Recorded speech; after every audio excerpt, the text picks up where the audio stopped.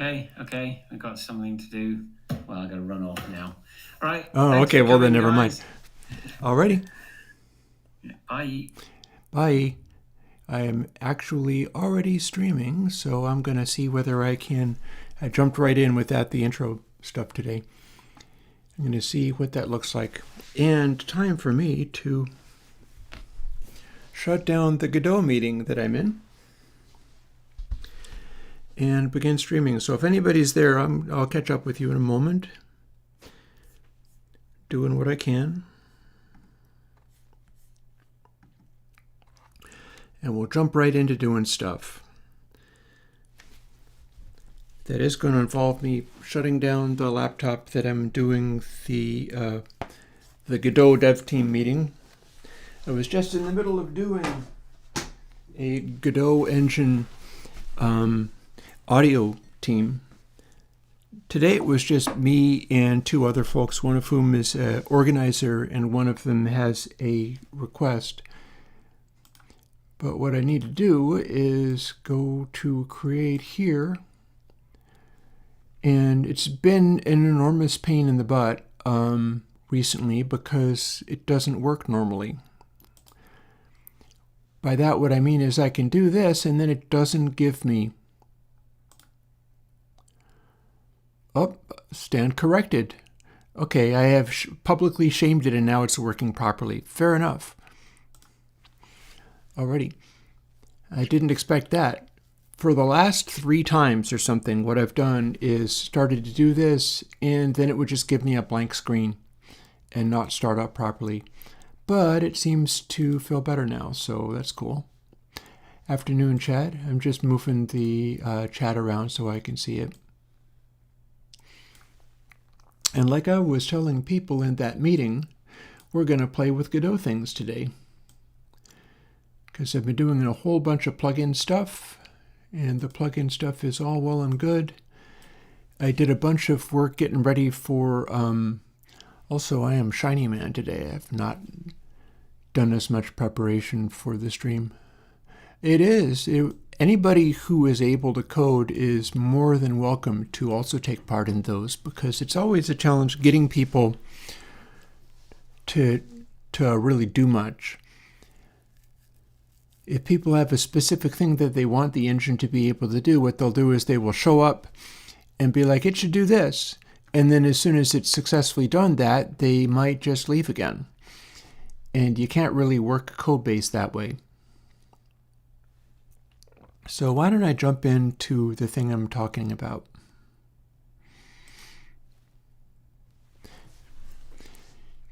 I've made my cup of coffee. I'm finishing it. I don't know if I'm going to go for lots of coffee today or not. But the thing we're working on today is, in fact, Counterpart.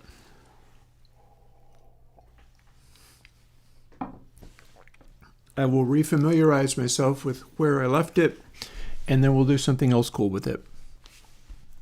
So where I left it,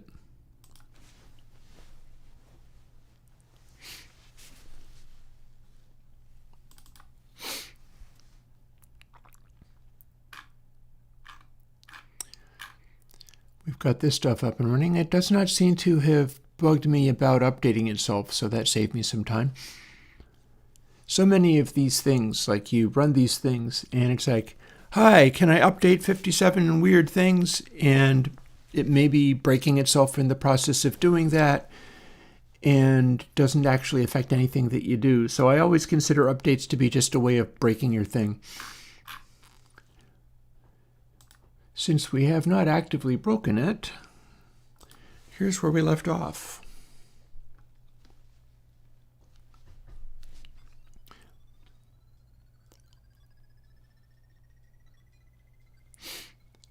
I've apparently told it to be in level 5.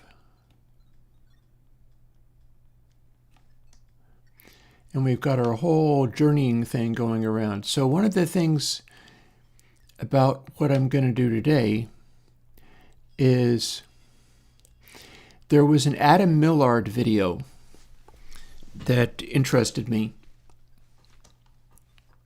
Adam Millard is a YouTuber, and he had done a video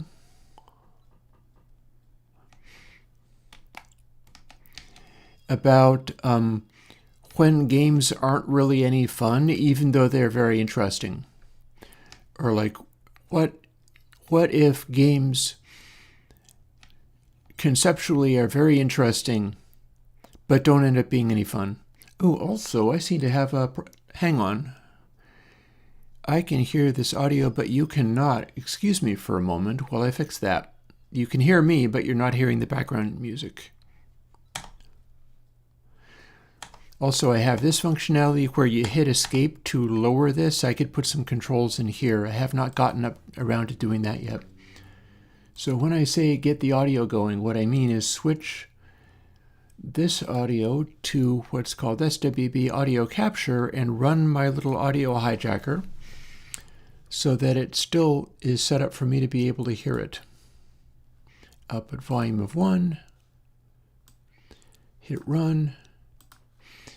Now at this time, I should be playing sound. And indeed we are.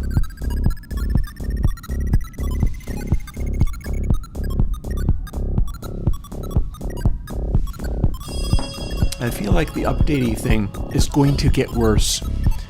It's going to get worse as people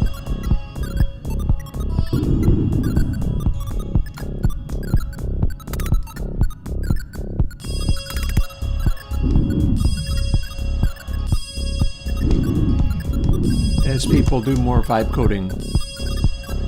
The updating thing is going to get worse. Oh, look at that.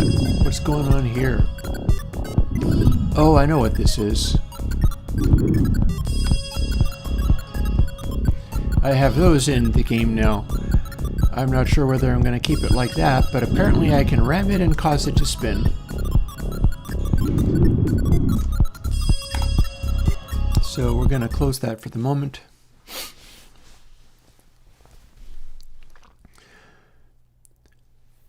So Adam Millard's thing was talking about the way you can have games, and although the way it's designed is conceptually very interesting, it's not actually any fun to play it. And I've run into that with this game more than once. For instance, I've got the ability to track various numbers. I can have a damage measurement. I can have a score. I can have various things going on. And there was a point when I was restricting the number of shots that you could fire, either rapid fire or one at a time. One at a time is left mouse. Rapid fire is right mouse. And I had it set up where you could drain that setting by firing too many shots. So you had to sort of nurse the number of shots that you had. And this was not fun. It was interesting, but it was not fun because you didn't want to be paying attention to that when you were flying around zapping things. And it's meant to be like a asteroids style thing, except for in 3D and somewhat, it's not as hard as it would be if it was a full-on asteroids in 3D, because I've seen those. Back in the day when I was hanging out with my brother, we were trying to do one like that, and he initiated it and then found that it just killed you by throwing rocks at the back of your head all the time. And it was excruciatingly no fun. So what I've done to kind of ameliorate that is set up a much larger space through these virtual rocks that it creates and followed some of the same principles of how asteroids works. But in the much larger space that is still a fixed space, like I can even demonstrate this. We could go to level 500 and there will be many more rocks.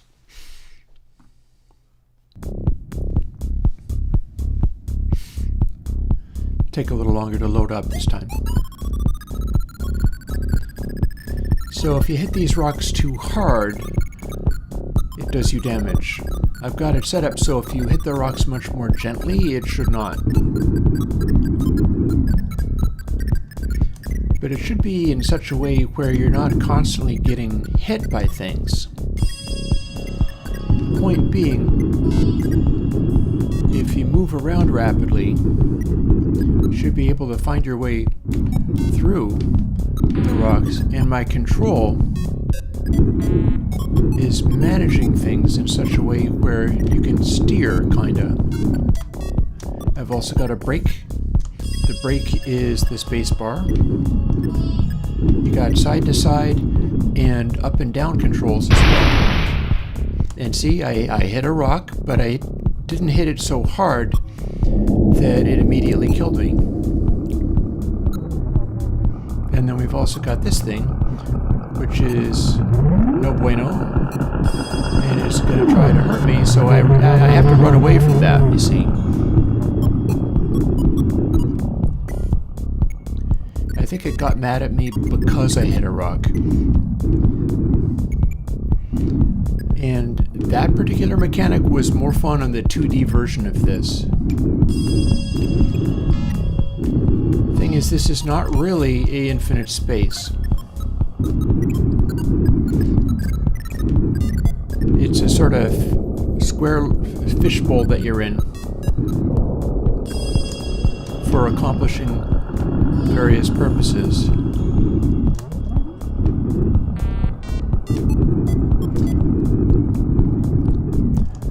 And what makes the game a game is defining what those purposes are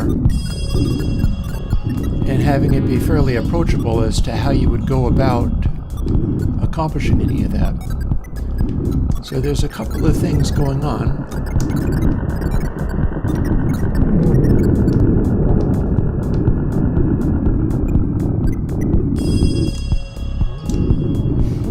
This is me escaping and narrowly avoiding that. The chasey guy is chasing me quite aggressively, but after all, that makes sense because this is a jump to a very high level.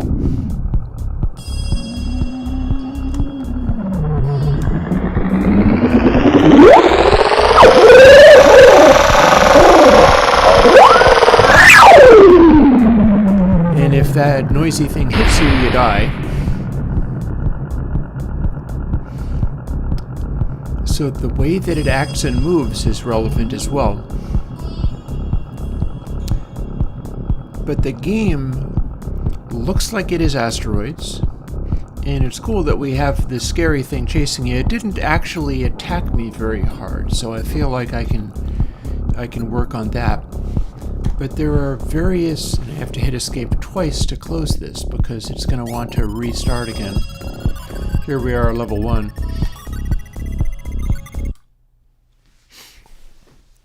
So I've got those various mechanics going on, and among them, reusing various elements like sounds and things. So one of the things going on is that damage score. You get to Here, let me just demonstrate the final detail there. It's going to make me wait a little bit because we're at level 500, but if I bonk this and then go find one of those little cubes, like here, there's one. Pretty sure what I've got here is if I touch that, that is a healing object now.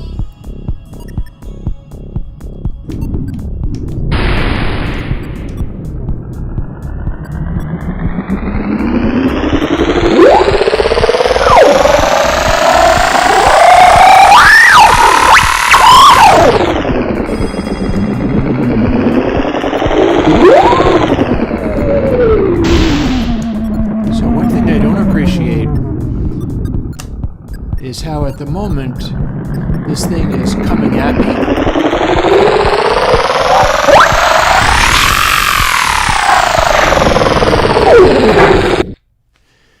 But you might notice as it approached me, it slowed down.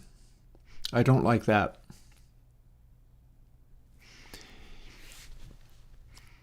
I feel like that immediately needs fixing because, like you see, that is the scary, dangerous thing. It makes a really loud noise. I could adjust that as well.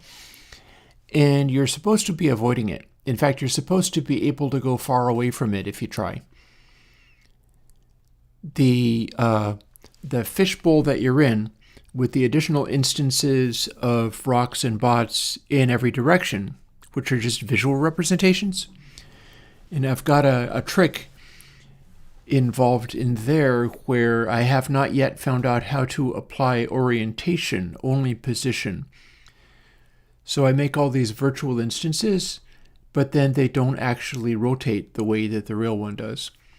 And I'd like to figure that one out. Have not yet.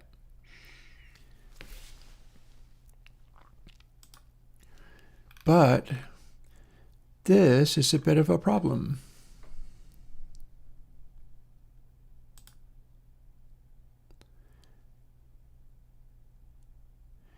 And I can tell you exactly why. The reason it is doing that thing, this is also relevant. I was also observing a problem where I wasn't able to get really far away from it. Well, this would be why. And I will say what I have done wrong here, and then what to do about it. So last scene position, where player position.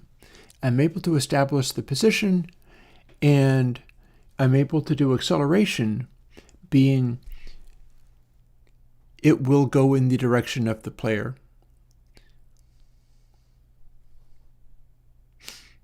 I think I'm even not doing it's not applying that to velocity. But here's your problem. Linear velocity is acceleration, which is that factor, times Guardian Rage. But it needs to be the normalized value. What's happening is the thing that's chasing you is going at an extraordinarily fast rate if you're really far away from it. But if it's coming right up to you, rather than smacking you and making you die, it's slowing down. Because what it needs to do, see, this is going to be a vector 3. It needs to be doing this.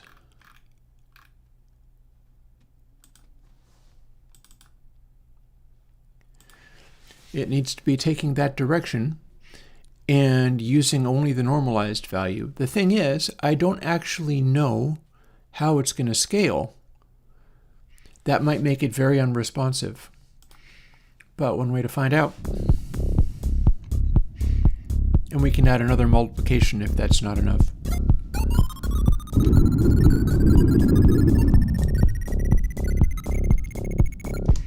So here we are at a high level. The thing is currently not chasing us in any direction, but we can quickly solve that by causing a lot of damage.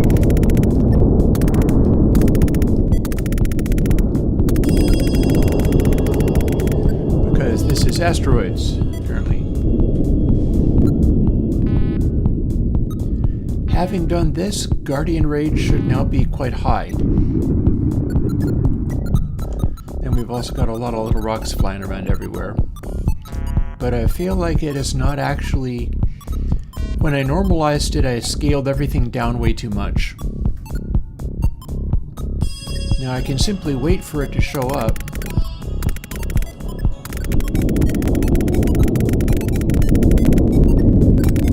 Continually enrage it and wait for it to show up. I can play the game as if the point is to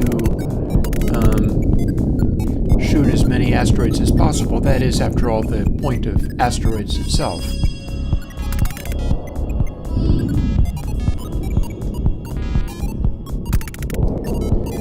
That makes my life completely more difficult.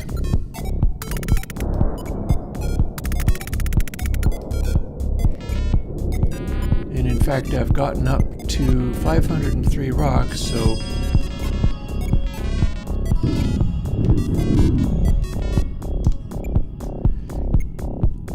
we're starting to lose frames quite a bit here, but we're still not seeing Mr. Glowing Angry Thing. I feel like I probably am going to want to scale its size up a little bit as well. I don't think it should be the same size as these.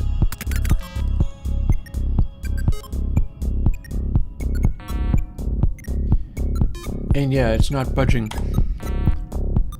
And we've lost a lot of frames because we're at upwards of 500 rocks. And of course they're all instanced in every direction, and so is the bots. It does make me wonder whether which of these things can scale back. Or maybe they could be matched. So when I say that, well, honestly, you know, the first thing I'm thinking of is here we are in physics process.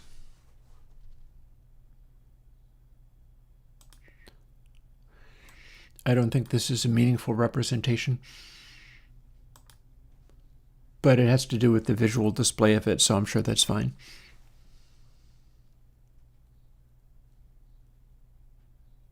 Yeah, that's how it works. It's a sine, it's larger than pi because it's related to a sine calculation.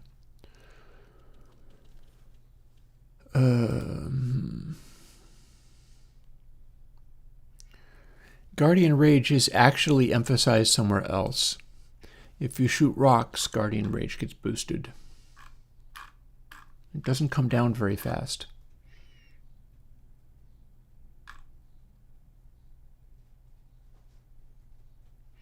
See, so plus rock size.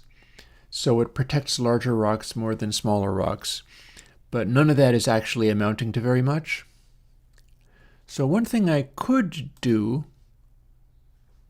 is this.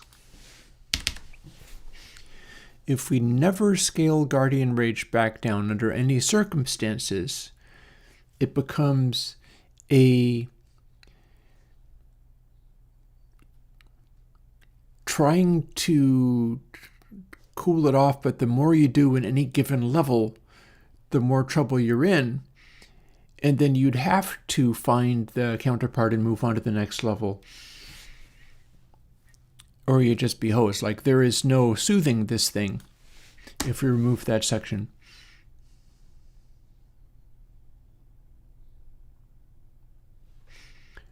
Let's see how else it gets manipulated.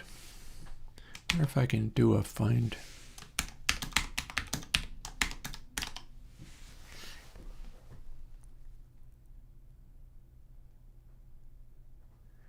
Okay, so there's rock. So if it has a clear shot at you, it will charge straight at you. On the other hand, if it is breaking rocks itself, it settles down very quickly. However, having it be square root makes it go down very, very fast.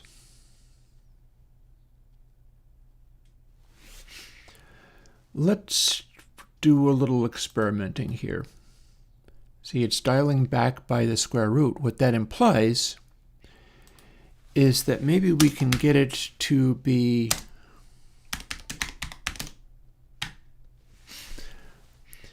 feistier.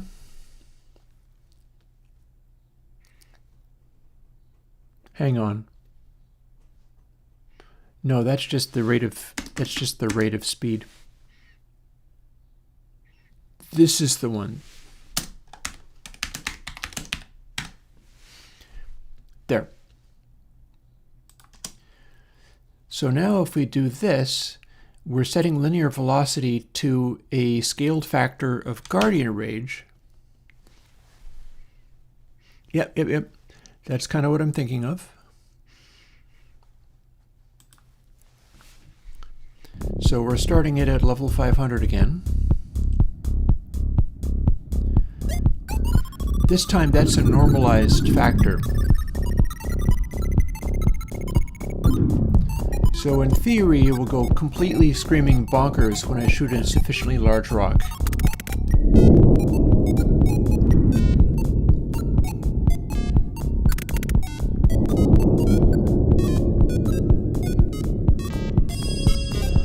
Should be coming out of nowhere any minute now. And just wiping me out because it'll be going really, really fast.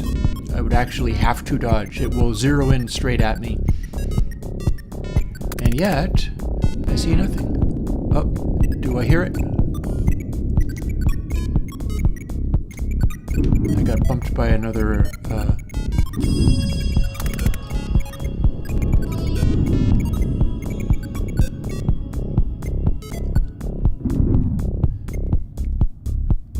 So maybe it is simply bonking against other rocks on its path to me?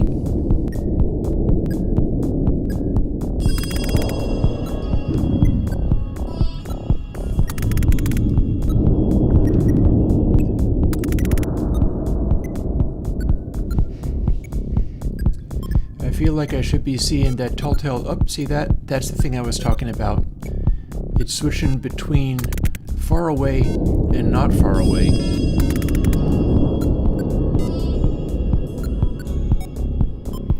So there's a telltale red glow that I should be seeing if that thing is near me.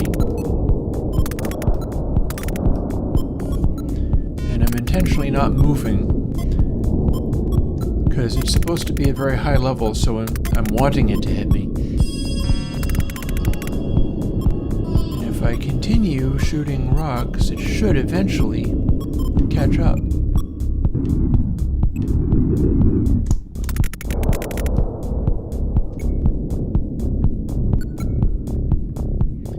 Maybe I've started it too far away from me.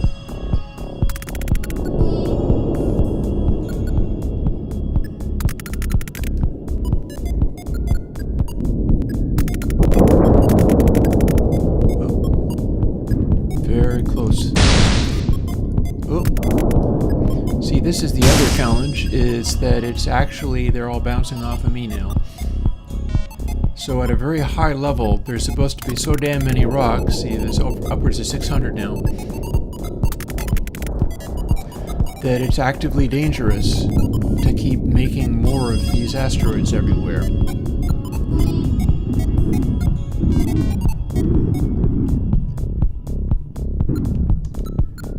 I will try to move to a place that is reasonably safe. But they all follow physics. So as you see, they're bouncing off of each other and everything. That is not how real asteroids works. It's also not how literal asteroids work either, but it's the only way I can really do it.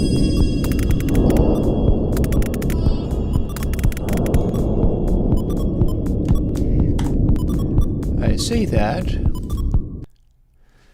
but clearly that's a lie. That is not the only way that I can actually do it. I could have them not bounce, and it would be interesting to see what happens when you do. One of the things that's likely to happen is when we have more of them, it'll be a little less dangerous. So, firstly, this is clearly not working. Yep, because I have not seen the Guardian anywhere. But, see, we're going to want to see that guy flying around being scary. It has a light, it makes a noise, it's all kinds of things that could be interesting. But currently it is not remotely catching up. And one possible answer for that would be that it would be multiplied by Guardian Rage, which is how hard it's chasing you, but then also a big constant. Multiplied by 1,000 and then also by Guardian Rage. Or just multiplied by what level it is.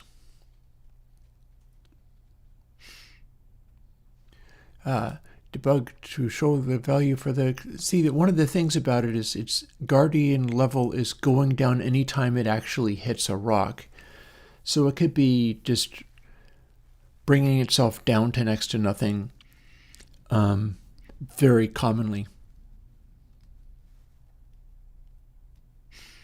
Ooh, kept Jones mentioning how Road to Vostok was made in Godot. Yeah, I'm trying to make something in Godot as well. So here's where we can completely redefine how rock behaves. We're doing a physics material override. I believe mass is getting overridden whenever we create a new one. But bounce,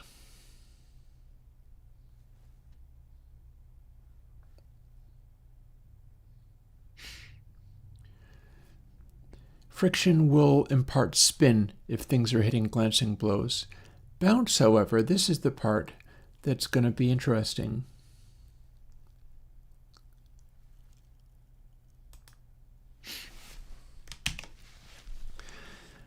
Now we get to see how rocks act when they basically have the same mass, the same ability, but I mean, these are supposed to be rocks, not bouncy balls, so it's a fair question. Can we make this stuff act very differently? The answer is yes. I don't know whether it's going to be fun.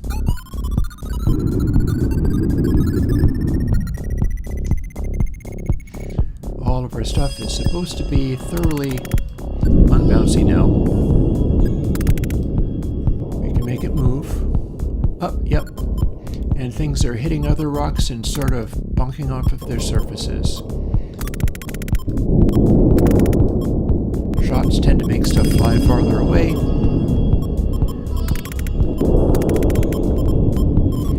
And we're going to kind of make a big mess for a bit. And then I'm going to want to see how all of this sorts itself out. As we fill space with smaller rocks, but they don't bounce around like maniacs anymore. So guys like that can move fairly quickly. I'll follow these ones. Oh, that just vanished. That's weird. Actually, I know why. I know why that would have vanished. We're culling some of these based on how fast they're moving. That's going to really restrict the number of total rocks. See, we can make lots of them like this, but then as they come to a halt, smaller ones will tend to disappear now, so I'm not getting nearly as many as I had.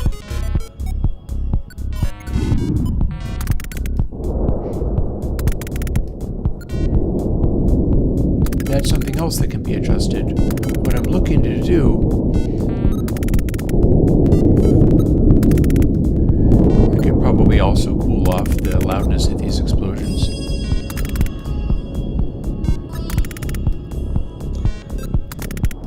To get a sense of how this plays.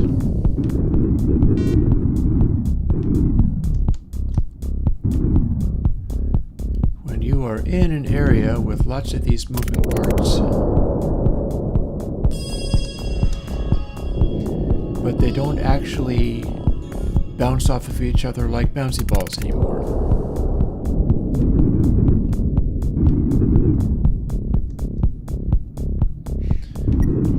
I'm gonna love when I can finally get it to see, that just sort of is rolling across the other one. And we do indeed get into a situation where things are still moving, but they're kind of only moving when they have not collided with anything. Once they do, they come to a halt. And under the current culling rules, once that happens, they can sometimes just vanish. It's favoring large rocks, and it's favoring quickly moving rocks, just to sort of up the general difficulty of everything.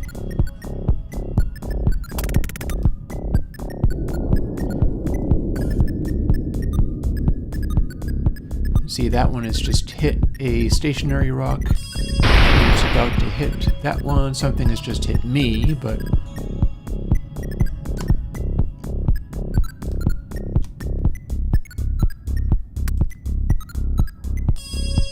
so much for that one.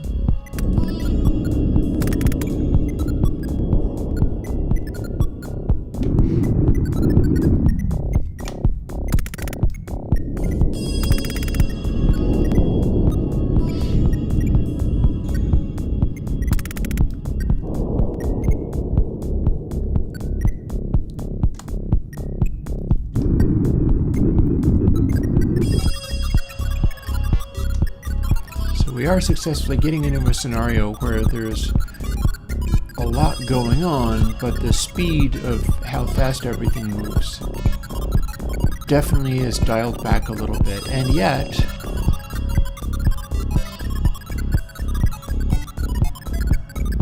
okay, so I am guardedly pleased with that one. I do wonder whether I can do more. There's a lot going on there. Oh, 8moneyh. Well, thank you. Do my best.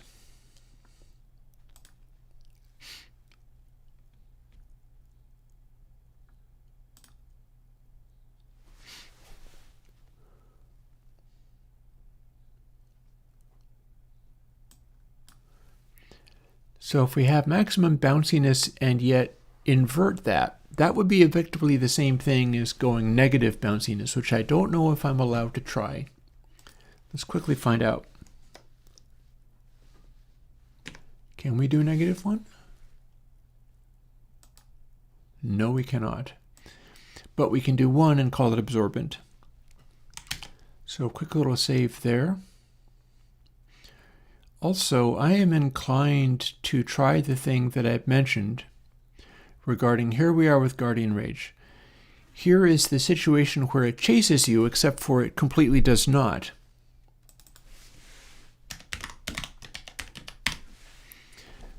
But if we multiply by Guardian Rage, but we also multiply by world size, that's guaranteed to be larger. So we'll see how it acts now.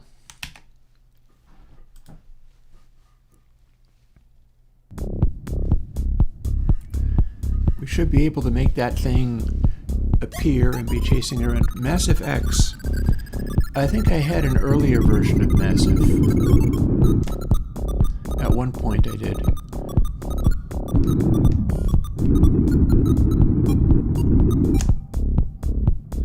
So here we have a absorbent rocks. How do they act? Okay, turns out that was an effective way of making the Guardian attack. Cool.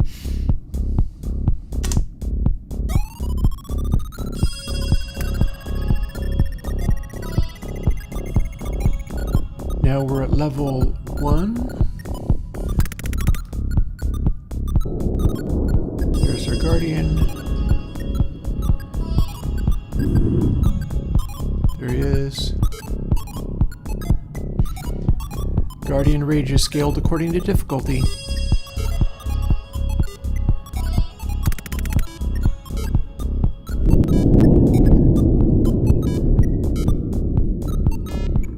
Level 1's supposed to be not very difficult.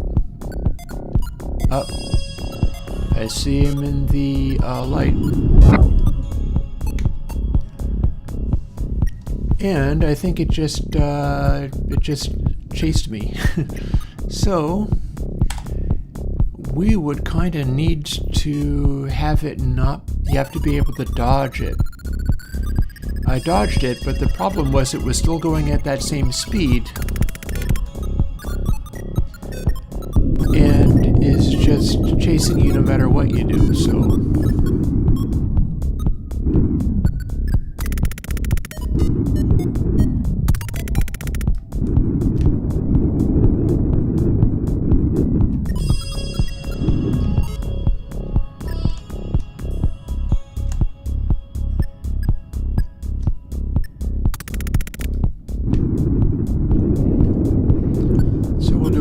Level 1 fooling around here. Oh, I see the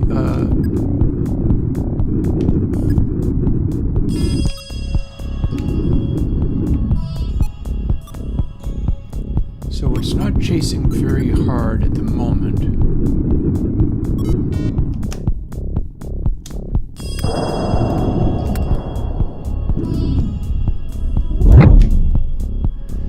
The problem is, as soon as it is close enough that you hear its noise, it has perfect linear accuracy, and so it is able to just make hairpin, like, if you zoom past it, what I'm looking to do at this stage is make it so it goes in straight lines. It does not. right now what we've got going on is a type of behavior where, so we'll get it mad.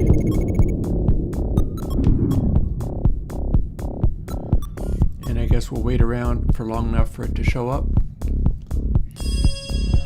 I like the idea of it being able to move really fast, but it needs to be kind of a bullfighty thing. You should be able to have it coming at you really aggressively. See, there it is. Or where is it? I see the light being up and already dead. See, there's your problem. So it maybe doesn't need to be quite that fast. But the problem is it is approaching at a speed, so we can fool with this.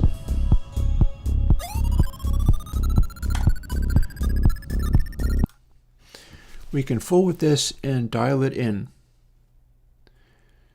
And here's how that has to work.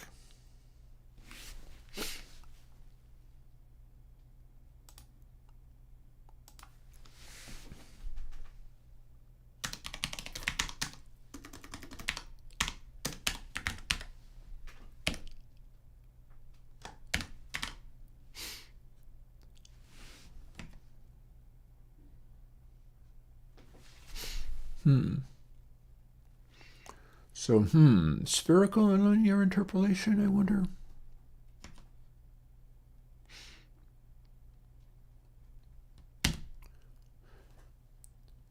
I am not entirely sure what spherical linear interpolation is, but I have a hunch it's probably the kind of thing I want. Because what we're talking about is, if it is chasing you, it is coming to this one particular target. It's able to go really quickly, but if it's also able to do hairpin turns at its top speed, it always instantly kills you before you even see it. And that's bad. So what I'm thinking is we can have it go fast, but it needs to be mostly blindered. It goes in like one direction. So rather than having a gravity function, it's a lerp function where it has to steer, and it's not very good at steering. And that probably makes this better, more of a fun thing. And I have a hunch that slurp is the thing I want.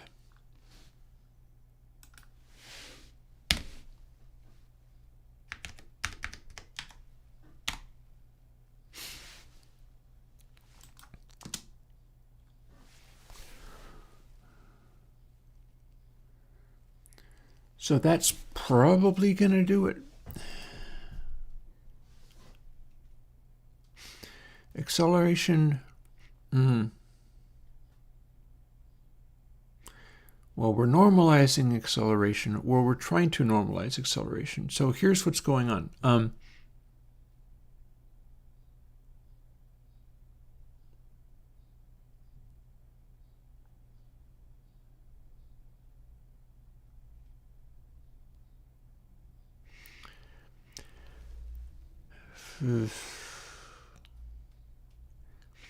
I feel like spherical linear interpolation is more along the lines of the fact that it's a vector. So if I'm going to be normalizing it, it will force it to make big curves rather than trying to lerp through the center of the value. In other words, if it has to reverse itself, slurp would force it to go around an outside edge. I could be mistaken. That said, though, acceleration is already lessing position minus position. This is probably going to make it take on that new direction very slowly. This is enough to make it very aggressive. Let's see how we do. We're going to start at level 500 again. And I should be able to arrange to have it kill me quite quickly because it's at a high level, so it's going to be more up. Sure enough.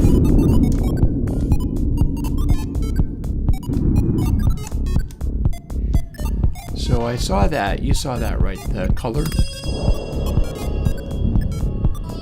But it's a little hard to tell where it's coming from. We will continue to anger the Guardian. Oh. I did not mean to run into a rock. It's one of the challenges here.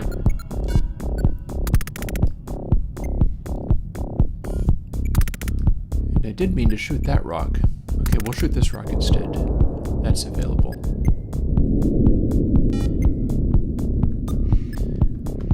I think we have it hitting a lot of rocks, and it's settling down when it does.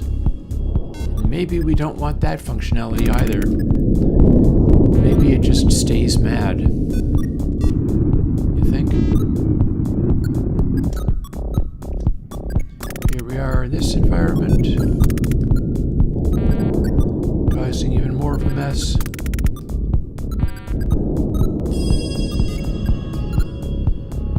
Looking to see whether our Guardian is gonna show up. I feel certain it is running into stuff. I had that functionality where if it runs into stuff, it calms down. When it runs into stuff, it also imparts velocity to the stuff. So that's a whole other metric going on.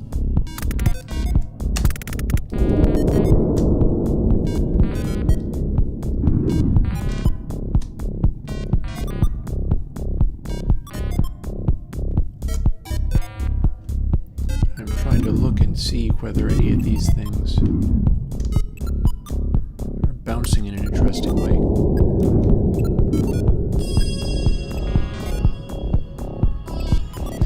I also feel like maybe there's a gravity thing that I am doing which I'm not sure I'm in love with.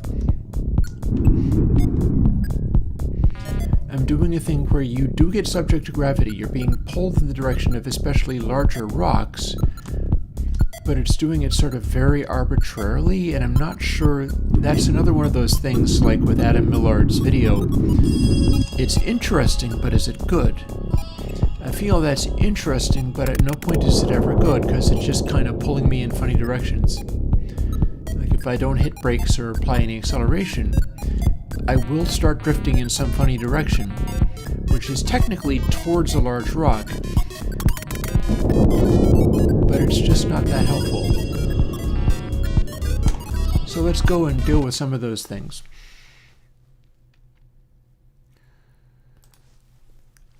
Here's one of those things. Acceleration Slurp did a good job of having it not instantly kill me. So let's have it be much more aggressive this time. And I want to see what it does. I want to see how that behaves, knowing that now it's able to go really fast. And I believe my gravitational thing that I'm doing is in here in player. Yeah, here it is. So it's get child count divided by 3. All of this is running in where? All of this is running in physics process. Fair? Whereas some of my visual stuff is running in process, but I would like to be able to have a lot of this stuff not bog down too much if you're happening to have good sample rates. So right now, it's just that. And I should presumably have stuff on color rect, which is the semi-transparent blind that you see dropping in.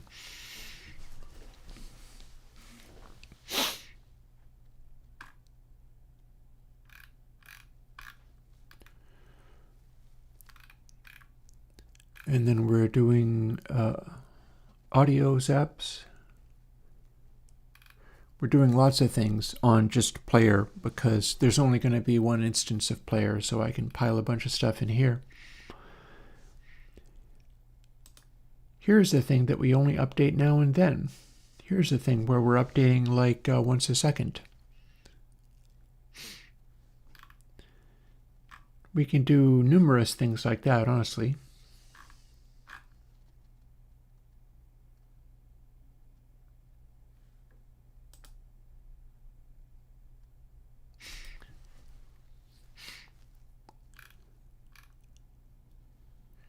Here's where we have that audio cue. It honestly should be running much more often than it does, but that's fine.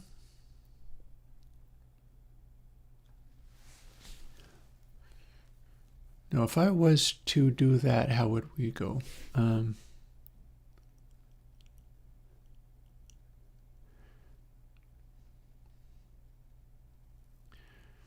So that counts down.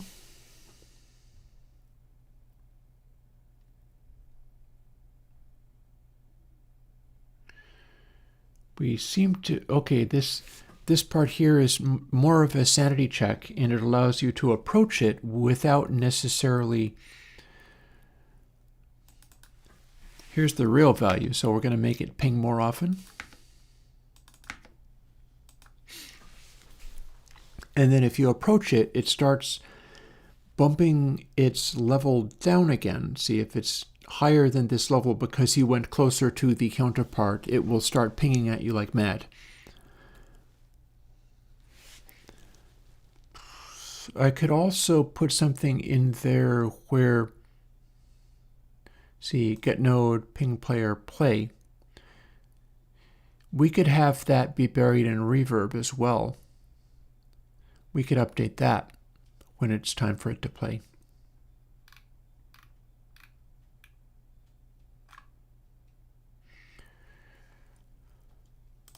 That's going to be living here in player.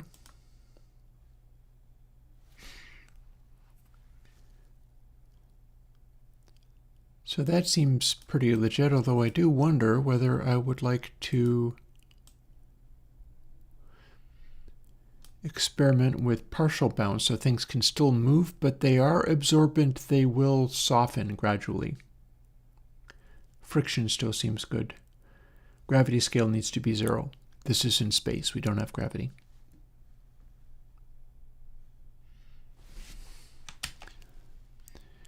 And then, let's see, ping. Where's ping? Is ping part of game? No. What is ping part of? Hey, Aurora.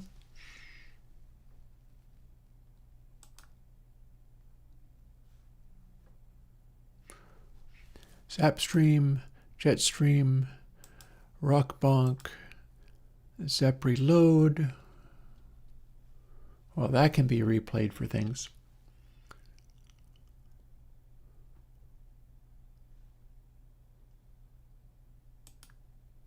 Where the heck is my ping? Here it is.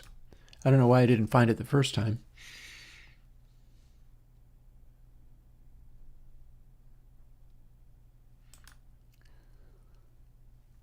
So here's an experiment. I could have all space filled with interesting chimey things right now. Max polyphony is 1, so if it plays, it will not overlap.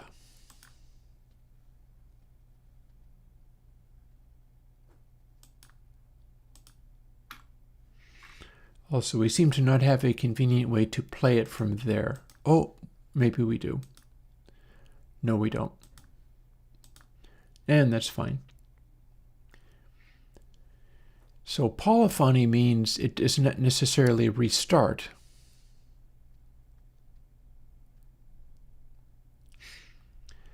So it's going to make a stack. So what we could do is have it be a lot denser, and that will make the sound picture of this all a little bit more interesting. And currently we are not feeding it into reverb. But it might be a cool sound space if we do. We also have the option of fussing with the pitch to make an even more interesting sound space. And then here is our, well, no, I don't see our audio bus, but our audio bus is going to be around here somewhere. Yeah, here's our audio panel. So we can send things to reverb and Splody if we like.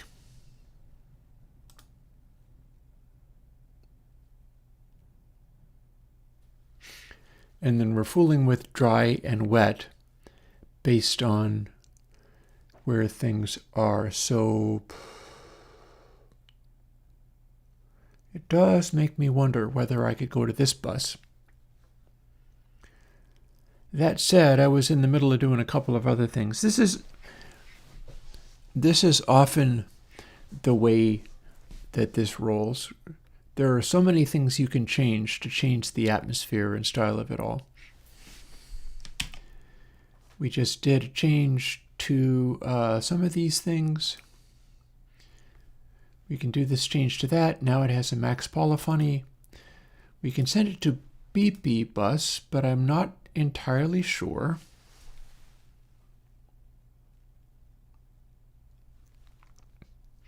How BP bus functionally works. Like what we're doing as far as wet and dry and so on. What I'd be wanting to do is run wet at full and then manipulate the input gain. We were talking on the Godot thing. There's somebody who's building a additional thing for all this. And they're trying to do a play sound that lets you also they're trying to do a play sound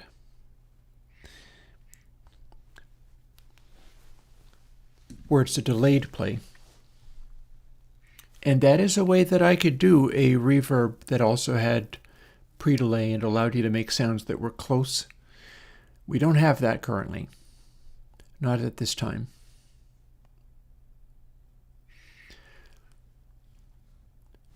So that's a couple of changes. Now we're going to BP bus. That's where bots send their noises. So how are we manipulating bot?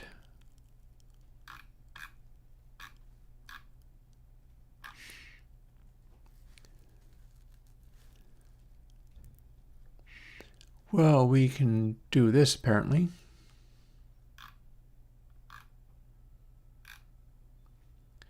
I think they send their zaps silently.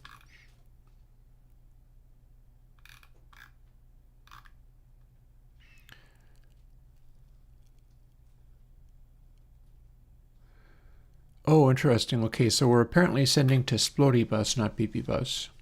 Interesting. Do we have anything that sends to BP bus? Or is that now a superfluous audio bus?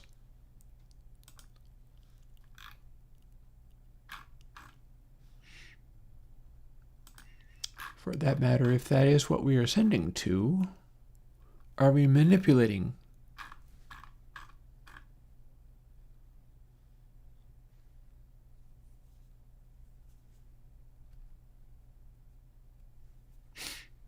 Okay,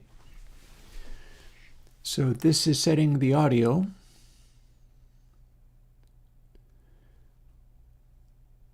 And we're manipulating dry, but not anything else. That makes sense.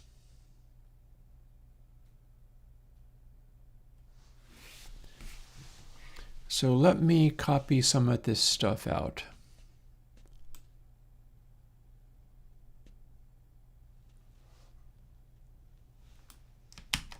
Copy. Player is where we're doing this ping player stuff. So we're in player, so we don't need where player.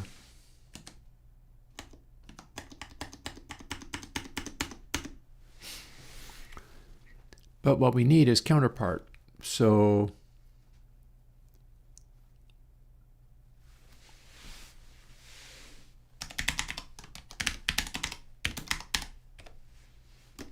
oops. So as you see, we've got that going on. And we're actually not, I guess we have to put that in Splody bus as well. Maybe we don't have BP bus at all.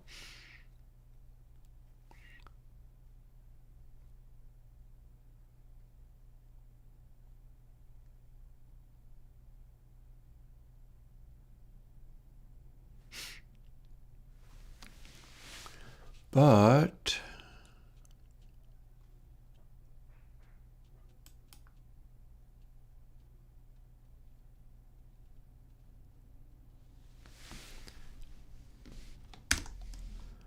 we can do that.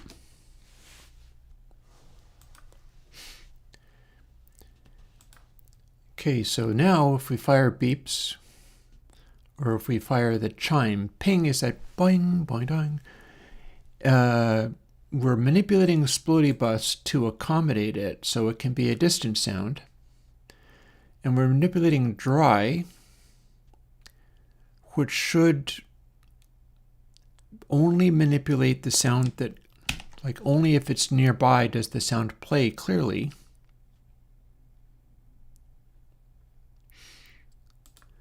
We're setting it up according to that. We're overriding it. It's going to continue overriding that dry with each new sound that happens, but that's fine. And then we hit play. So seeing as we're manipulating, I wonder whether I could do BB after all.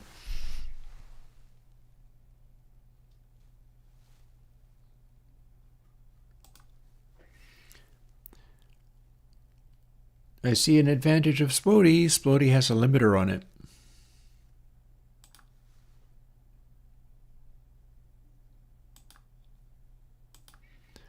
Splody has a slightly hotter wet for output.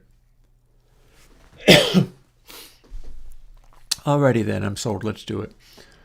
Splody goes, that output goes to Splody Bus. That output has 16 polyphonies, so we're going to have a much denser sound now.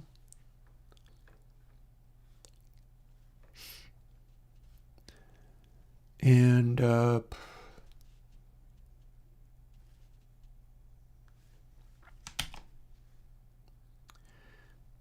let's see, as always, we're doing 5 things at a time. It's fine. It is what it is. It's a chaotic time for me anyhow. I have arranged to get a dumpster so I can do some spring cleaning and get rid of stuff that's no good in my basement. Things that I've kept down there, like boxes and whatever, that have disintegrated over the years because it's too damp down there. So I need to get rid of a bunch of things that are no good. And I'm waiting to hear back from them. They were supposed to deliver it as early as yesterday. This did not happen. So now I don't know when they're going to... I'm supposed to hear from them at some point.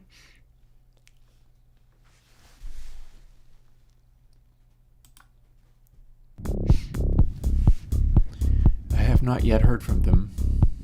I called them on Monday 3 times. Didn't actually get me anything. And then I'm going to let it slide. And then maybe call them again tomorrow. So that means I am... Oh. Wow. Okay. You went real fast that time. But that was a very high level. So now we can be at...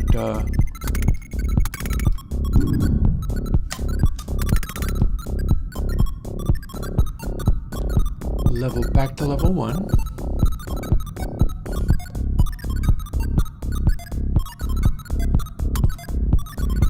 Let's see how tough this guy is. Okay, so that hit something.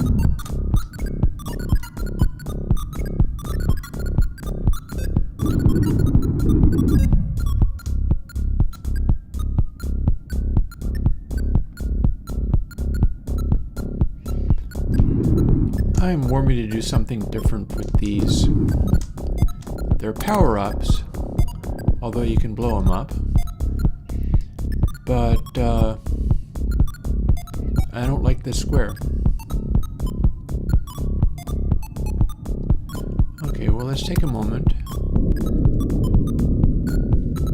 Let's make the Guardian angry. It's sort of back on its nonsense of going way too fast and obliterating you instantly.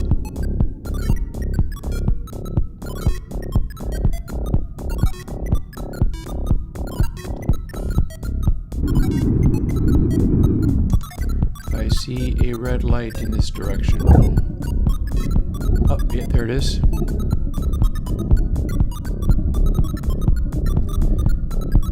See, it has to go in a circle. So it is like it is orbiting me, but it really is not orbiting me.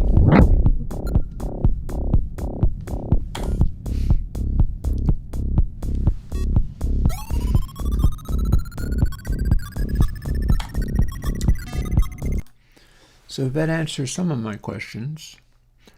Haven't resolved this bit though, but that answers some of my questions.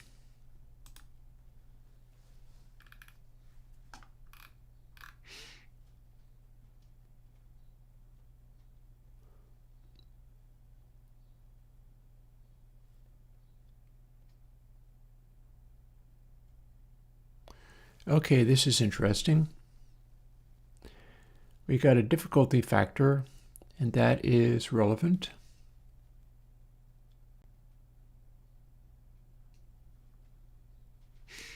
And we've got some clamps on it, where it is always at least a certain amount cranky, but there's a maximum it can be.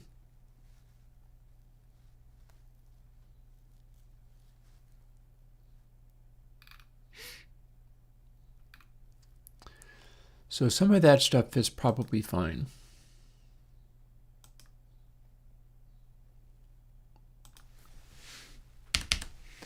There's something we can do.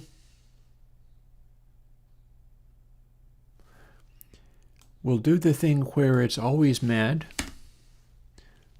and just automatically have it be that. Our explosions and things seem basically good.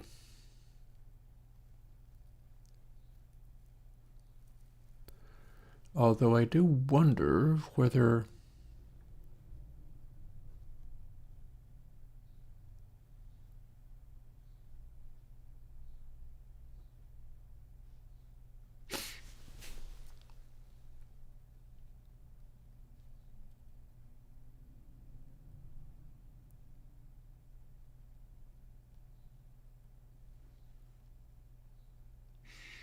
see, if I manipulate the amplitude of wet, that's going to change the entire background of the reverberations.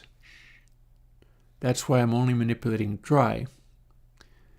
But I'm wondering whether I can have some of that stuff, if it's very nearby, not go into the reverb as much.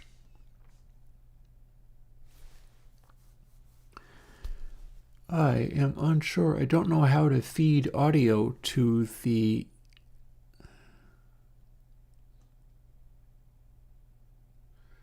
except for yes, I do.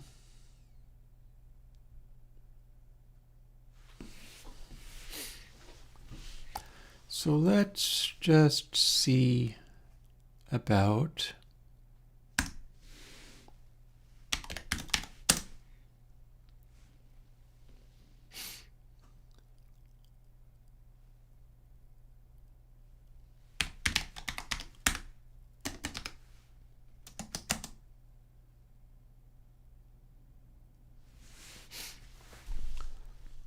so we're basically just applying that directly. So our wet is going to be the inverse of it. So shucks, we can just do that again. Or we can do it inverse.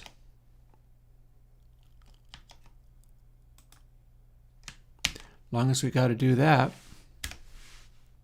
why not do it and then use it?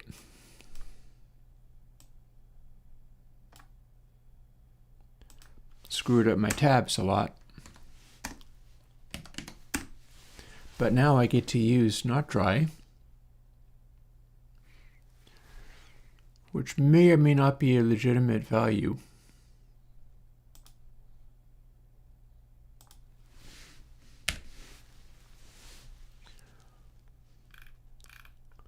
Oh, I don't get to do mathematical operations on that, do I?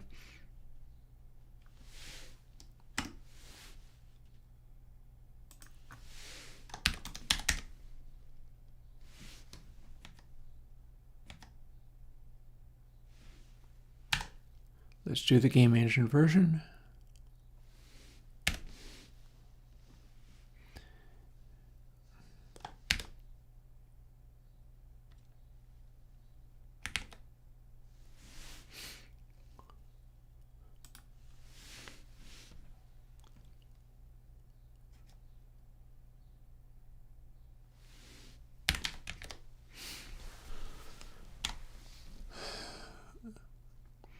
Alrighty. So that could be very small or that could be very big, but it doesn't ever get to be bigger than 1. So we subtract that. And then let's just bring that into these calculations while we've got it. So volume linear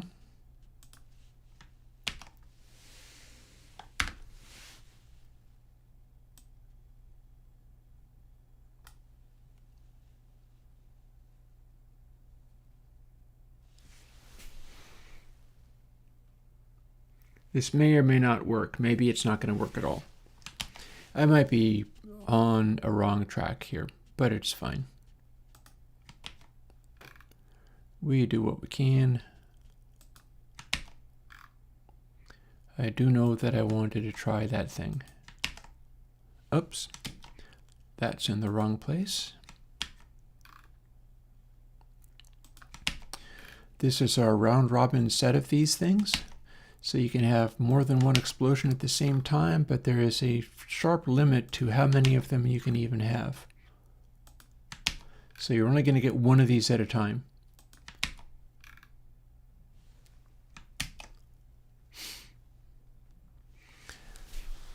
All right, that may actually work.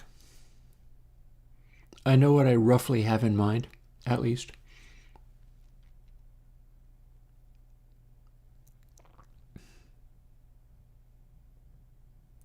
I also know I was going to be fussing with Guardian a little bit.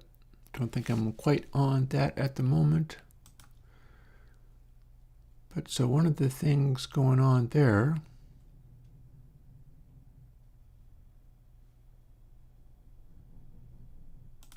that's actually in player. I really do wonder whether I even have BP bus doing anything. Also, here's another thing I was gonna do. So here's our acceleration.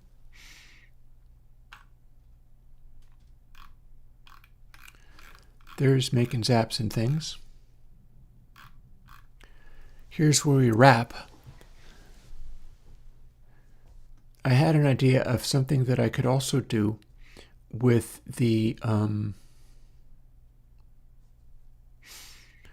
counterpart could be not merely in a given location, but could also be offset, meaning that if you're playing a high level of the game, you have to go traveling through asteroid fields in search of it. And then all of the bots would automatically fire off in the direction of where it was.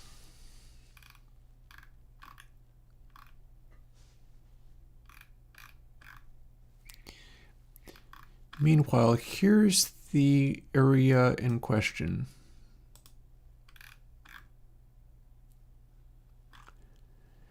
This is 100% just trying to make gravitational effects. Again, it's interesting. I don't think it's necessarily fun. We're not actually feeling the result of it. And if we did, it feels like it pulls things in random directions. It's an attempt to have all of those asteroids have gravitational force only for the player. But if we stop acting like it's meant to be a literal simulation of giant asteroids, and instead go, this is a video game. We're flying around, we're shooting rocks with the zaps. We don't care about any of that stuff. The obvious thing to do is to literally remove all of that. Look, every update, we're like doing a bunch of calculations to a bunch of random rocks to figure out whether they're close enough. And we're doing X many iterations on that. And what good is that, I ask you? I don't think it is. So we're going to try something else. Here's another high level, 500.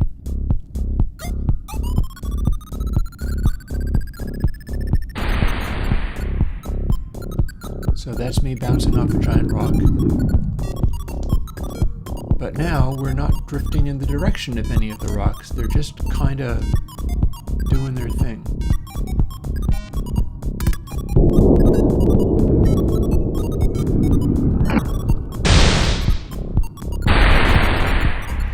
And I think that was probably the counterpart nailing me. Let's find out just how aggressive it is.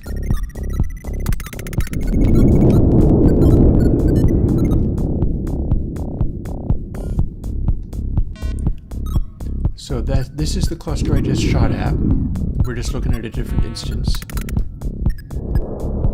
It's a nice localized little cluster because these things don't bounce anymore, but there is the red glow which imparts that is the counterpart. We're at a very low level, so it is not necessarily moving super fast. But see, it steers. So that is the tightest corners it's able to make.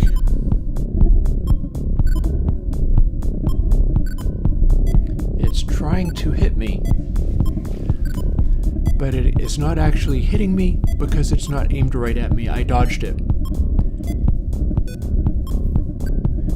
But I feel like that is still too tight of a corner.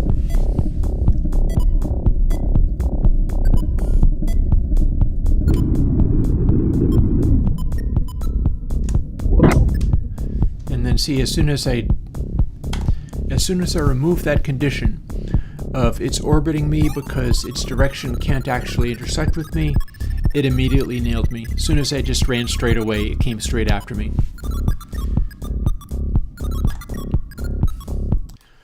So there are some things to be done with Guardian's behavior, clearly. I think that's probably in Guardian.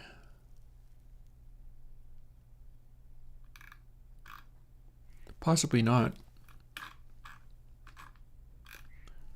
Definitely not. So this stuff is all specifically about Guardian Rage, and everything else can be kind of scaled around that. After all, that's meant for the sound that it makes and the colored lights and things that it flashes. But what we're really interested in at this stage, so maybe it isn't player. It would be in only one place.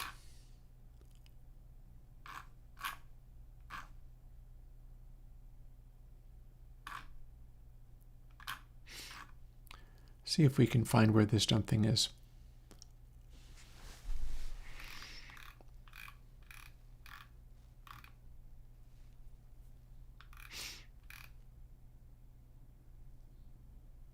Also, I have not tested out the counterparts noise yet. I'm not hearing it very much, so I feel like that needs adjusting as well. And the way this kind of thing rolls is like everything ends up needing adjusting at once.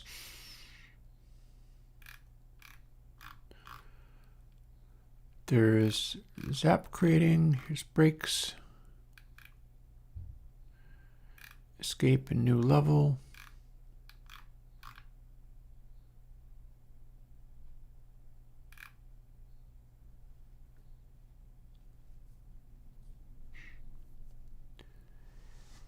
Here's where you get to update the position of Guardian and, in fact, all of those cubes.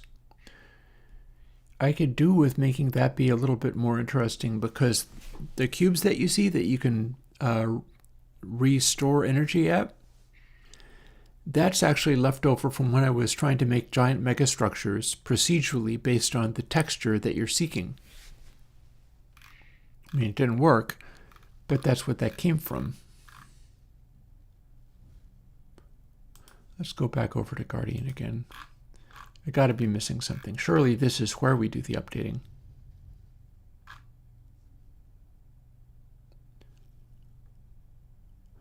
It is. Okay, so last seen position equals where player position. Acceleration equals acceleration slurp.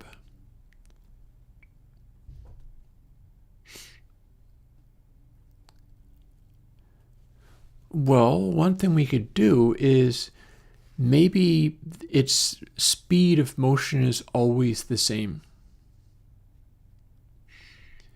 Like it's always coming for you, but it can't steer. If it's always coming for you, but it can't steer, then it'll kind of make big orbits and loops and things. But if it's not susceptible to Guardian Rage, that will just make it light up and make an angrier noise, but not actually ramp up the speed at all. If we do this, it'll be moving, but the direction it's going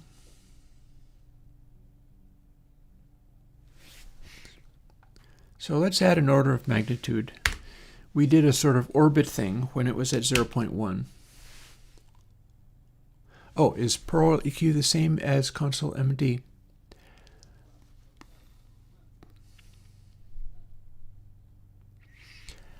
You know, I don't remember whether it's exactly the same as console MD. That said, revisiting the console MD EQ is in the cards. It's not happening right now, but that's something that could happen because I will return to those. Meanwhile, let's see where we're at. Let's start it up a little bit easier by going here and then having it not be level 100. Also, I am curious, could we make it be the same number of rocks as bots? I've got it set up where it's very, very large numbers, and that's interesting and amusing, and at high levels it can be like, oh my god, listen to all these noises, but still, I wonder. And here's where we make all of those cubes, or whatever else it is that we make.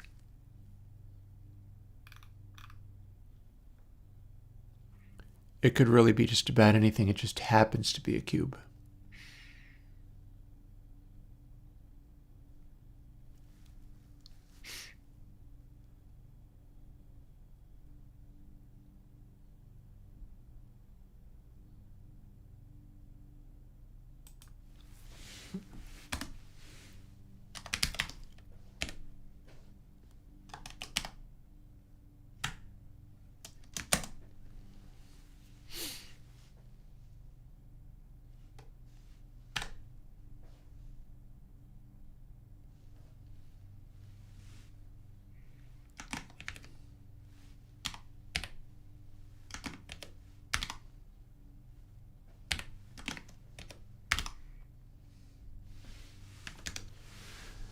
Let's see if it's any better when we make it be a big cube.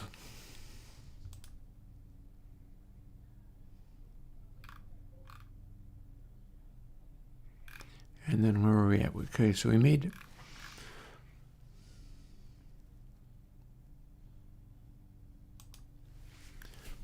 Interesting. So rock size, at that size, base scale. This is all setting up what our environment is like as far as large, high levels being just crammed full of asteroids. That doesn't have to be the mechanic of this, though. I mean, one of the things that could happen is you start up with a relatively small number of ginormous asteroids, and then the world gets filled with asteroids simply because you are blasting them into smaller and smaller pieces, but you really have to go after the tiny pieces in order to make them go away. So that is at least a possibility. And then here we have spawn bot and also spawn rock.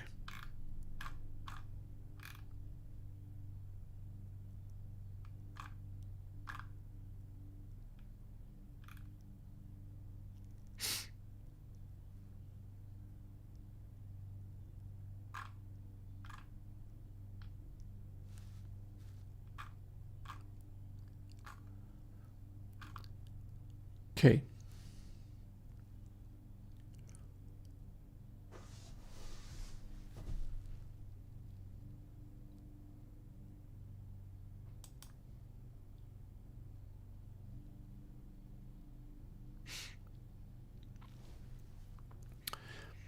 at that size equals 1, rock size equals 100. While it's larger than 10, we're dialing the size back down.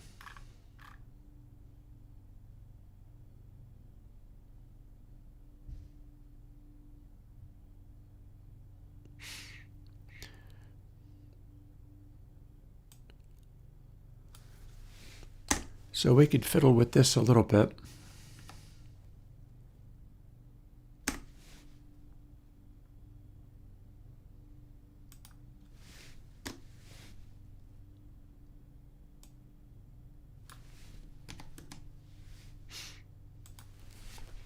There. Now it's never too crazy of a number, but it's always at least 100 of the bots. Let's see how that acts. Oh. Wow, I died immediately. I died lots. I died so much. Also, my boxes are ginormous now. Already. Where are we? Oh god. Okay, the boxes are far too frequent and too large. These exist only in one place. I made them too big, obviously. But I can get away from them and go somewhere else. Also, I don't think you get damaged by colliding with them. No, you don't.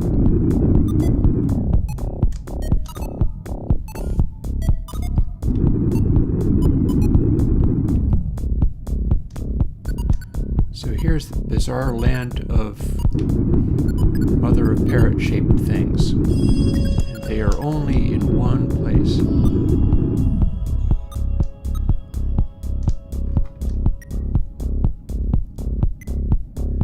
Okay, so that's messy. Kind of amusing, but messy.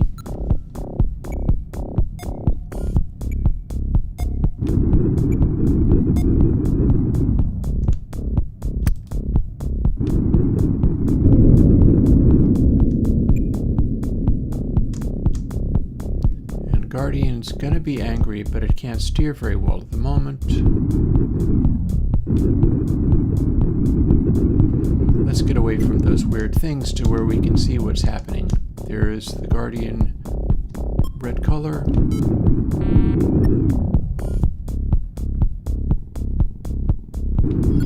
There's the Borg cube. So in theory, I probably am not having an effect on Guardian. Oh, there it is.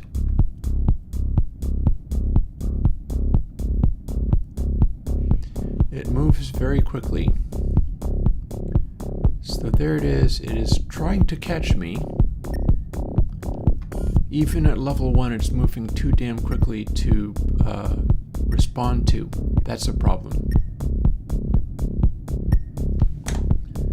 However, I have some ideas as to how we can go about dealing with that. It was kind of like a Borg cube, but it was just a big pile of boxes, is all that was. So,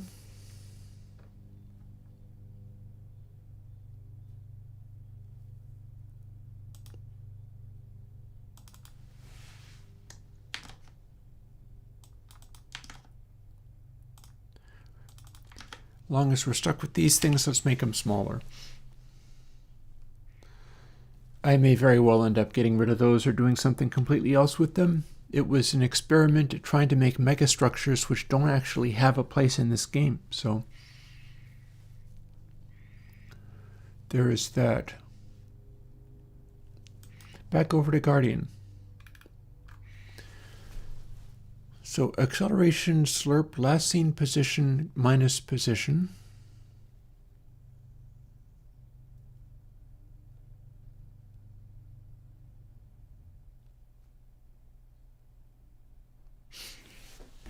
You know what we could also do is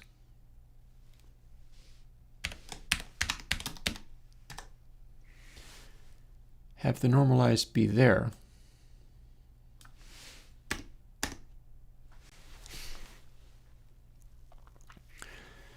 So it's moving at a fixed rate now, but world size is too large. World size scales up slightly with increasing level.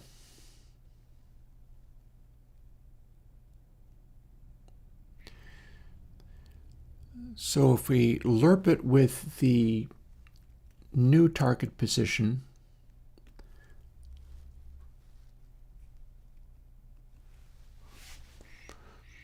well, we could also normalize that.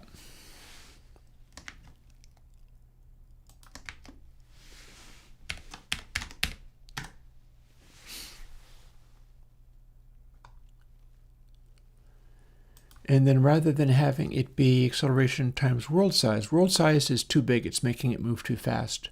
We could simply have it be the square root of world size, and then it will be going much slower.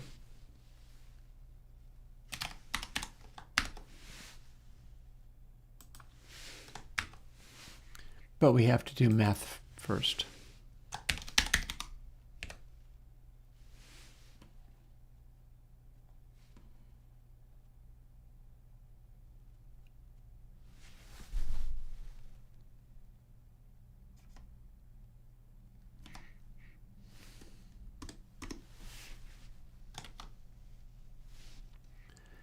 That system, that's the Godot one.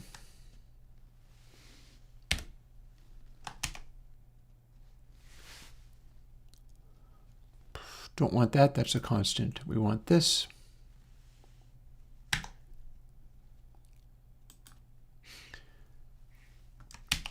So although world size is still a pretty consistent amount, we now get to have the monster moving a little faster. And now we have a slightly more reasonable number of these giant cubes. Oh, it looks like the world. If the world was...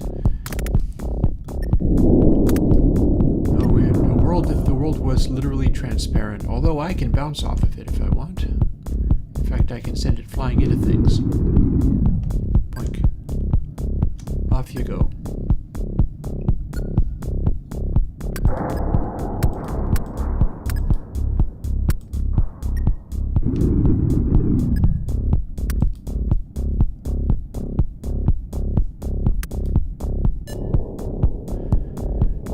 Remember I did some changes to the amplitude of explosions?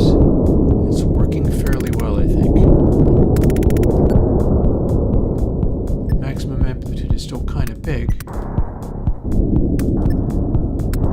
But this close-up stuff is not necessarily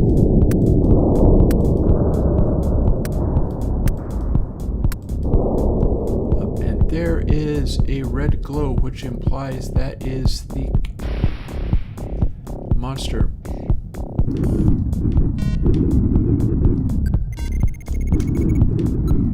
I do like bouncing off of that thing to not die.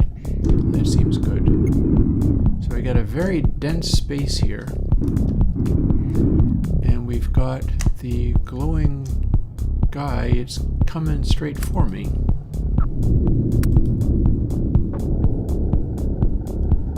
What if I dodge? It rotates, it turns, it tries to get me.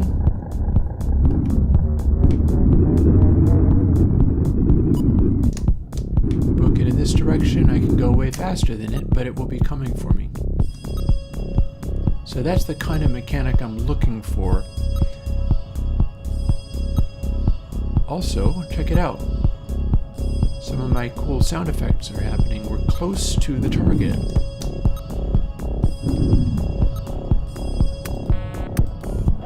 It's polyphonic.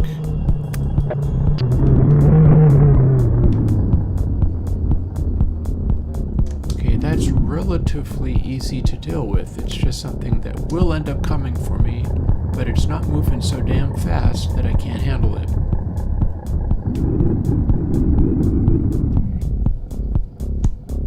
In the right situation, it will orbit me, but in the wrong situation, it'll be aimed at me.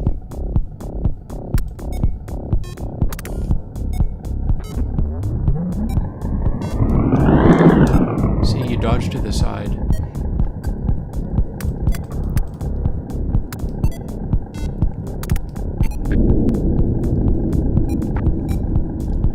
now what I'm thinking of, what kind of mechanic can I do in order to make it so if it's angry like this, maybe at the instant that you hit an asteroid, it resets its speed, so it's actually able to swerve at the instant that a rock gets hit. Because if you do that,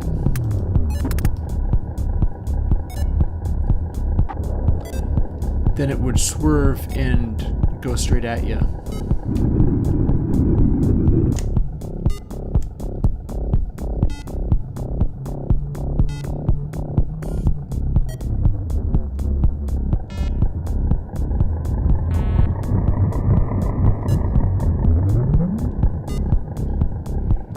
Also trying to observe its behavior as it collides with things. For instance, like this.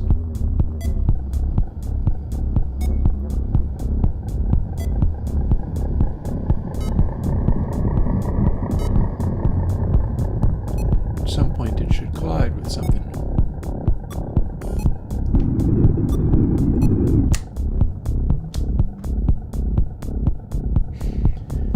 Yeah, so this is much better as far as the being wary of the thing.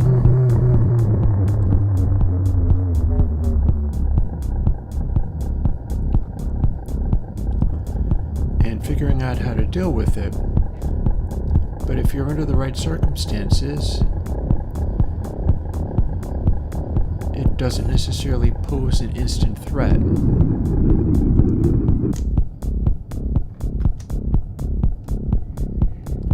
Be paying attention.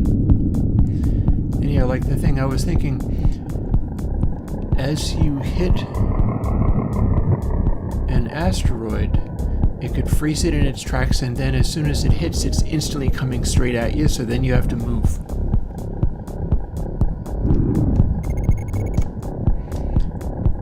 And this thing is still serving the function of being a power-up, but I feel there should be something better. Oh, and look at that, it said it flying. So it has some gusto to it.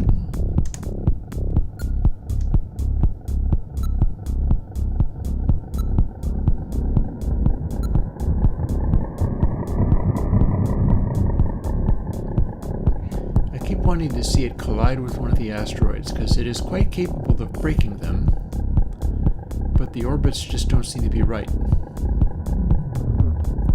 In fact, it's hanging around behind some of them. Oh, nope, there it hit one.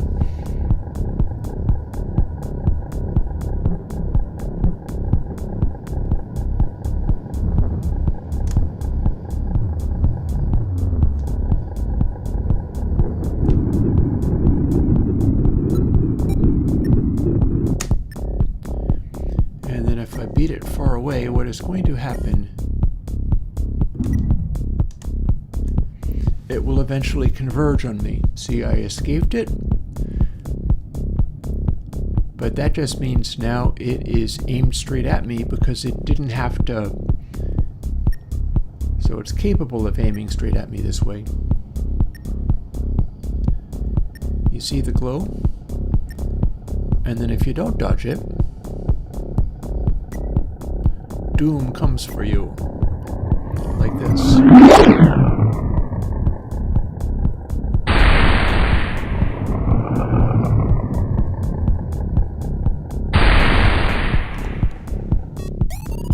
So that's starting to look better. This is starting to look weird. What's going on here?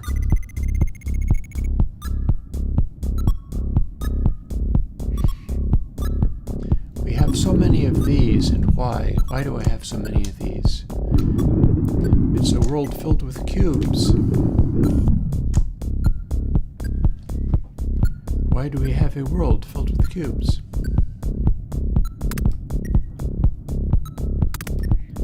Blow up, clearly. But blowing up the asteroids is more fun because it makes smaller asteroids.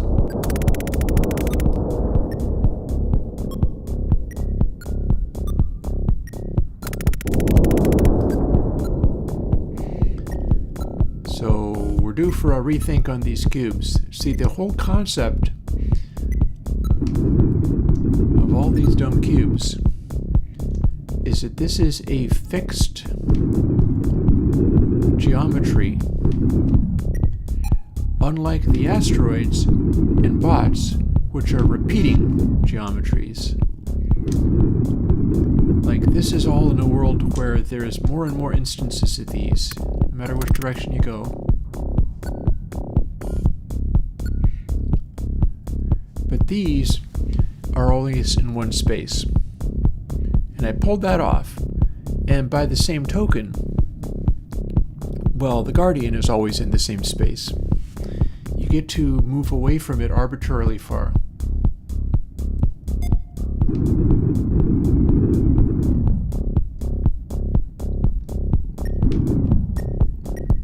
So there's our cube field there. Guardian is heading in this direction. We can really start hauling to get in another position around the cube field. But that is a fixed reference space. The thing is, I have not found a way of making that, the fact that it's a fixed reference space, interesting. And I ran into a rock too hard. But yeah, see, there it is. It's the expanded sized Bohr cube. I'm able to make lots of them and have it run efficiently, but I wasn't finding a way of making that be interesting.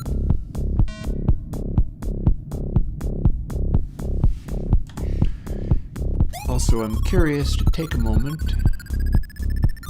So you gotta find one that looks like this. One thing about these, we do have it set up so that you can shoot them. They don't make much of a noise, mind you.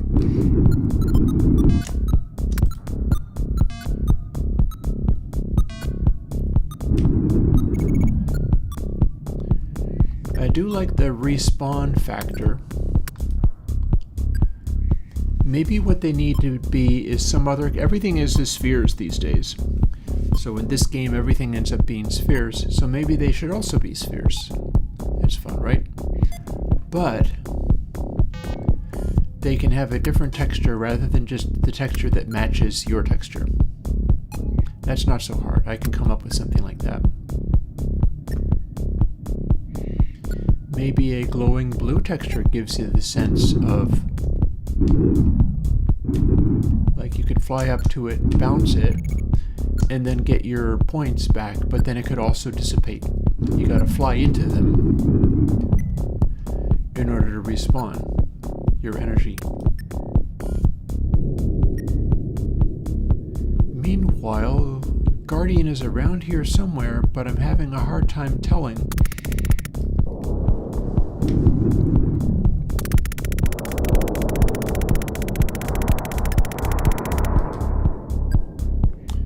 What it thinks it's doing, because it's too far away. Oh, no, it's not. There it is. I see a red colored glow. It's in this direction.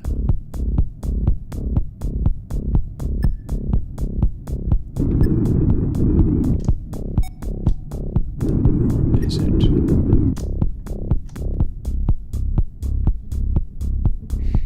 There it is. Okay, so this is how fast it moves.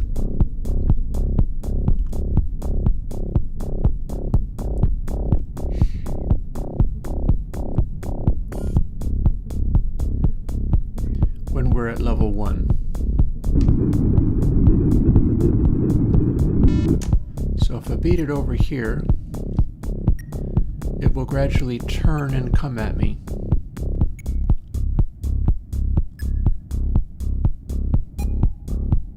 And it makes its telltale noise. See?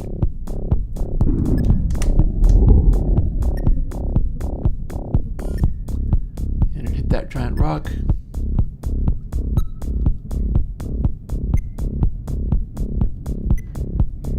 So this is becoming a mechanic that makes slightly better sense.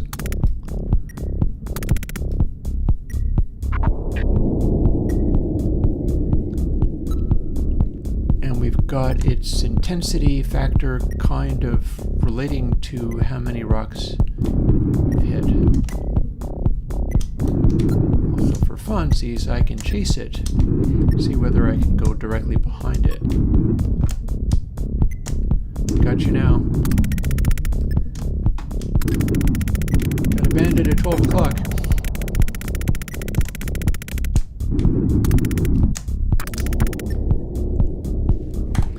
So one of the things I was speculating on was the idea of firing it and having it alter its direction based on whether you had just hit a rock.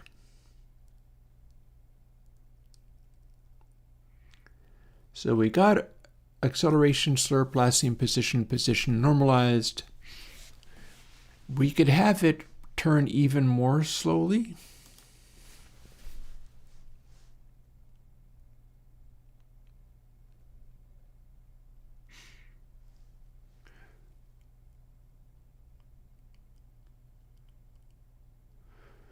The slower it gets, though, the more tricky it's going to be. So that's even more slowly.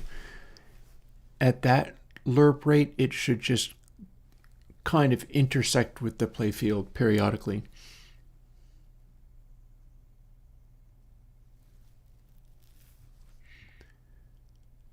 But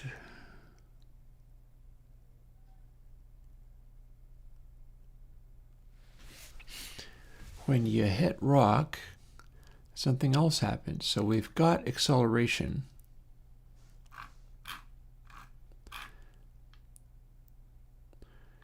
Our not dry is working nicely here. Ooh, I've overlooked something. This is only when the Guardian hits things. Hang on. I feel like that could get copied over to where it's going to normally appear. So let's try that. This is also the place where it makes the Guardian angry or not. Here's Rook. Here's our instances. On body entered. Hit the player, you do damage. Body entered Guardian. It does not care whether it hits spots. They do nothing to it other than nudge the physics around.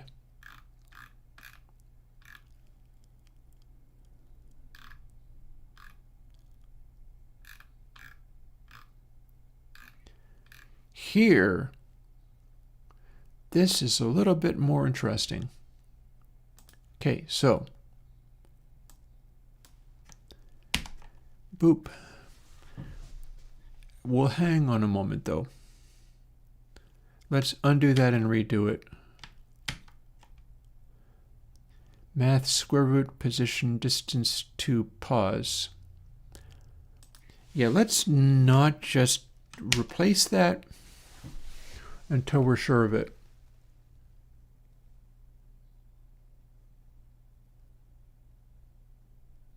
Yeah, that's good.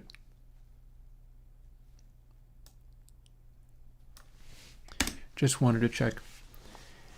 Now we get to include this not dry factor where we want it, because it was only doing that when the Guardian crashed into rocks.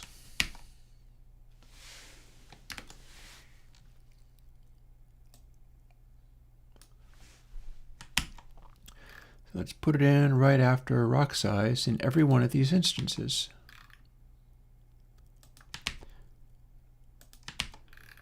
Then we can tell for sure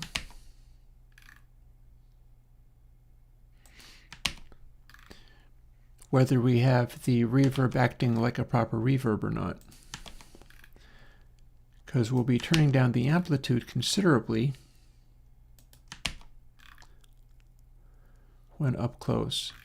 But that's not the only thing I was doing. That was a separate other thing I was going to be doing.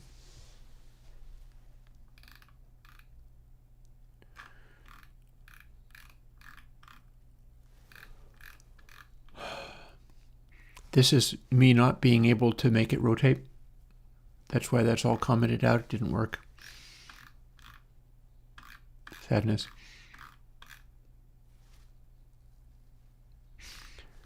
Here's my restriction.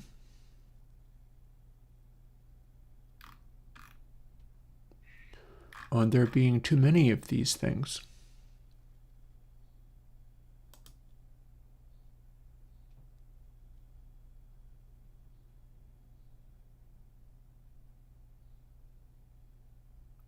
It might kind of start to chug.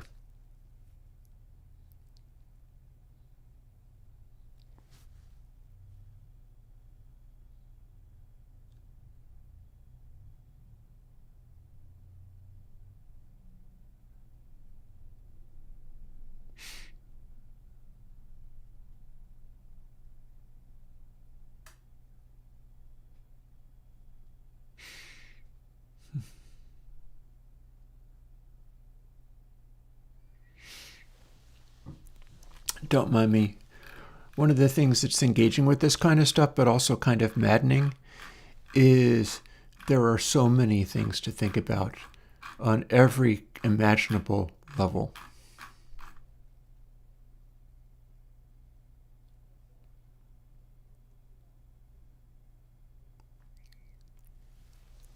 So we're in rock. If body contains Z, that means it's been hit with this zap. It explodes into smaller rocks and the Guardian gets mad. But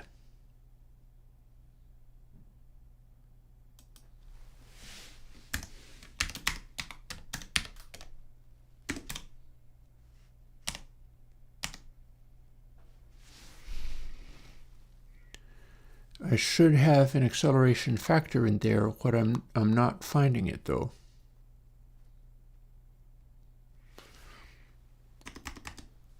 Is that because it's not a public variable? Public float, yes, yes, yes. Ah, but the vector free, that is not, and it should be to do this.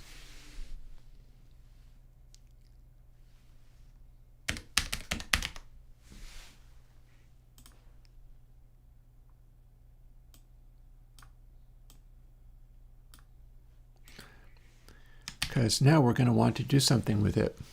Also, what's the green? What's this about?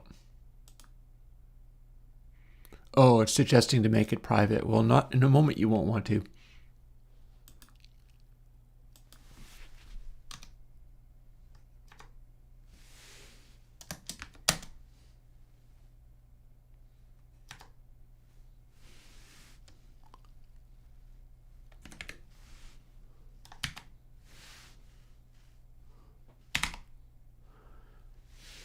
Okay.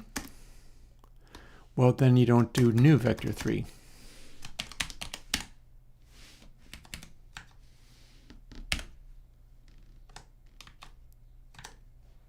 You do this. So that should reset the direction it's going every time you hit a rock. That'll make things a little bit more challenging. Let's see if it works or if it just blew up.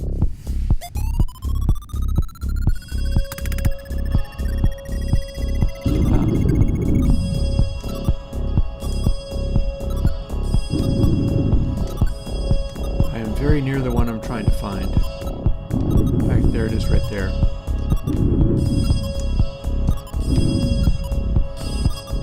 See? That's the one.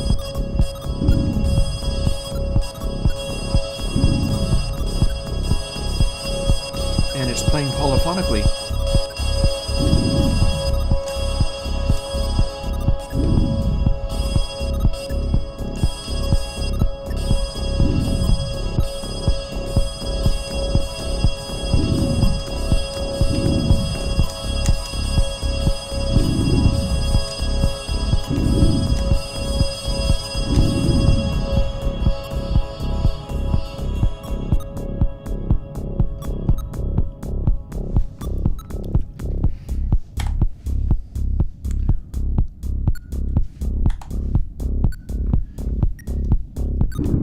So that's a little glimpse of how that thing behaves. Now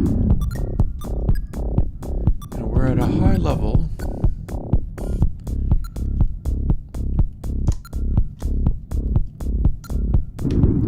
so in theory, Guardian's going to be moving fairly quickly.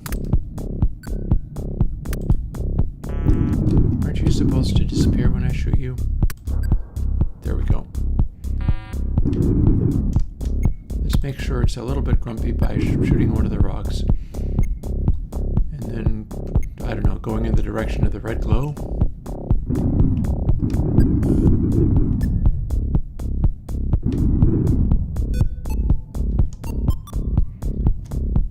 Also, as long as we've got these things sitting around, and they're so localized,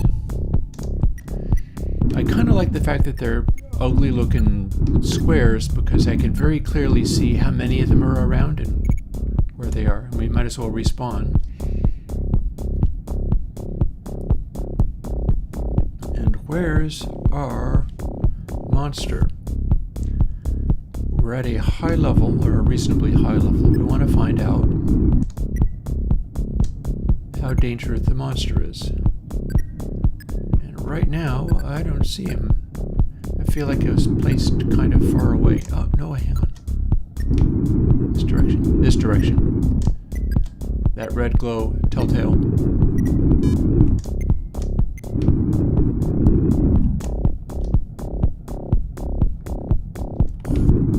No, he's over here.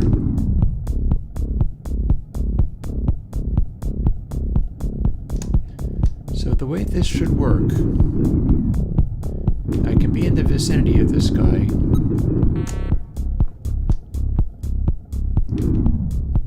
And it's really not going very fast, is he? But that might be fine.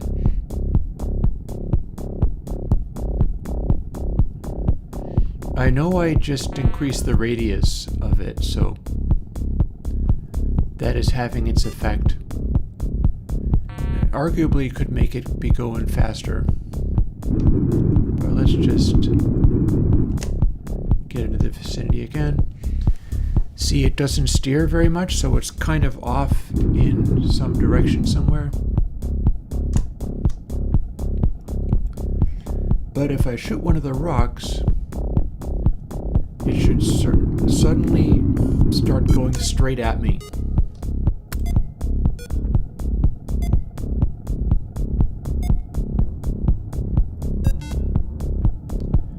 At which point I have to steer .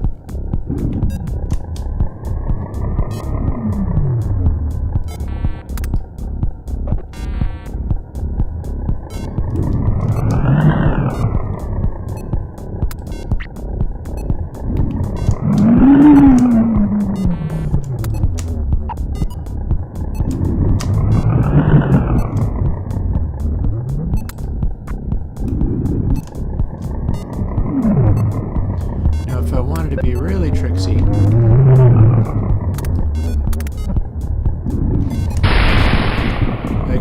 when it hits a rock, it also readjusts. But you see what that was doing, right? Like, now, anytime I hit things, I have reset its aim very directly. So then I have to move in order to not have this guy up in my grill.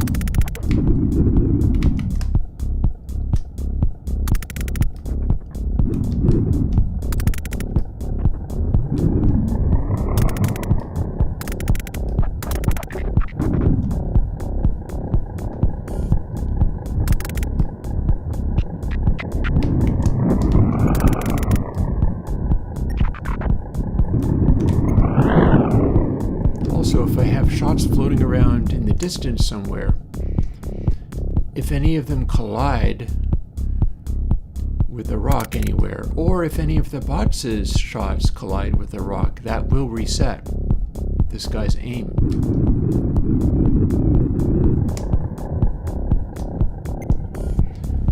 So that becomes almost a strategic thing.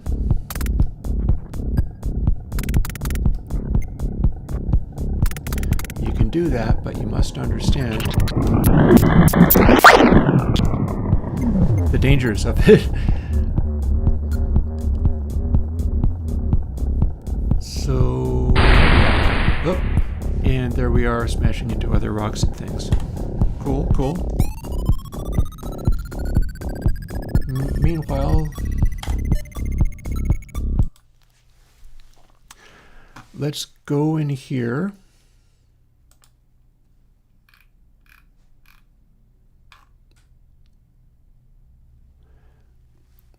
And deal with this.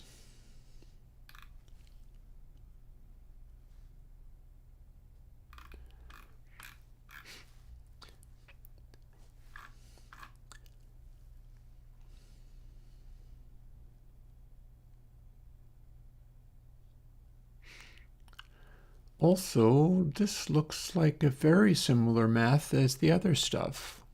Let's do the changes we did there. We're still going to have to fool with the gains a little bit. I think that the gains didn't work quite the way I wanted. That's okay. So I'm going to try to do that.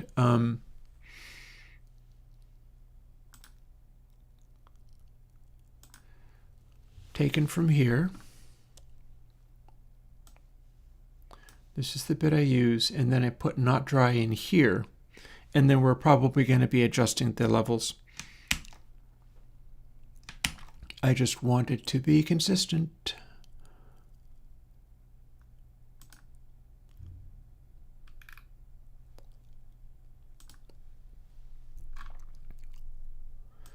Alrighty, so paste without overlapping. I'm going to want it to be square root distance 2, position 1, max, etc., etc. That all seems good. We're good. Further trim as needed. It's a temporary little variable. And we stick it in here. And that's the first thing we're going to do before anything else. Is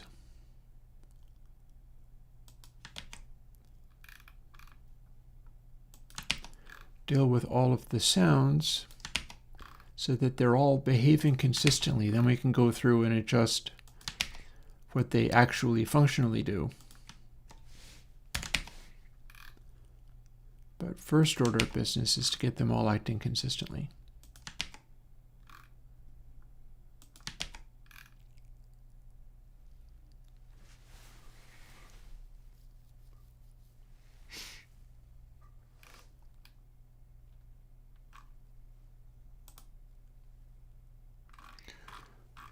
Then this whole area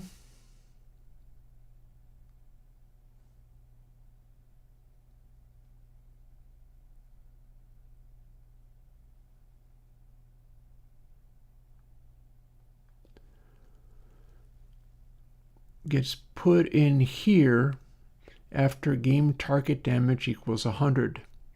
If you fly directly into it, you power up. But then at the same time, it's destroyed. And then we'll end up making it be a, we'll make it be a sphere like the Guardian sphere, but a different look to it. And maybe we will not have, we'll space them out a little bit more, and then maybe we will not have as many of them.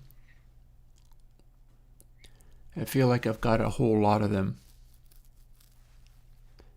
And if they're the power-ups, well, maybe they don't need to be that plentiful, because they're not pieces of environment anymore.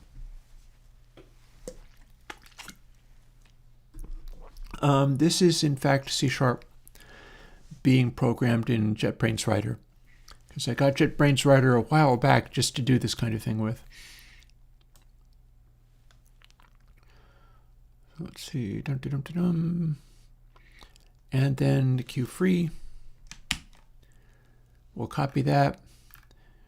This is a function that gets called in order to move all these guys around because they're operating in a sort of basin, a fish tank.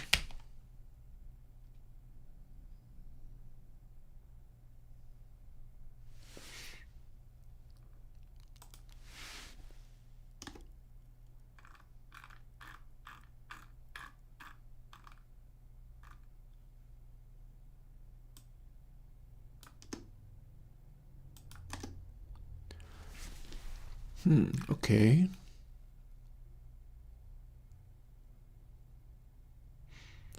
Well, we're not doing any zaps, so we already know not to do this.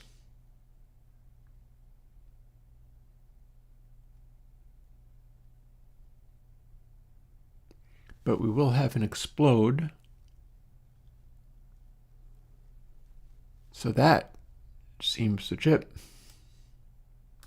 Since they're not zaps, they don't have the exist parameter or the pzapref parameter. Now collided is player.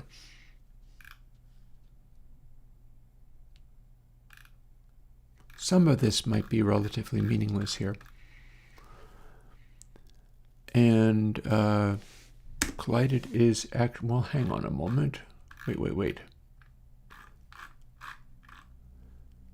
Okay, so this could lead to very amusing results. In this area, collided is player, not zap. So it's all very well doing that, but we don't want to queue free player because the game will kind of die. So let's not. But this queue free, this is the thing that we just struck. So that does in fact have to go away. Let's see if it worked.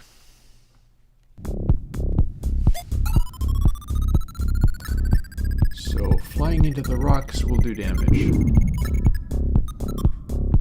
Let's test that assumption. Yep. But flying into these cubes should heal us and make them despawn just as if we shot them.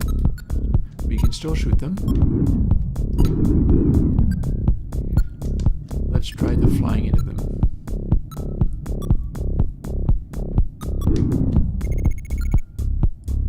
Worked. That worked.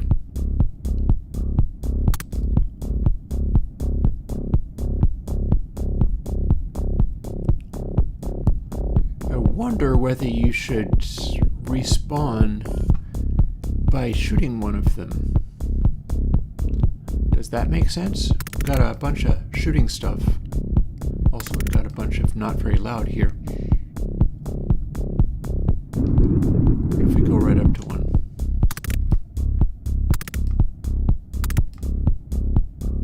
Yeah, it doesn't have to be that quiet, that's for sure. And we're still making a noise if we ram one.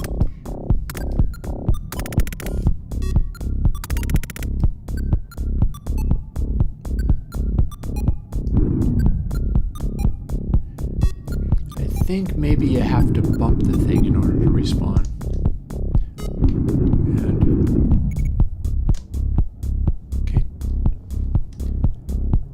And I hear the presence of our Rory monster boy. He's in this area. There he is. So we've got that not steering very well at all. It's kind of rotating around us at a great distance. So long as we don't shoot anything, that is. I feel that is arguably too big of a distance. Hey, Grants. Yeah, I'm happy you're enjoying Cyber. I feel like that was a good one to include. Oh, what's going on here?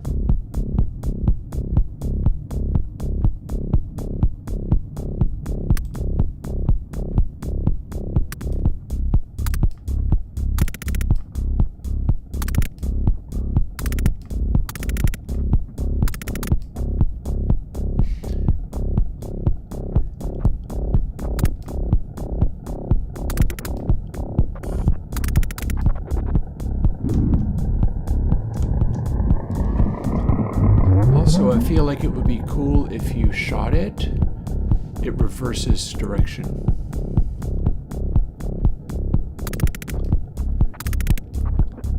Like you can deal with this guy by literally shooting him.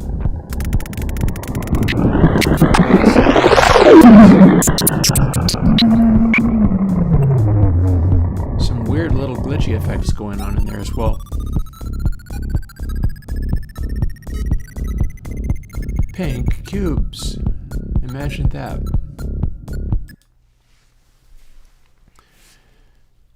So we've successfully got either shoot the, well,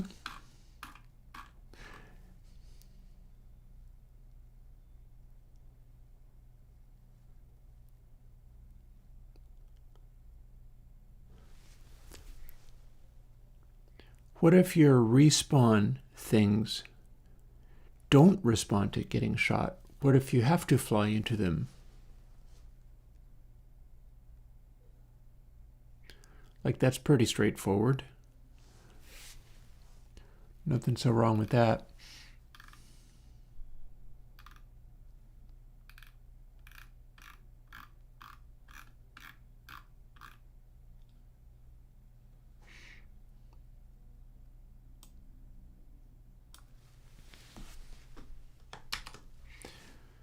See, if we do this, then it is no longer going to respond to zaps because the scene file is not going to contain that. Also, while we're at it, how's our Guardian acceleration doing? A little hard to tell.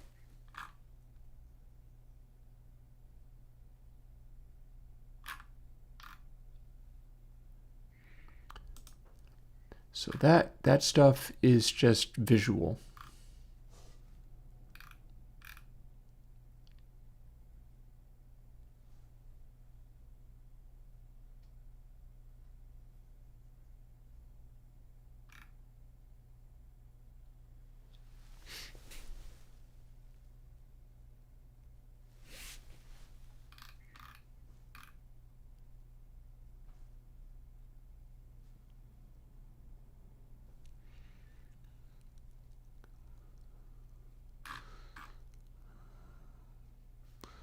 Are we doing that calculation? We're probably doing that calculation in player, aren't we? Yeah, I bet we are. Let's find out.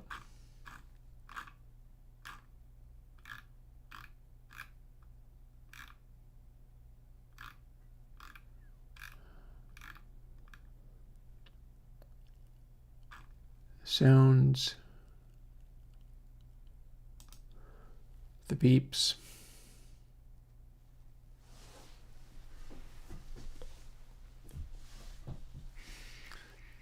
We could also fool with the pitches of these things.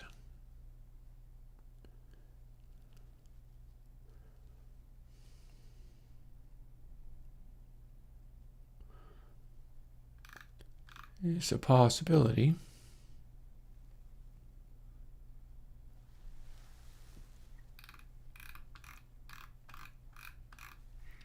There's our rocket pack.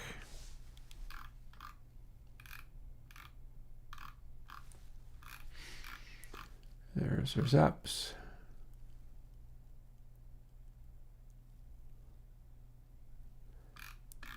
Repositioning is on the bottom. Probably is in Guardian after all. Yep, there it is. Okay. So 0.001, it does not really respond very well.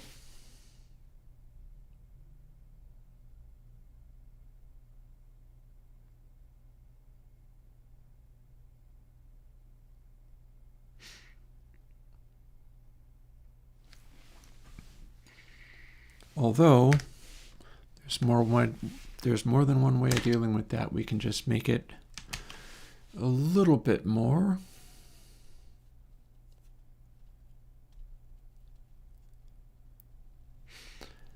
And then this is the part that maybe gets included elsewhere.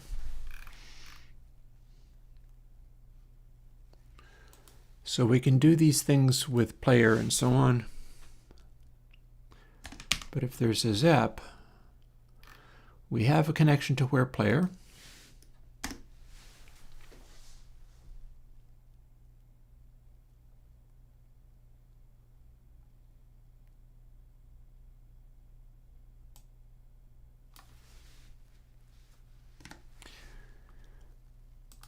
We can do that lerp much more aggressively.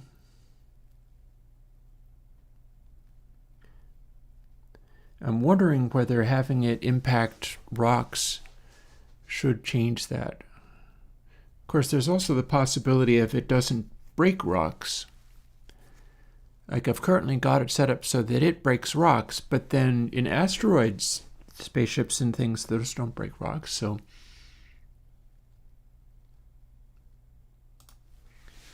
And then lastly,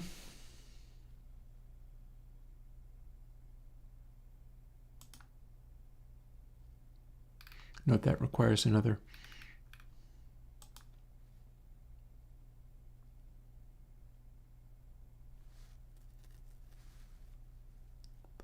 Let's see what this does.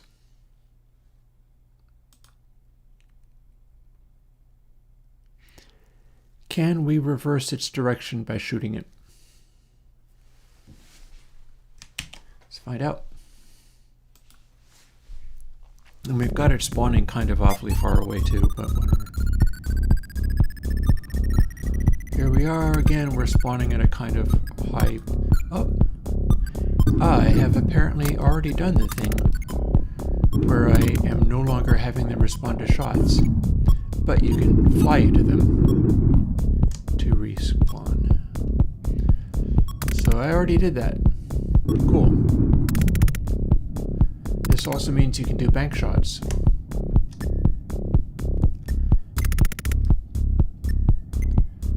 And our audio levels are still very faint for the asteroids,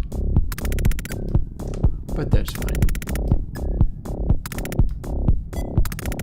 Also, some of these, they don't want to respond very well, do they? Now let's go and find our Mr. Dude. He's in this direction. There he is. Stop. And can we reverse your direction?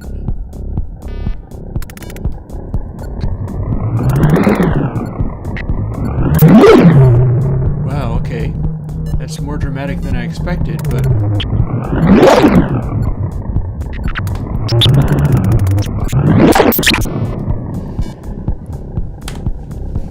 It kind of worked. It kind of worked.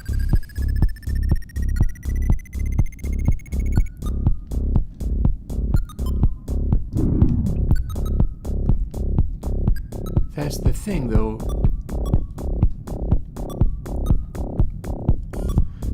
Too many of these ugly things. What are we doing?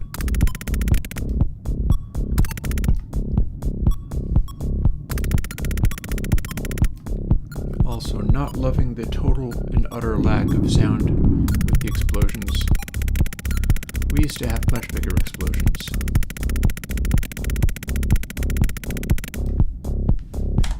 Well, that at least can be fixed. And this is the thing where, yeah, so if we straight up go to acceleration slurp directly to, or very nearly straight at you, and then it's inverse, then if you're shooting it, it always has to bounce away. But if you're shooting, you might also hit rocks in the same process, and that's going to cause it to go straight at you again. So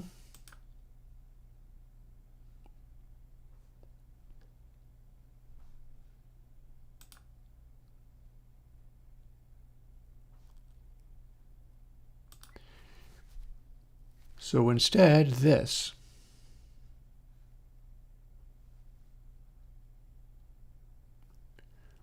Where we leave off. There we go.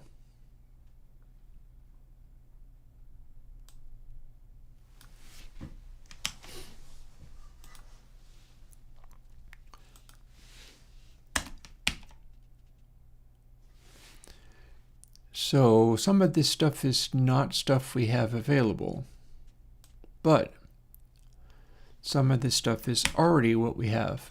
So guarding acceleration. Why did it do that? Oh, because I only selected a certain amount of text. Fine, fine.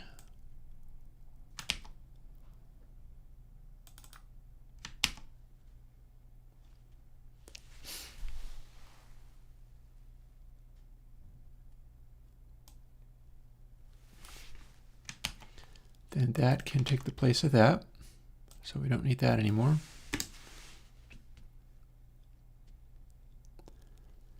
And in this case, we do not do inverse, because in this case, it is going at you more aggressively if you shoot rocks.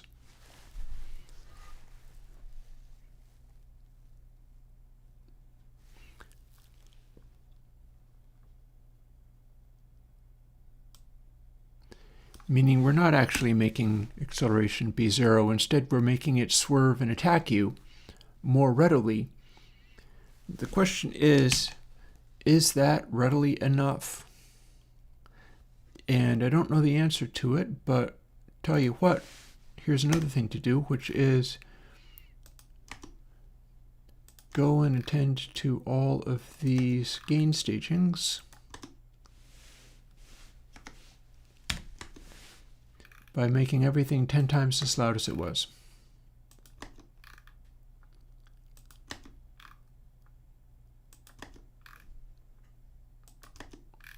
If that works, we'll apply it everywhere it appears.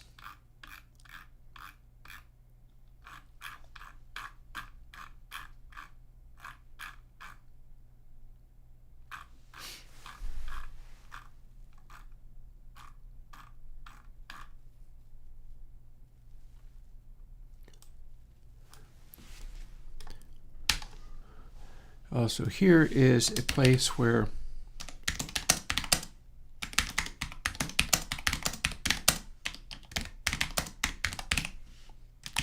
we could maybe make all of the rocks have less code in them, and maybe they would run better if we didn't have to have them explode upon getting hit by Guardian. That's another way to deal with the number of rocks becoming excessive, like this.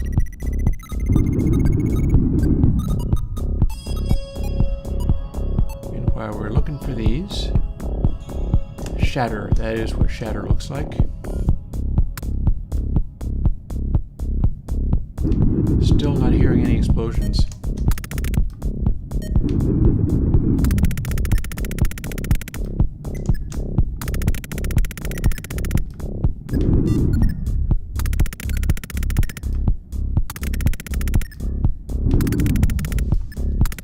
Honestly, I feel like the sheer glee of like flying at these things and blowing them up is gratifying enough that this should be a fundamental part.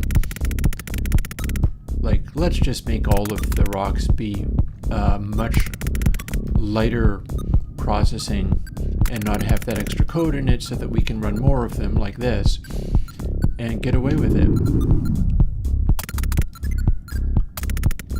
But that said, I'm still not hearing squat.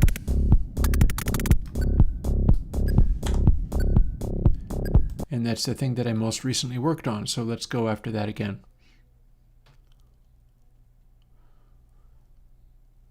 What would happen if we weren't multiplying by that constant at all? Has to be asked. So as long as we shoot enough of these well, no, that was the Guardian section, wasn't it?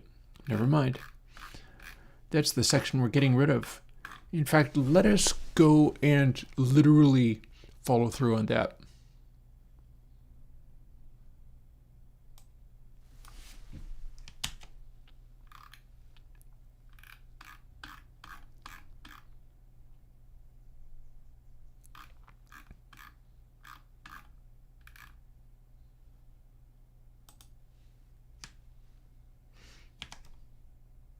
Oh, hang on. Oh, interesting. Okay.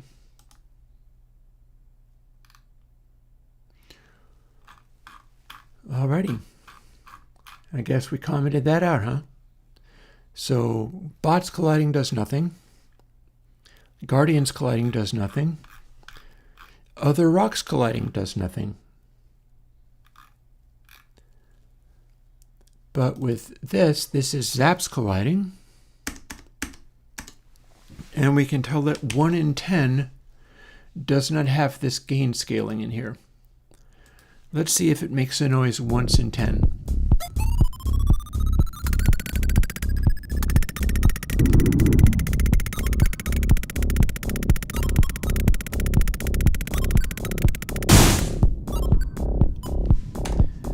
Okay, I feel like I heard something a little bit.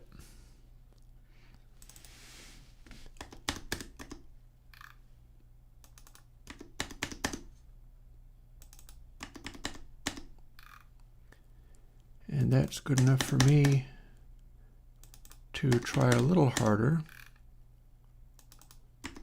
knowing that I can always fiddle with the not dry value.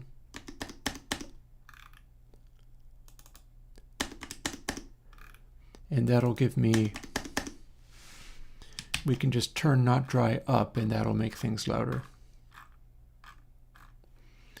And while we're at it,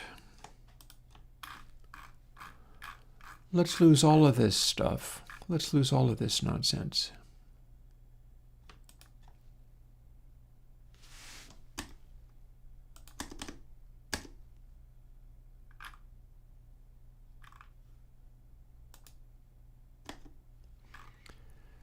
So rock collides with player. Maybe it makes a bang noise. Rock bonk there.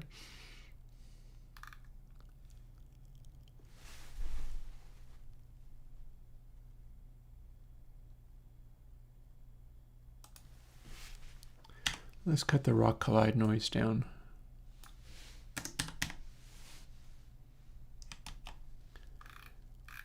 And then here we are with not dry. So verb instance is being manipulated by this. Not dry is potentially a very small amount, but we can take a decimal place off of that. Let's see if it became loud this time.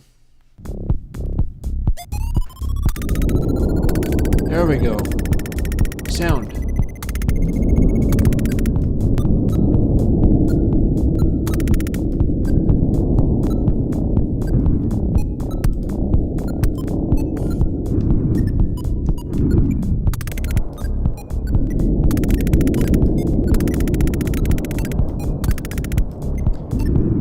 Not too overwhelming, but it is still pretty substantial sound, so cool.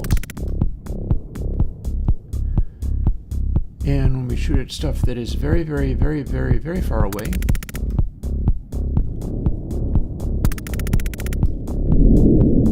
that is some deep in the reverb stuff. Now when we shoot at stuff which is very close by,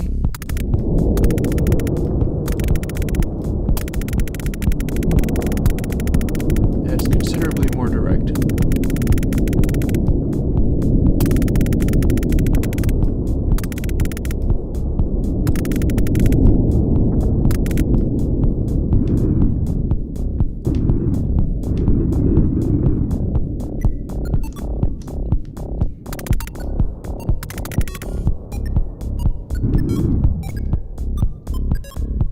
That's cool, and we're running fairly well at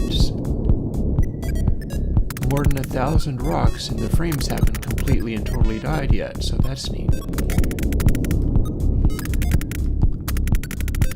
See, this is because the way this is processing, it is actually checking frame rate for culling these rocks. And since it's mostly doing half decently, it's mostly choosing not to cull rocks.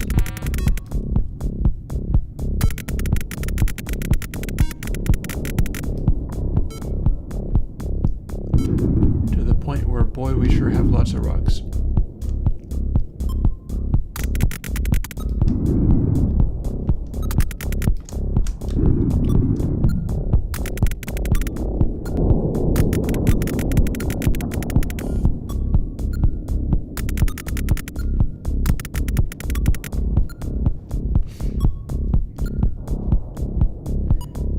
We've thrown something else off, though. Like, it's doing okay, but my frame rate is definitely not of the good. I think in simplifying these, its culling behavior is not working the way it formerly was. Formerly I had it so that it was culling fairly effectively. And I would not call this culling effectively. I would call this 1,400 rocks and beginning to absolutely chug. Formerly, it wasn't going nearly that hard. Now it's kind of a little bit playable, but really is too much.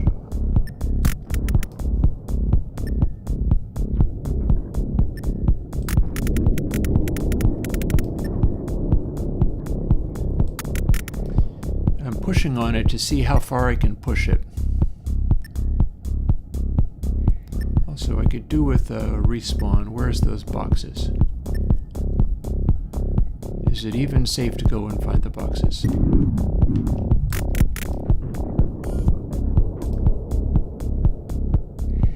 You see, it's supposed to be culling asteroids as the numbers get this intense. And granted, this is a big challenge. Like, having to fly through this or dodge the Guardian, this is in fact a big challenge. Look, there it is. I'm supposed to not hit that thing. But my frame rate is unbearable.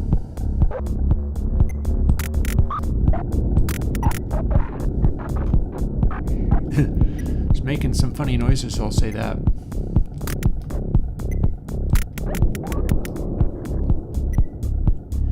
Yeah, it is not culling the number of rocks as well as it should.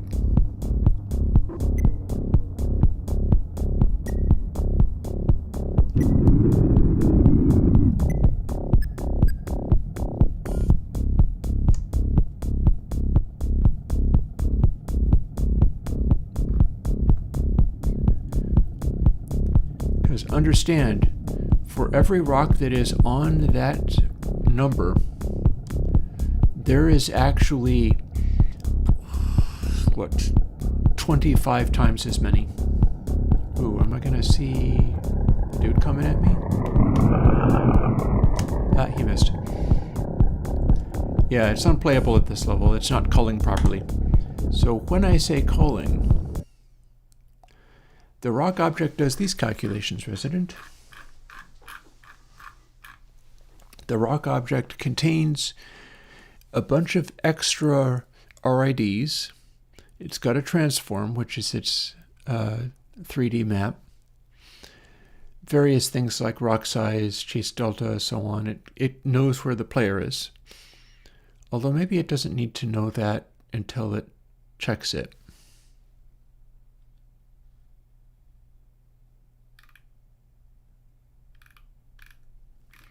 I don't know which of these things are costly and which of them are not. I bet it can keep a world size though, but it's keeping game and player around for every single instance, and I wonder whether it only needs to load those when needed.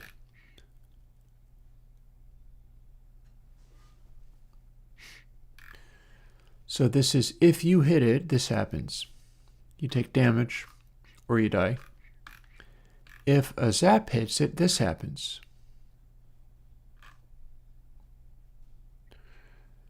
And isn't that interesting that we don't seem to need to have that built in? So how about let's fool with it so that it only loads player when it needs.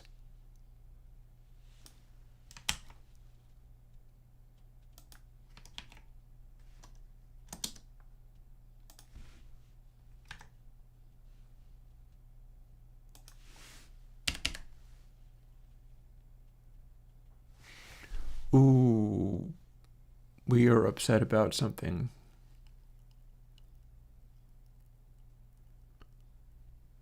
Oh, and I see why too.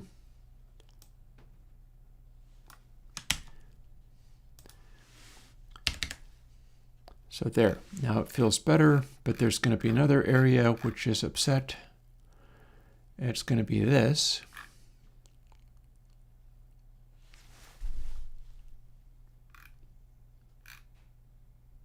Ah, okay.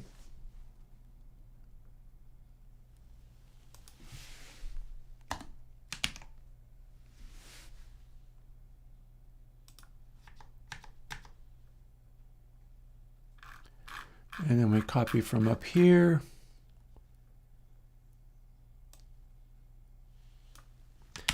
So we only have that around when it's actively being used.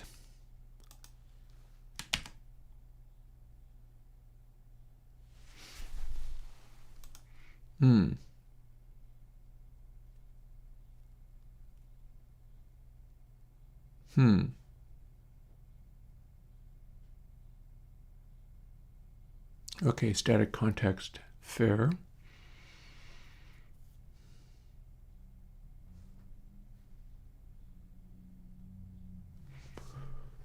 Well, now that's interesting. So why are you, is it because we can't have it be private? It's because we can't have it be private. Fair. Fine.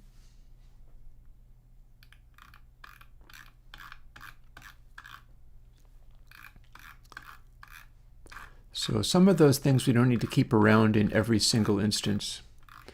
Again, these are the calculations that the rock object does. A bunch of this stuff, like the transform stuff, it has it has rendering server instances in every direction. We'll show you in a moment what that means. After I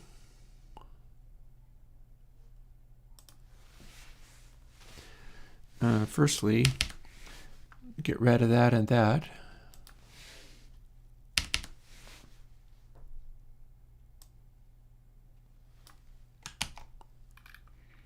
And then find where it becomes upset.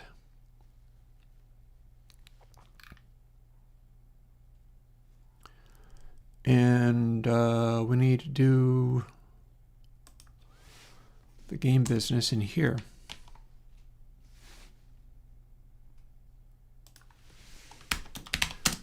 And not private. And it looks like we got there, but we also have to do it here.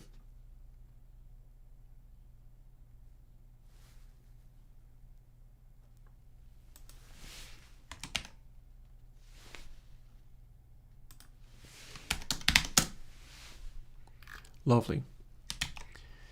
I think we got that covered.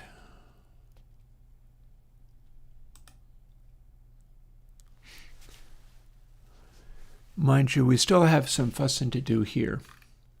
Remember how I removed this entire section and then just fiddled with not dry?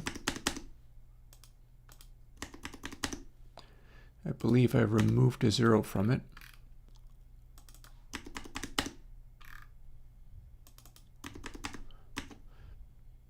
We're going to try to make all of this stuff consistent.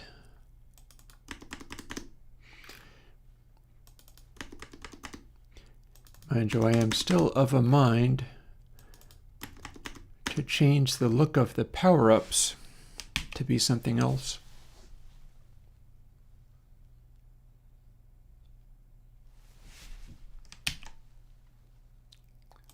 Ooh, does this not compile? We have a problem. What do we got going on? We got something down here. Oh, okay, game. Do I still have that in my safe buffer? Yes, we do.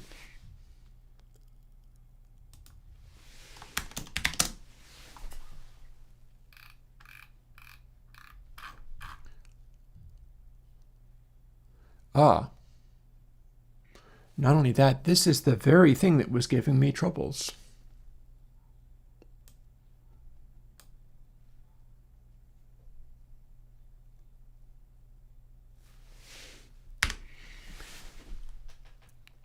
Well, what if we had minimum be this, seeing as it doesn't seem to want to work anymore?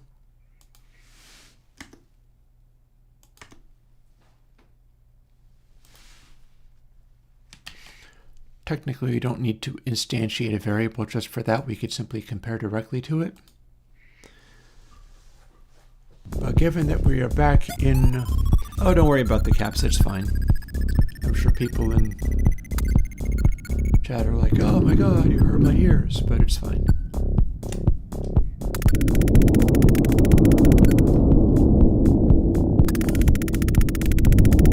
Okay, so we can do this. I think we may actually, oh god, okay.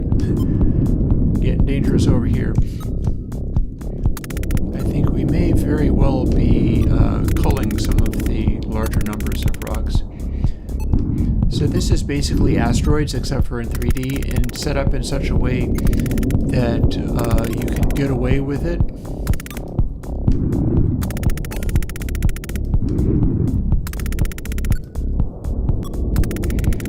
And that the goal of it is not necessarily to blow up all the asteroids. I mean, you can.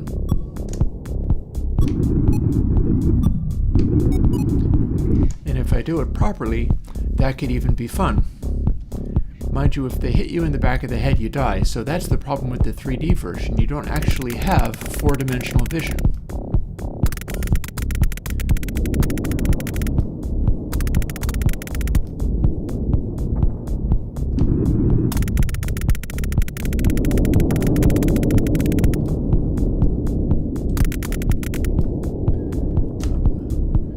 And let's see if our culling is helping at all. See, here's the problem with playing asteroids in 3D. When you have the ability to shoot at lots of things, is you can end up with so many damn asteroids that it's unreasonable. So the thing that you saw with all of the rendering server instances, not all of these actually exist. We're in a box that seems to go on forever. For instance, we can fly in this direction, and it seems like you can just keep going and going and going and going and going.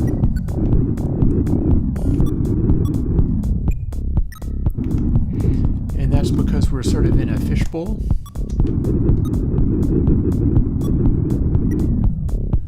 And we're teleporting from one side to the other. And each of these rocks that we see, there are like 26 of them. There's additional rocks in every direction, but only the ones that are nearby, like that one, exist.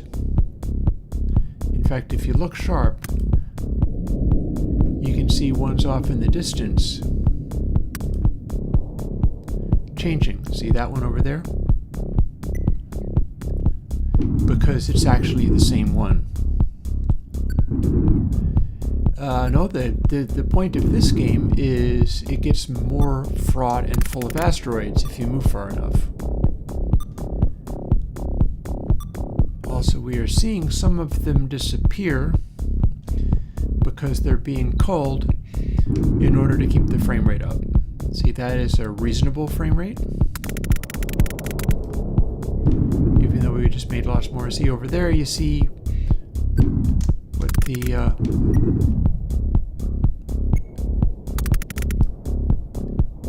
you look sharp, you can kind of see them explode off in the distance. Also, I see something that's not asteroids.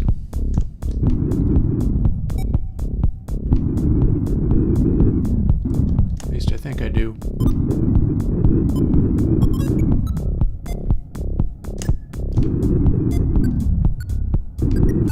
Maybe I don't. And then the glow of red here is a danger. And we can explore a little bit with how that works. See, this thing, if it hits us, we die. And it's kind of chasing us. Not all that well. I like the fact that it's kicking the asteroids around. That is very helpful. It's very good. It has a lot of inertia. It has a lot of mass. And my intention was if you shoot the asteroid slots, it swerves and goes straight at you.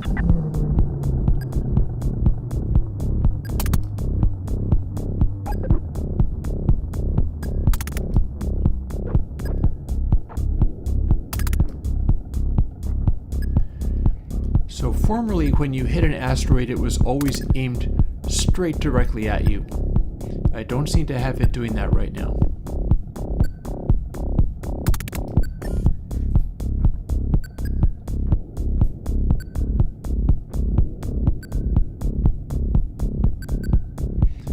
this is meant to be the main adversary.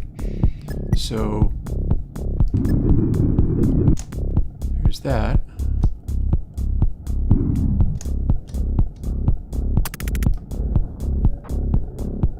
Oh, it reversed course. Something about that is actually not working.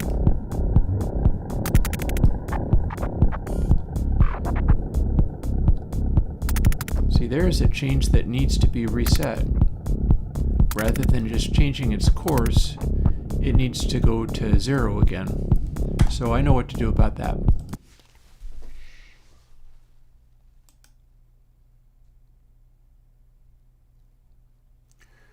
So here's where, if you shoot it directly, it will reverse and go away. But when we shoot the rocks, and it's doing its level best to figure out that rock part.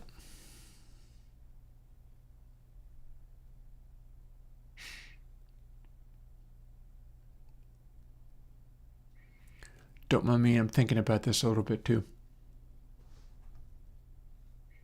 So this is contained within each rock. And we're doing this check fairly often, honestly. I'm not sure I need to do it as often as this. Yeah, we're in physics process. We don't need to run this check that often.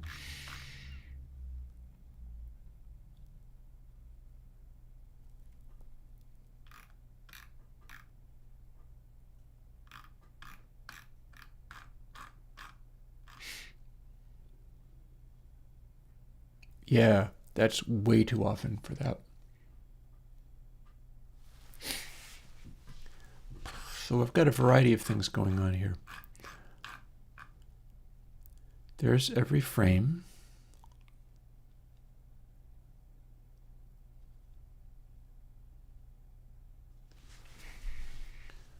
Here's chase delta, which I believe is what I'm referring to here. Yeah.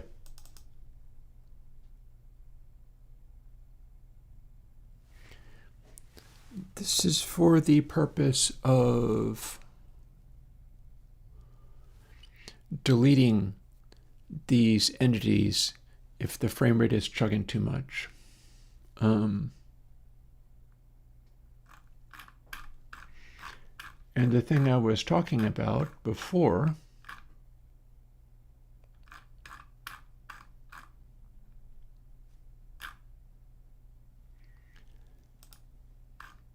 doesn't actually live here.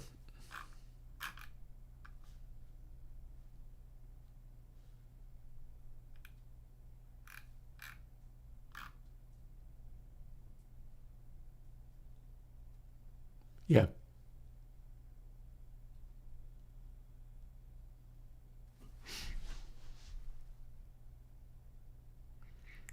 Here's where I set acceleration to 0.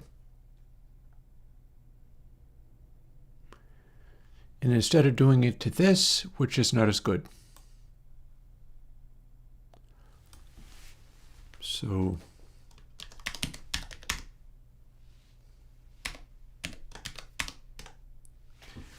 when I had it doing this, it was better.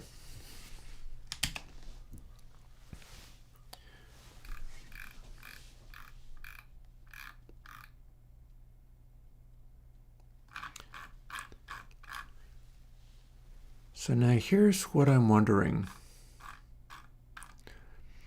So we've got rock in here, yeah, and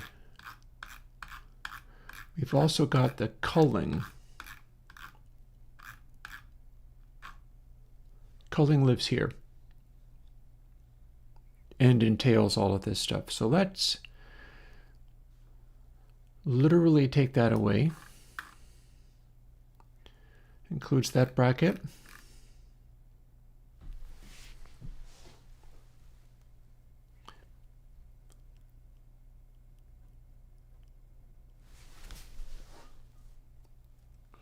So my concern with using the shots fired is that when you hit one, it is already going to queue free. The question is whether it's going to be able to make more of itself.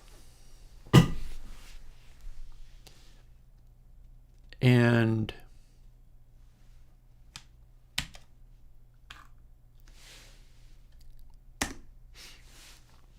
simplifying it like this should help. Also, we don't need any of those comments because they didn't do any good. I'm just leaving it there to remind me that that's something I still need to do.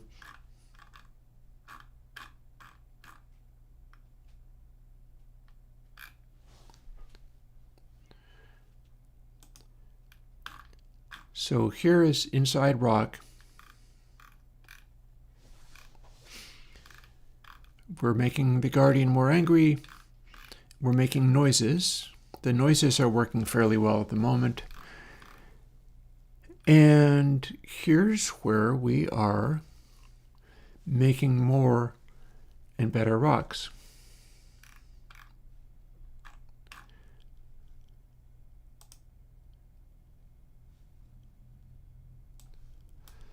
So if we zip all the way down here to paste this,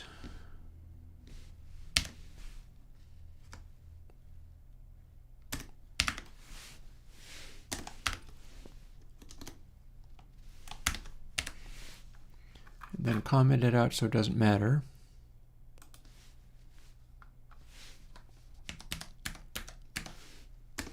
That ought to do. And then look up what we were doing. We were doing chase delta. So in theory, we can doctor this to produce the maximum number of rocks, and then that's the part that scales.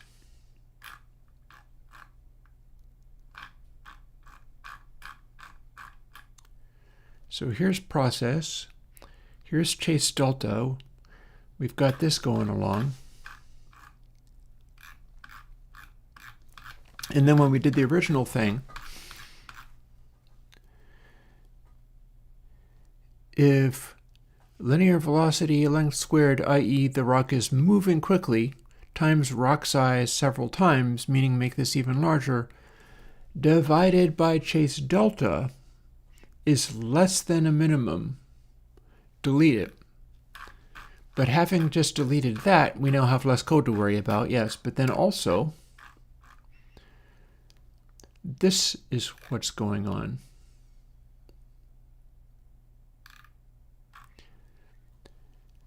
This means it makes lots more rocks as it goes.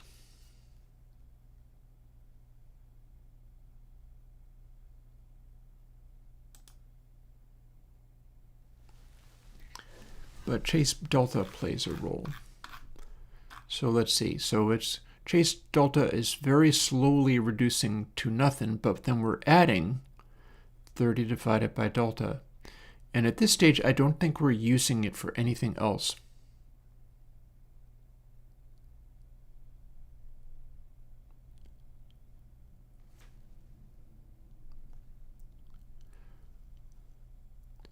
So if delta is extremely tiny, well then we've got a large number going on here.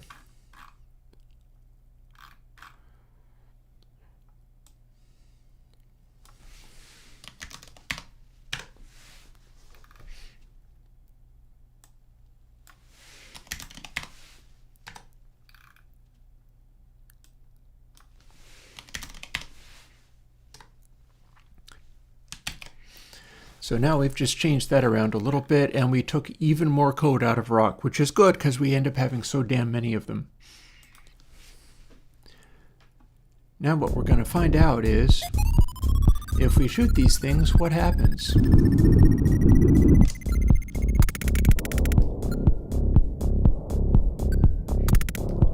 And currently what happens is they go away and there are no other rocks.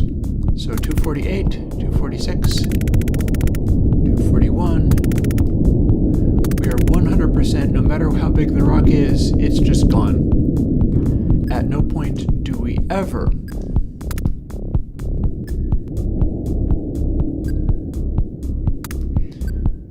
spawn other rocks out of the existing rocks. Although we're spawning a lot of explosions and we're spawning a lot of those graphics, but that's pretty straightforward, really. So this is an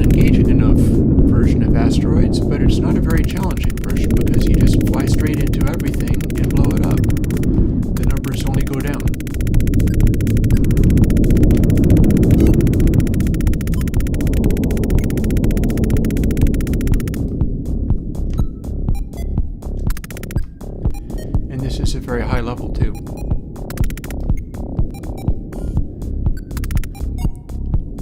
So that's kind of cool, but at the same time it super doesn't work.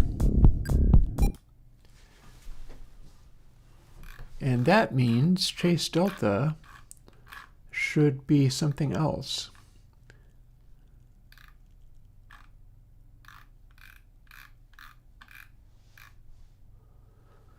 Because we're supposed to be able to spawn rocks this way. So if chase delta was way higher, it would definitely actually no, hang on. If new rock size is larger than chase delta, we spawn it. Chase delta is too high.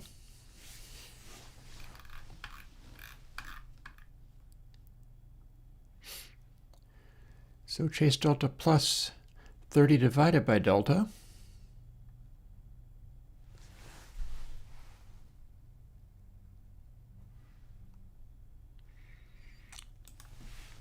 Well, how about just chase delta is plus delta. That should be a little different. Let's see how it behaves now.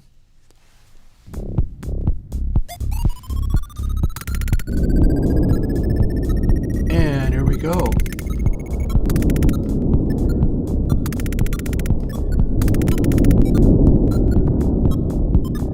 So we might be doing it backwards though, because we just went from 30 divided by delta, which means it becomes a very large number, and that's a problem. I think we're heading into a zone where we're not actually culling according to rate. Oh, I bumped something.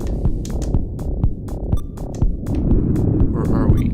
Also, I see those cubes. Those cubes are my help.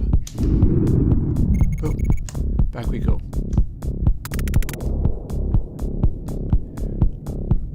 Now, my question is this culling properly? I got up to upwards of 600 rocks.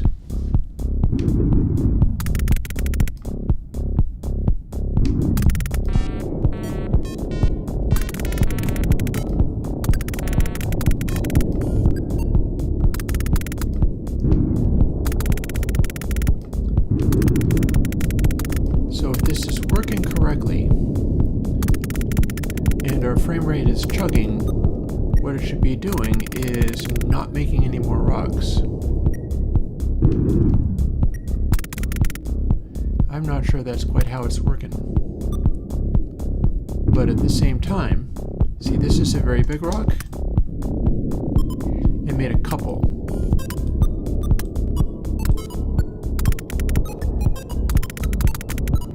They're no longer able to despawn themselves.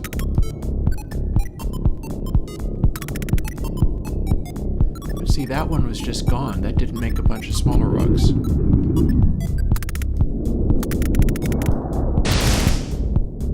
Oh. I'd better go and find those respawn guys. Where do they go? Oh, little squares. And that guy's coming right for me.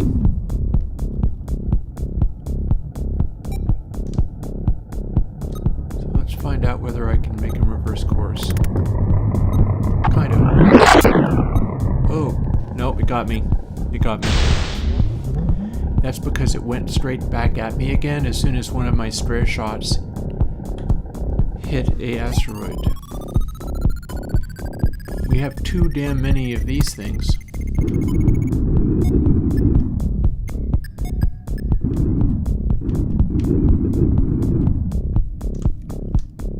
That's something else I can cut down a little bit. However, with these are in one particular space rather than being the things that are instanced all throughout space.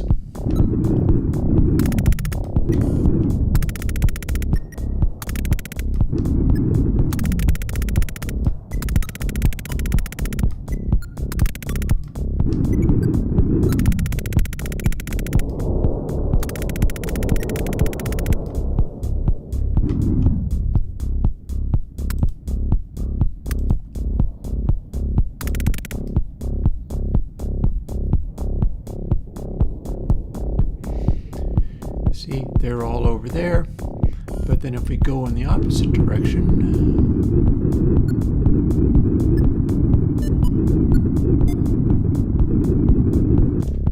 very, very fast,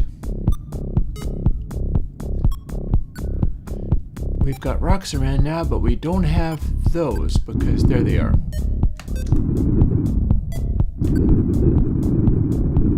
And we can go in this direction, and there they still are.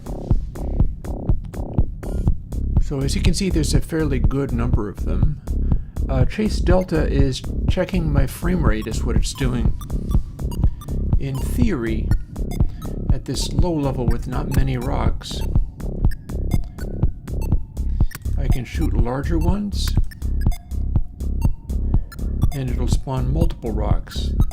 I'm not sure how well that's happening though, because I don't think they're very large rocks to start off with. Like one that size, just gone. But we do have a larger rock. Made two.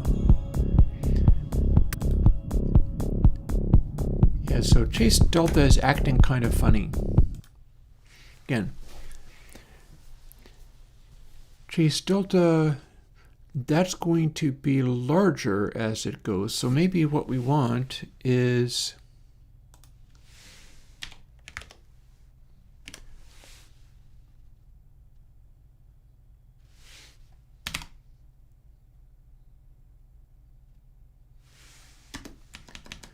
I can fix this.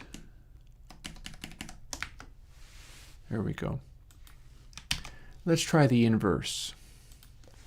Our numbers still might not be right. So Chase Delta is tracking frame rate, and it's governing whether when I shoot these, we get lots of little rocks or they just go away immediately. This is leaning on the side of they go away immediately.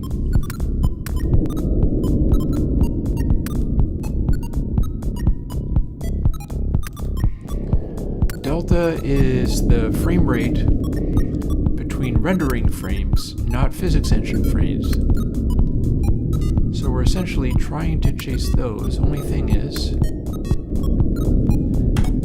that is clearly not working.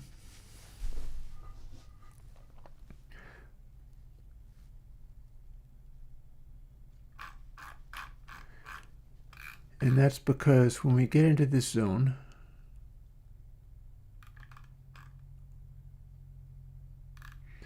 see, it says new rock size. This is where we spawn additional ones. But every stage, we're checking to see whether it's larger than Chase Delta. Only trouble is, Chase Delta is becoming large itself. So what it's going to be doing is it's checking to see whether our frame rate is chugging. And if our frame rate is chugging, it's not going to try to make more. It's just going to delete the ones that are there. And I'm trying to find a nice balance to strike where we can fill space with cajillions of rocks, but then at the same time it will choke at a certain point.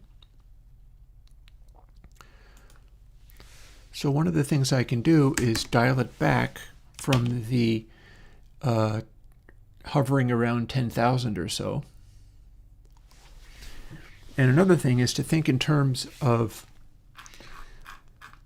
since it's checking to see whether it is the rock size is larger. Originally this was designed to be fixed numbers. So it's each new rock size is like golden ratio of what the original rock size was. So it's chasing that, and then step after step, it's continuing to scale down as it goes.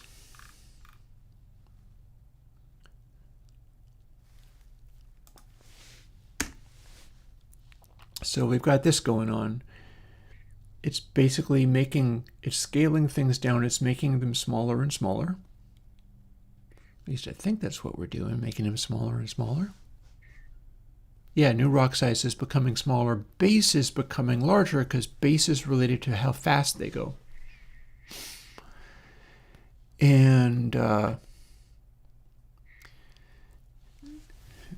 new rock size is becoming an int, the really giant rock sizes are like dozens to hundreds in size, and it affects their mass, it affects a bunch of things like that.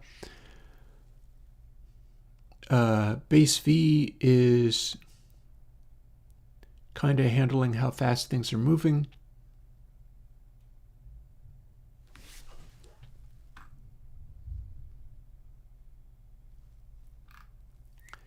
I feel like maybe I shouldn't be freeing collided before doing this checking.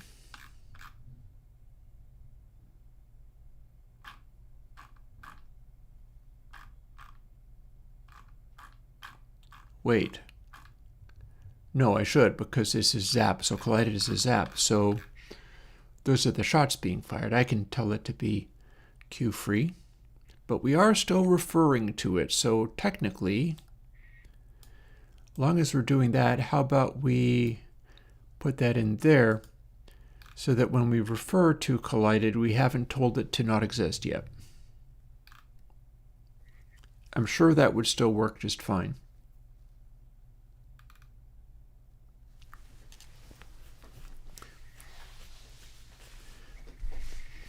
But yeah, so if chase delta is small, we generate new rocks. Chase delta is also the space between frames. So if we have good small frame rate, it should also be small. Meaning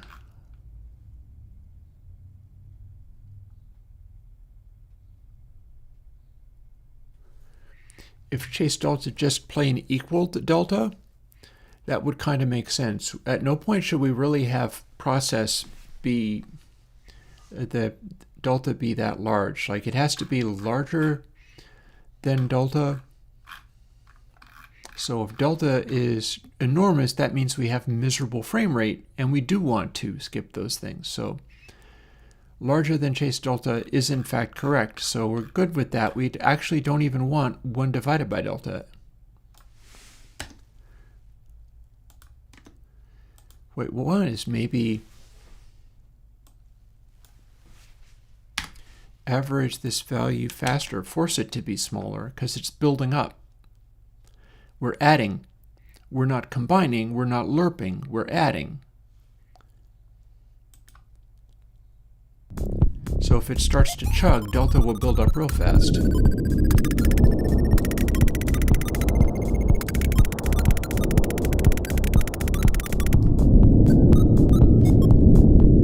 There, see, delta can build up real fast, and now we have hundreds of rocks.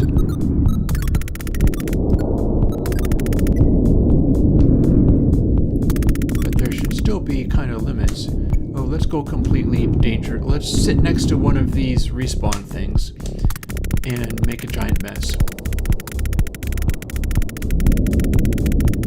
How many rocks can we actually get in here?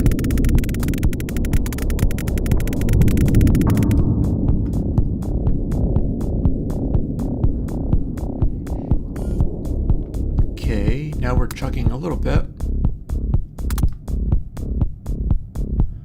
And I can't hit that. But I can power up.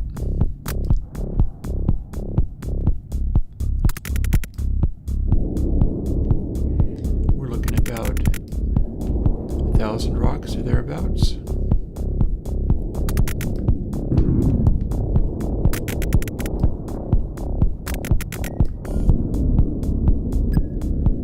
Our frames are chugging real bad, which is supposed to make it so that we're not generating as many new rocks when we hit something.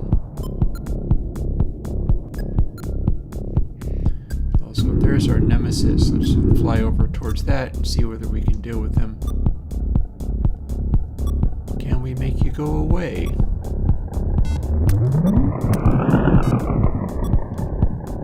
We made it go in a direction anyway. Trouble is if there's a stray shot out there.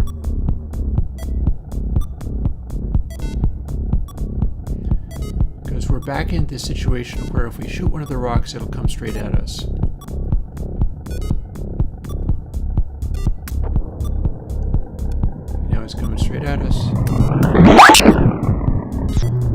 got me.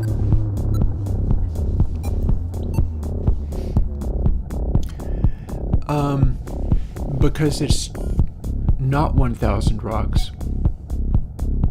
Not really.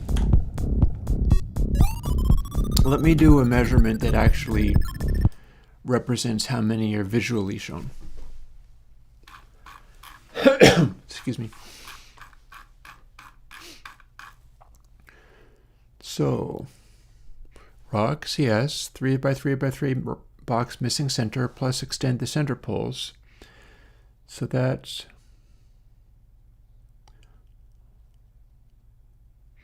C, D, E, F, G, H, I, J, K, L, M, N, O, P, Q, R, S, T, U, V, W, X, Y, and Z. So that is 26, 25, 26, something like that. 28, 29, 30, 31, 32. So like 32, more like. We'll call that an approximation. Also, it works without these, so let's take these away.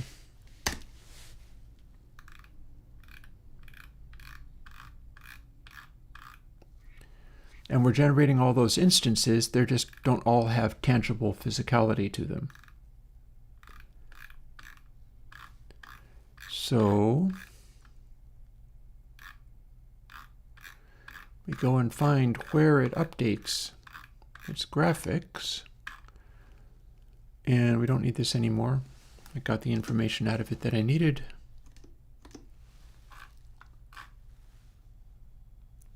Is it in player? Is that what it is?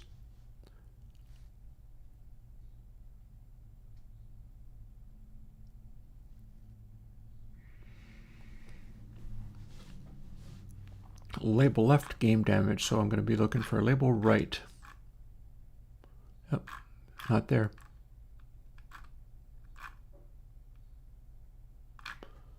Label left again.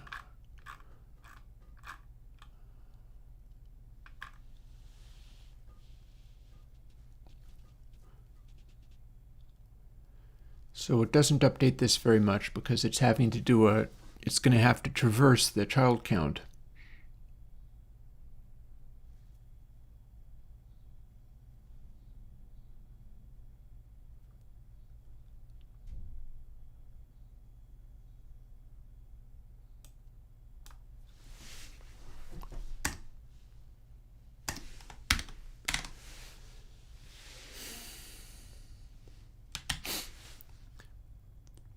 So this should be a little bit more of a representation of how many visible asteroids we've got.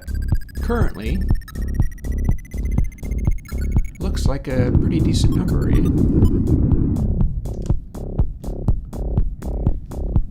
Like 8,000 in all directions. But that's nothing to what we end up getting when we start blowing them up and making little tiny rocks everywhere.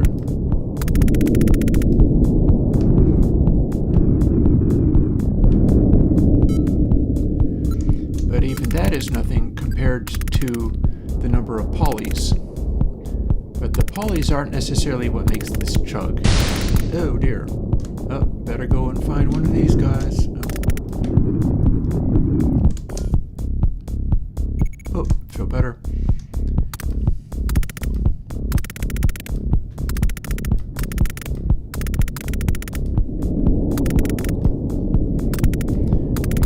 This is a little more representative of what we're actually seeing.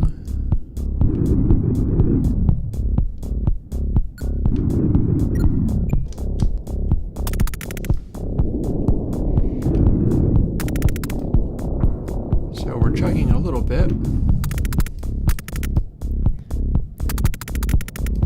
But that's because we've got about 25,000 rocks now.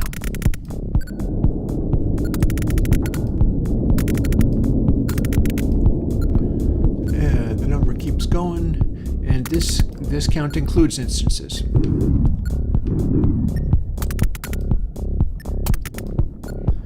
But then as you end up shooting the little small ones, it will go down by faster too. But currently that's not how we roll. currently we're making unreasonable sums of rocks. And we're getting hunted by the Guardian, so it may be better take some suitable angles and get away from this guy.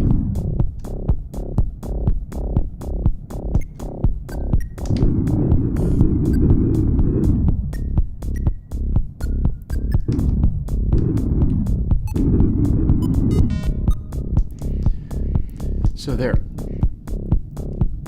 If you count instances rather than just the ones that are targetable, it is like 31,000 rocks.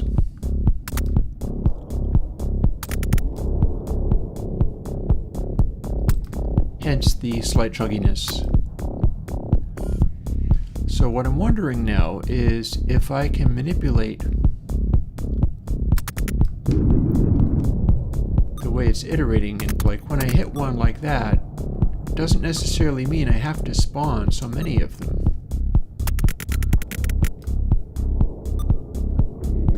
Like at some point it can start actually making the rocks go away rather than just only making more of them.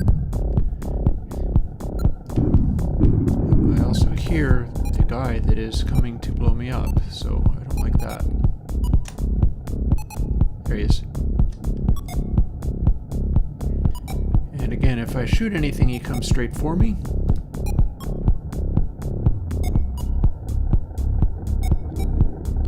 He also bounces around.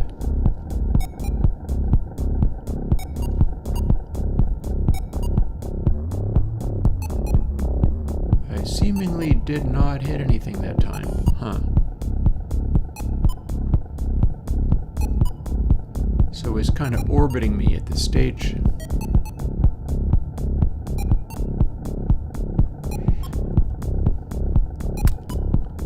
That should get him. And having shot only one additional shot, that should mean he's off going in. Well, no, he's rotating again. And he booted that thing big time, going off in that direction. Which means it's going to be coming in from the other side, because it's its instances.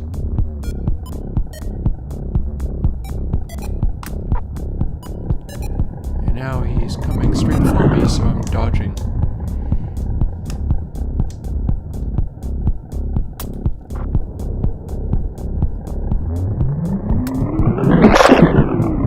Oh, that time he got me.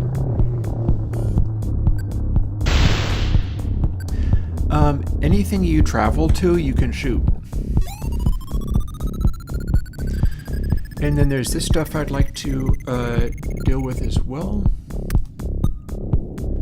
This being level 0.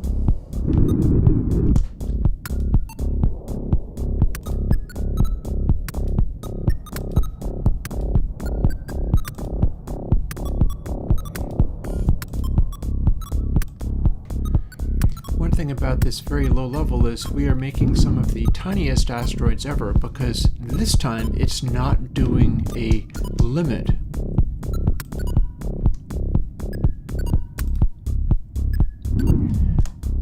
This time we're making the most tiniest of microscopic asteroids. They're as big as me. And that's kind of cool in its own way. And we can actually go and follow that one.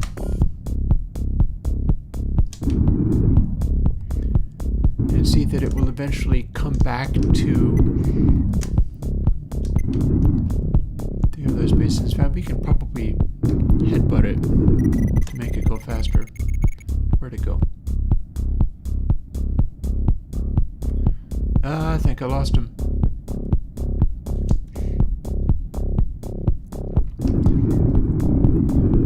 So yeah, like the asteroids, these are the ones that I shot back there. It's there again. So if I go towards him, here they are.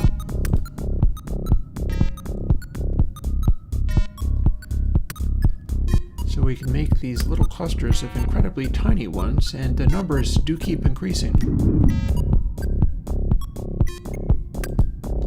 only when we get to the very smallest sizes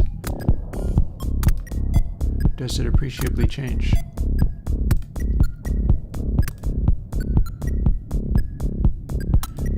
And that counts for even a big guy like that.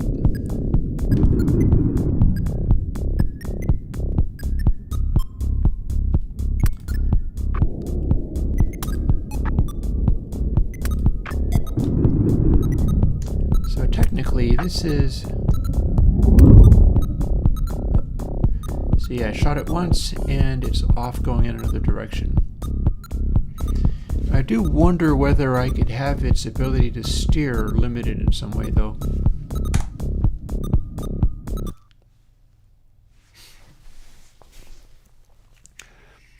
So yeah, that's where we're at.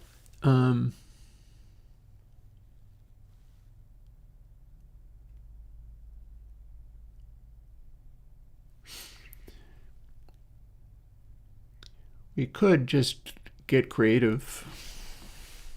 Shall we get amusing?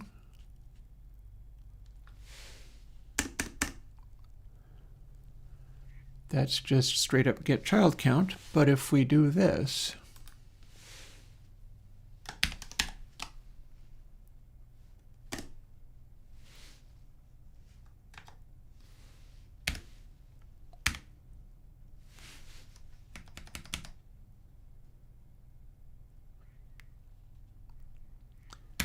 well, that's neat. I could use that in code sometimes. But no, I meant to do this.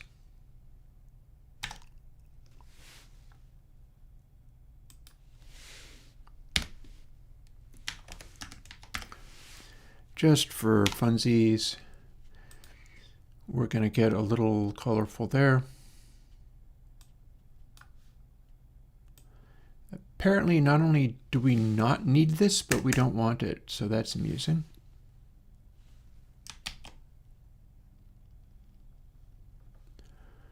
This might be messier than I thought, though. We might have, yep, so we got a fractional number there. That's not great.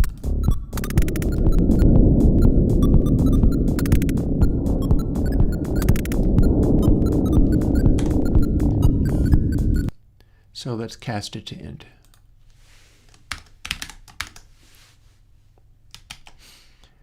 And then let's get humorous with this too.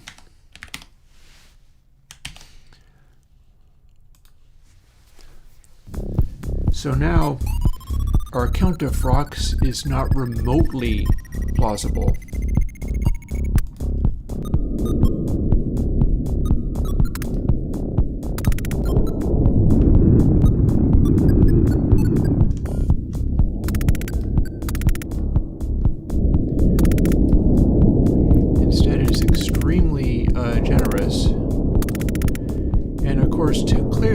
You either find deep green or blow up all the rocks. Now, there is a problem with this concept, which is that's kind of a lot of rocks.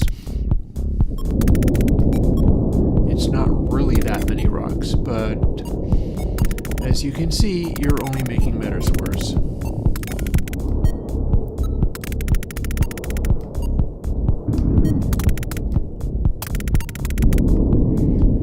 I'm liking the way they move better now.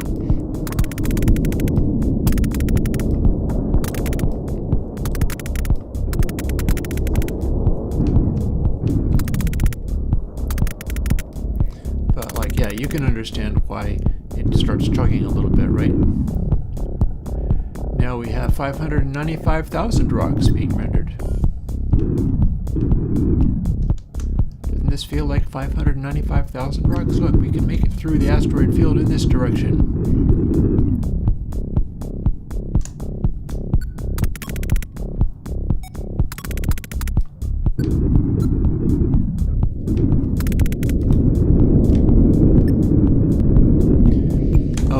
I was going to cool off the regeneration, and that reverb is what I was going to do. So let's bounce over to that as long as we're fooling with the stuff. I don't think I need beep beep bus. Can we remove this bus?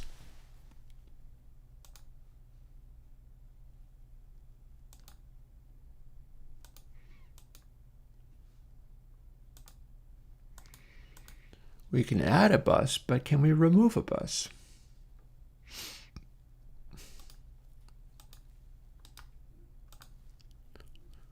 What if it's in this? Oh, there we go. Okay. So we've got a limiter. I don't know, I could leave it to just clip. We could find out what that's like. We'll just set it up so that it is not as overwhelming necessarily. And I know that the reverb is the one that's getting manipulated.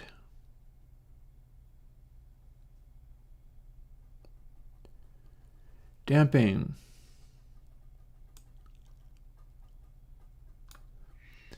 We'll damp a little bit.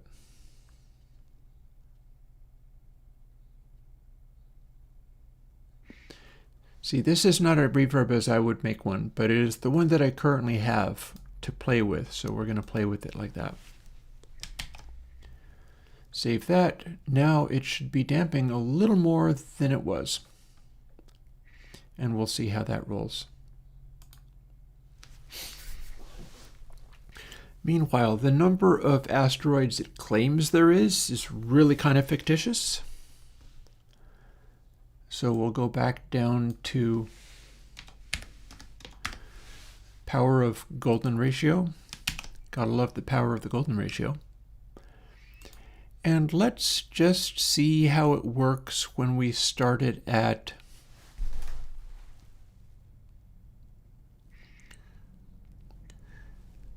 So here's the thing that I'm wondering about now also. We got this going on, that's fine, that's running efficiently. This is the every frame thing.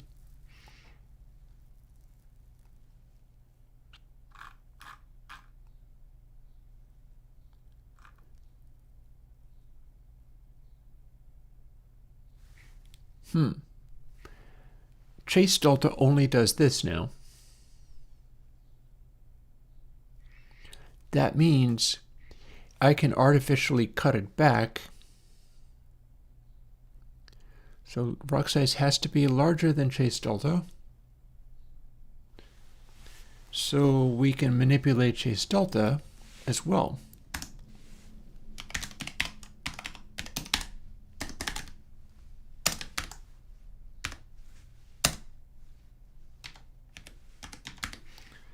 Same old stuff we keep. Oh, hi, what's wrong with you?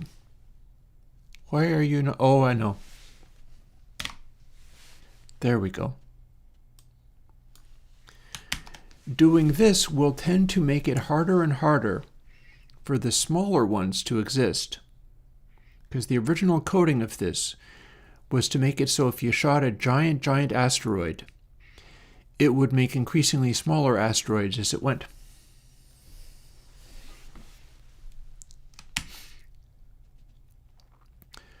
So we can do that, and then it's doing a couple of instances, and then it's checking, it's doing another couple of.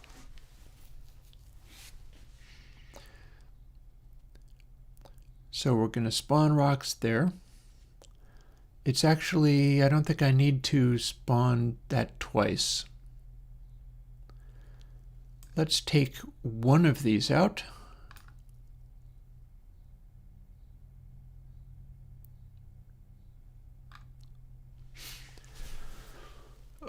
Looks like that should do it. There we're spawning two of them in the place of one.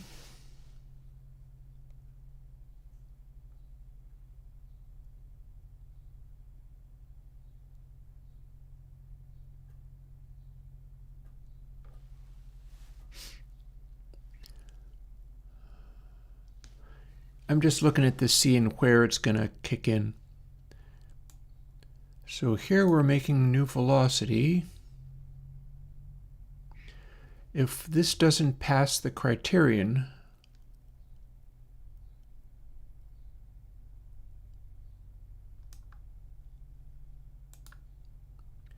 okay, so immediately after spawn rock, all the rest of this can be contingent upon whether we actually are making a new one. So it would go like this. It would go like That doesn't go there. It goes there.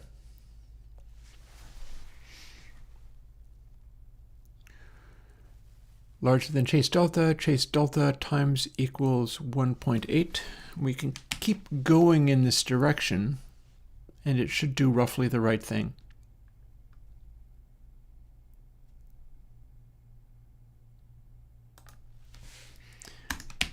In fact, I could probably just repeat this code.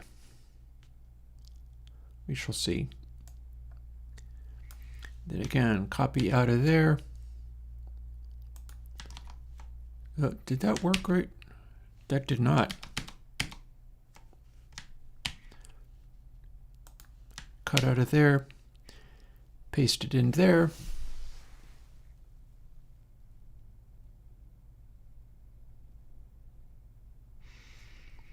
And let's just maybe stack these up a little bit. So what we have from here to here is make delta get bigger, make velocity get bigger. From here to here, we have same, but all, okay, so this could live here.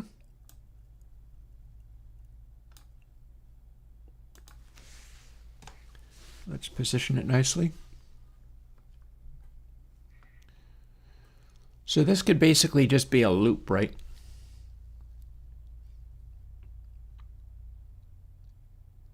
It doesn't have to be, but people do that. They make loops. And as such,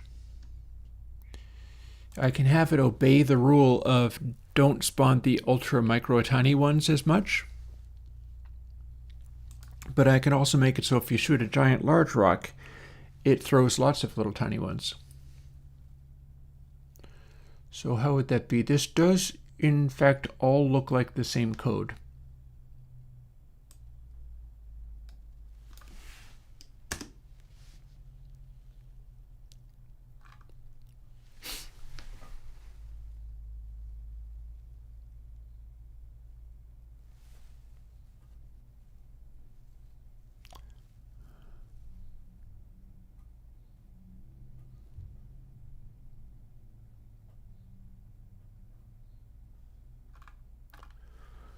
So can we simplify this down into a loop?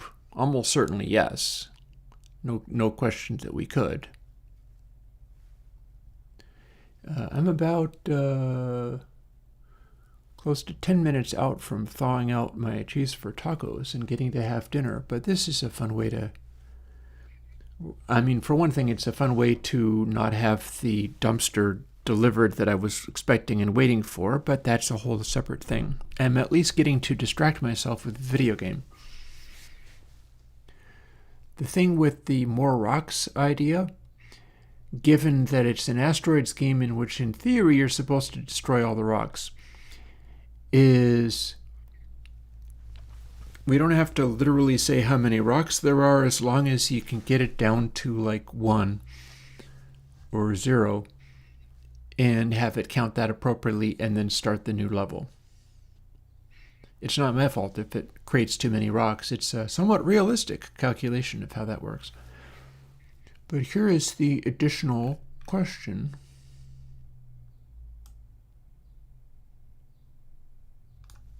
How can we go about doing this properly?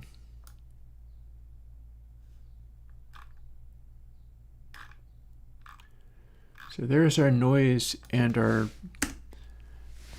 particles.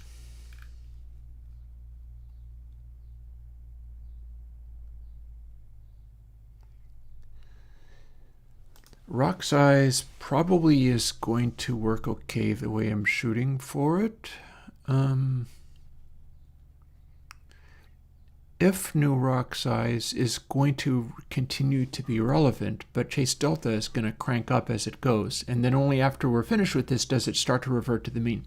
So that's pretty legit. in fact, if it starts chugging on spawning all these new things, that will only keep chase delta high and stop more of them from happening.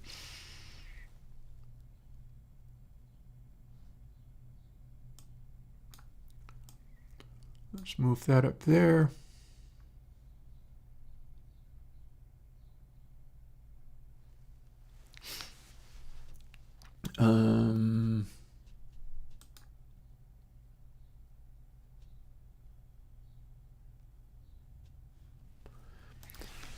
Let's move these in line with where they're supposed to be. Oh, hello. Okay. Got there. So now we're looking at the stacked up if statements and seeing if, in fact, I can make it be a single loop rather than just nesting them.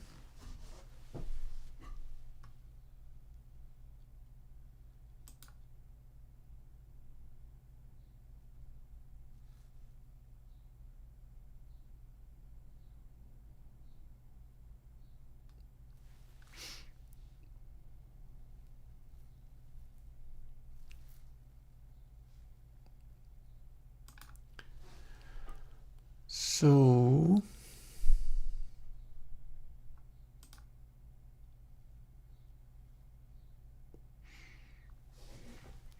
let's see, we've got that.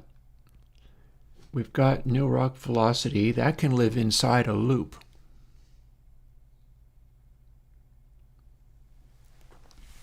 And then we've got the spawn, and then there's this other stuff, but some of it is altering things. So I'm wondering whether I can do a for or a while statement and manipulate the stuff inside the for or the while this way. As we can throw away new rock size once we get out of these brackets.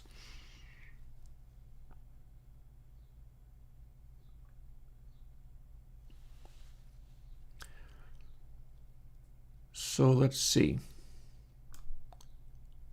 If we moved this stuff to here,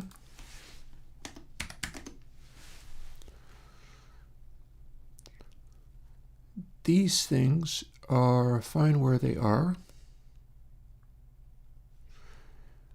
This is already covered in this.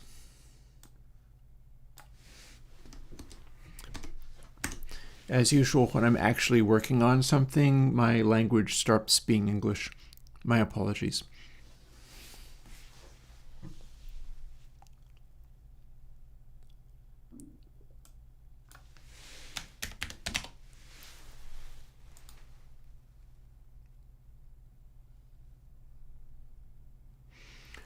So now we have a while, and chase delta is getting bigger, and new rock size is getting smaller. In theory, they must surely come apart. Base V is getting larger. New rock velocity is having random effects on that. Serious random effects to boot. And we're spawning the new rock. But now we have a while. So who knows how many it's going to create, but we're about to find out. Let's see how many rocks this makes this time. We are at 7,000. Okay, it did a really tiny one and a couple of medium-sized ones. I feel like our scaling in this is not as perfect as it could be.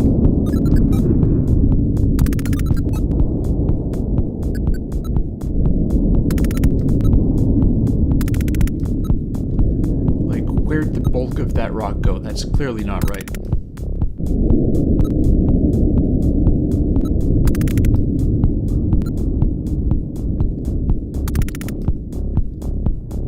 Although we are making those little tiny guys, aren't we? So there are ways to deal with that too. We're making it scale down to 0. And we're doing this nice little while statement. So what if it is the new rock size has to be larger than chase delta plus 1? Or plus 2? That should stop it making such small rocks. How about that?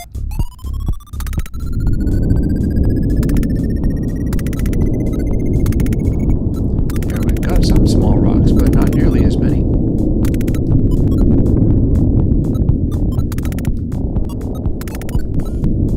Now the problem here is the mass of them is just radically going away.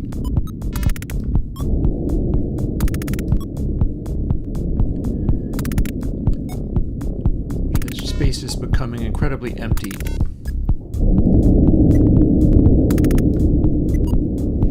And that's all well and good. It's even kind of cool, but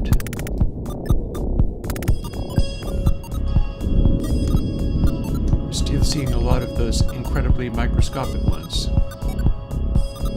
Oh, and we are apparently near our target, which is probably that. Yep, you can tell because it fired back at me. And also that texture matches.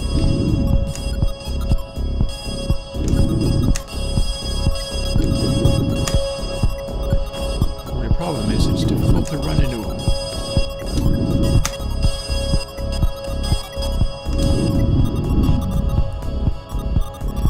And now the letters overlap each other because we have a misstatement of how many rocks those are. And but yeah, so there needs to be more big rocks coming out of small ones like that, and I think I have an idea as to what I can do about that. One of them is, let's not start with scaling it down already.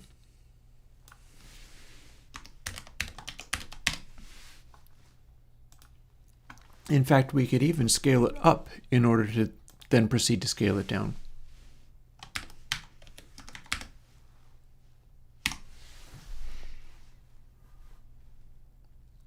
What's your problem? Oh, because it's an int, that's what.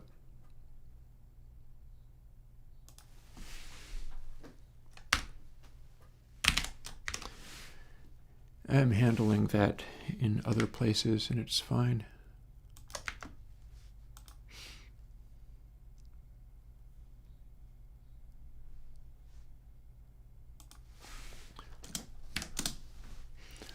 Or we could even get friskier than that. Can we make it generate even larger rocks than it started with? Let's see what it does now. What's next on the release radar? Not entirely sure.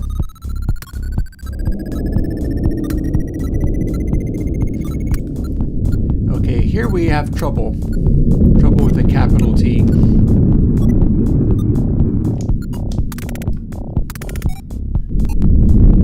Space with rocks that are too large and die. So that calculation did not work. But it's an amusing plight to be in, right? So we're almost dead. Let's respawn. There.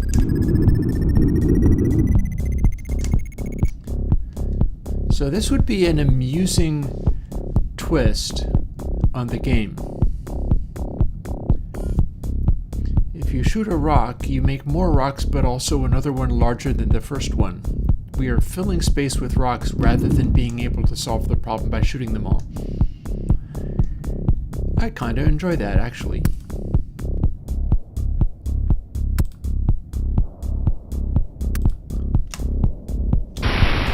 So we're making it bigger each time.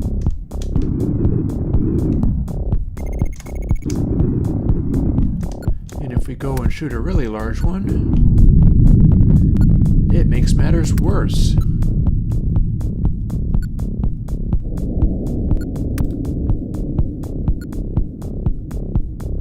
Ooh, can't hit that one now.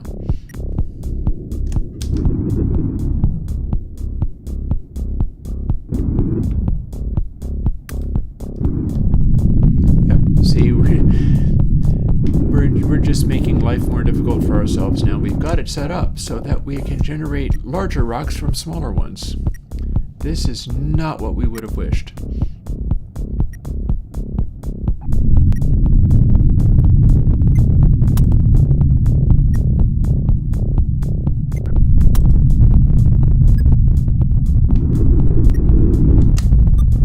And we will make space so huge that we cannot survive in it.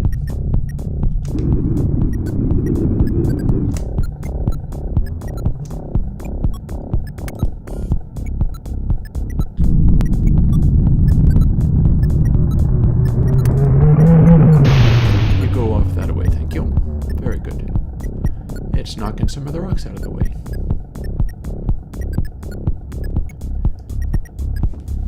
One thing about that guy is that he was very pugnacious. So where were those cubes that were able to regenerate my health? I could use one around about now. Now that we are in infinite space, I think that's actually just not going to collide with me because it is... all of the rocks have become too large. Okay, you. I want to fuel. Thank you. Oh no. Energy is getting too extreme. So this is all because I screwed up the calculations, and when you shoot a rock, it makes another rock that's larger than it is. Like that. Or that. Or this. So really, it's just a world of hurt. This is not good. In fact, we can even do it starting with the space as empty as this. First, let's get away from all those things.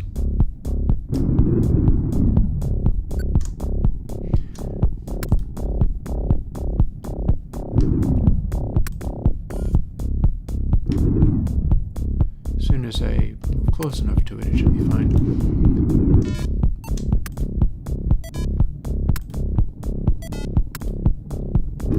See?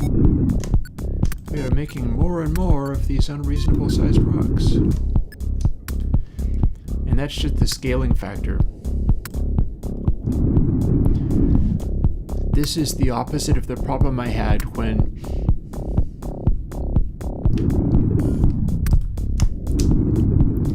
I was shooting them and I was like, this is blowing them up and making smaller rocks, but this is not large enough. I feel like there's not enough material in this asteroid I've just shot, so the things that it's creating are too small. Well, there's your problem. We've got that well and truly sorted. As long as we keep hitting that one, the largest one, we're generating a few extra rocks.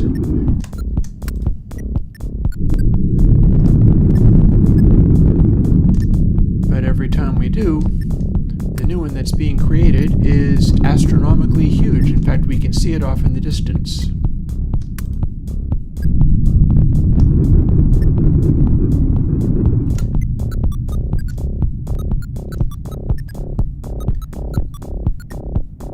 It's taking up all of space. And one more. Soon we will get so that the large rock takes up all of the universe's space and there's no room to do anymore. But I do still have to be able to hit it with a shot to make that happen. Ooh, did that? Okay, and one more time. Boom! Here's your asteroid field made of just a single damn sphere.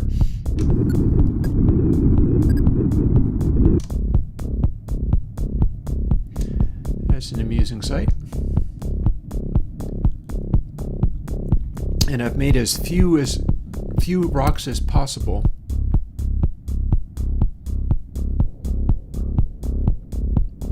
Oh, did that not hit anything?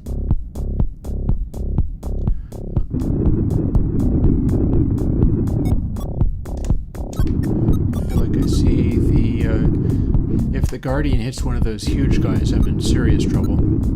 Let's just fly straight up for a while infinitely.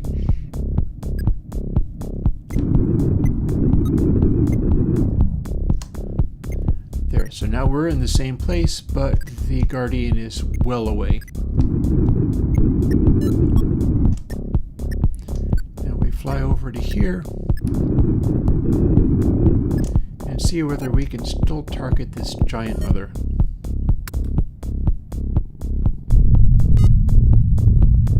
I think that's going to be a yes. Well, alrighty, so space no longer follows any rules. Also, we can't actually win this game anymore because no matter what we shoot, it just makes matters worse.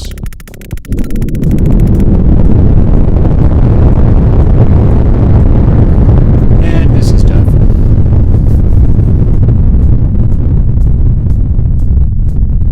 They're all so large that they are just on top of each other now. Oh god, it hasn't killed me yet. How is this possible? Oh, surely no, this is stupid. Oh dear. Okay. So, okay, I died. And who can be surprised? So here we get rid of this now. Rock size times 2 does not work.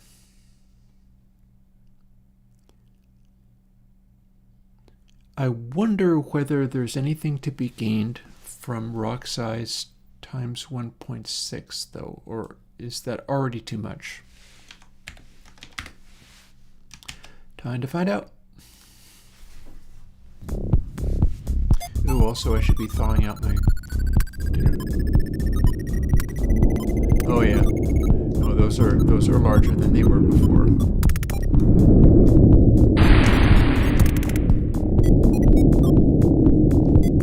Yeah, that is more mass than exists in the original rock, so that's clearly not going on.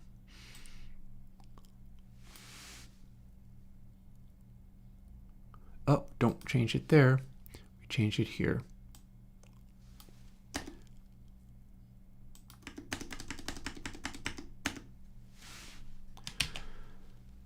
Alrighty, let's quick see what that does, and then I got a break to go and make dinner.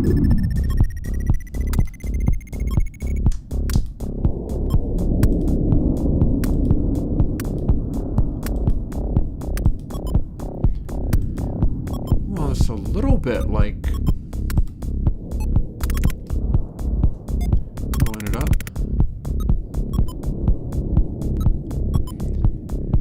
Maybe it's a little too much.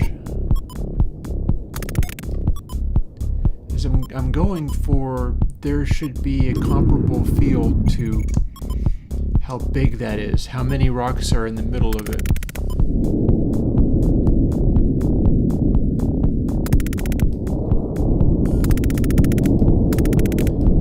And of course there is also the frame rate chugging factor, because that's supposed to have a profound effect on these.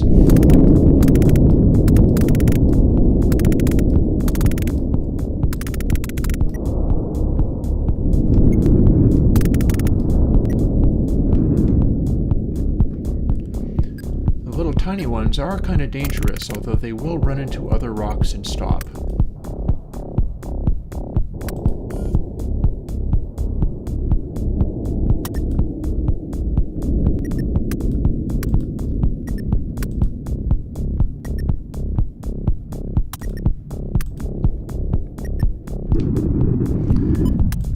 So I feel I can edit it in such a way that I get more large rocks out of it, but only the small ones when they are already small.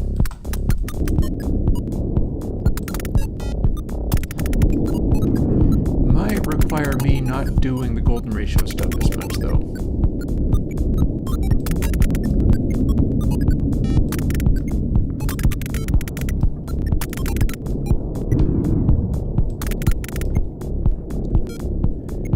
Yep.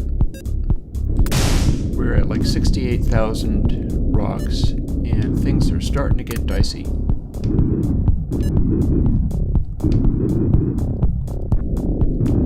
Wondering where those boxes are.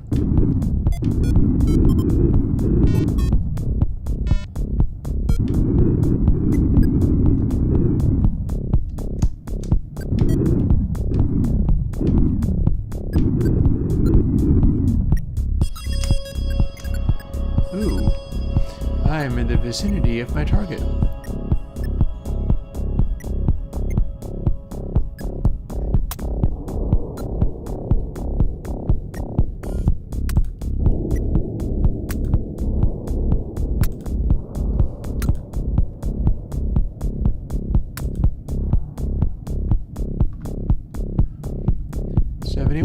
Rocks.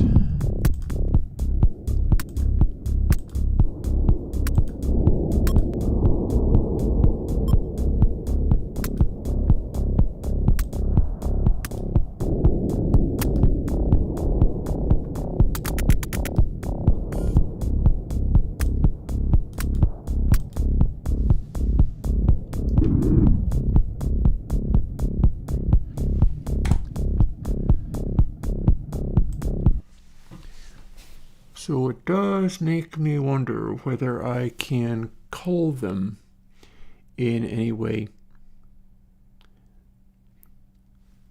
So I tell you, it's 4:12. I need to go and thaw out some of my taco cheese. But so for what I'll do is, let's start this up and I will be right back. But we'll just kind of look at that for the moment.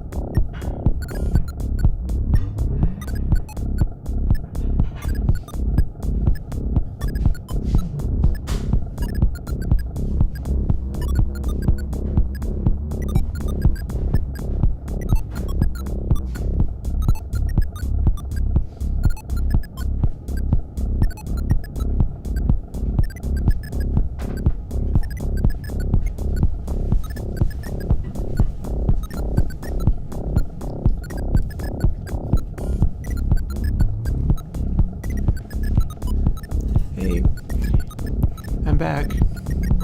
In 45 minutes, my tacos will be ready. Meanwhile, we've just let this game play itself, and none of the rocks killed me, and the Guardian also has not killed me. I mean, it shouldn't, because I'm not shooting anything.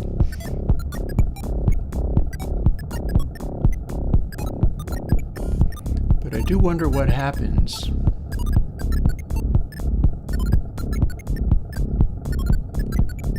It's not a particularly angry Guardian at this time.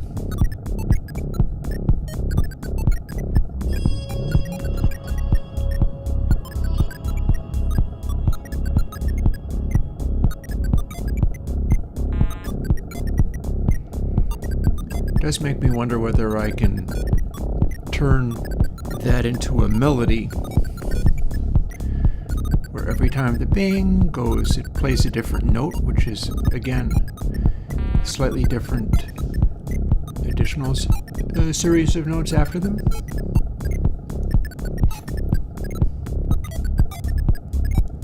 Meanwhile, let not slip dangerously.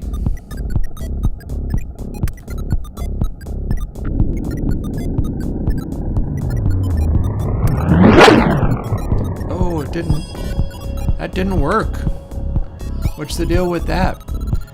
It was supposed to go away when I shot it with a zap, and it did not.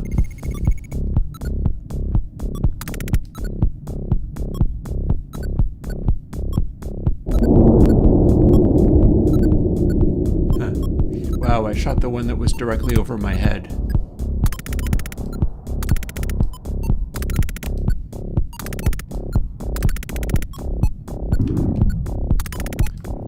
Wondering whether maybe this tiny guys are too tiny.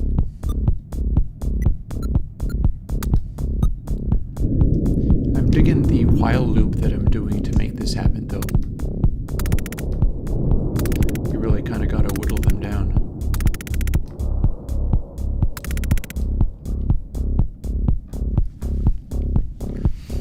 I'm also enjoying the fact that I'm citing a number of rocks that are left that you have to shoot, but I'm lying like a rug.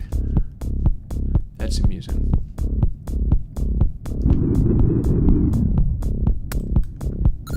Got that one.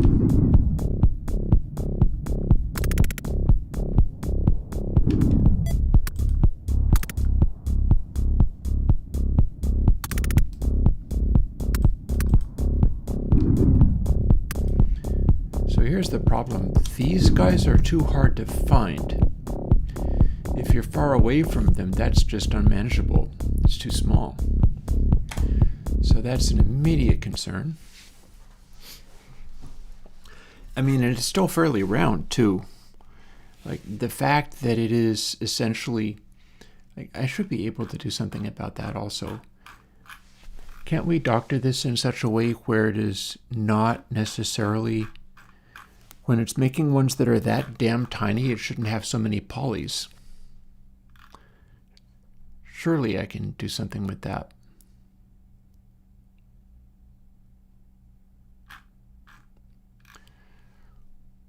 So there's ready. I'm not really quite sure what I'm doing with process counter.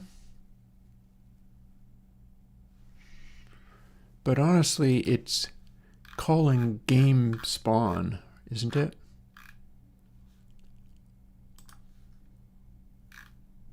Or is it?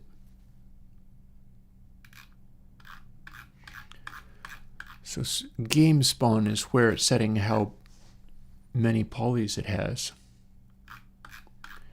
So when we're creating it, right? Well, that's updating. That's not creating, neither is that. Hang on. Hang on, hang on, hang on. We're cutting down the size of these things. So this is why I scrolled past it. I was expecting it to be more code, but I've got it in a while loop now.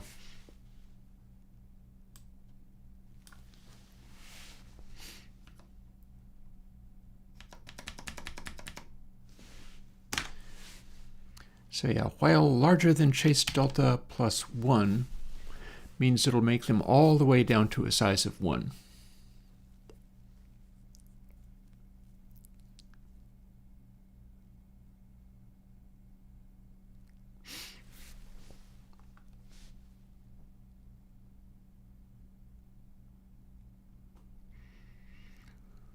Well, this could be scaling slightly differently, I think.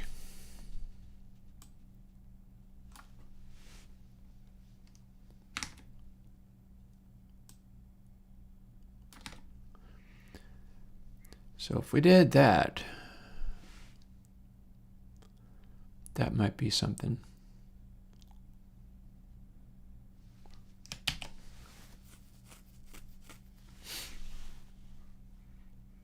And then indeed it does game spawn rock. So here's where we're counting how many polys there are, and it doesn't need to have that damn many polys when it's a tiny little thing.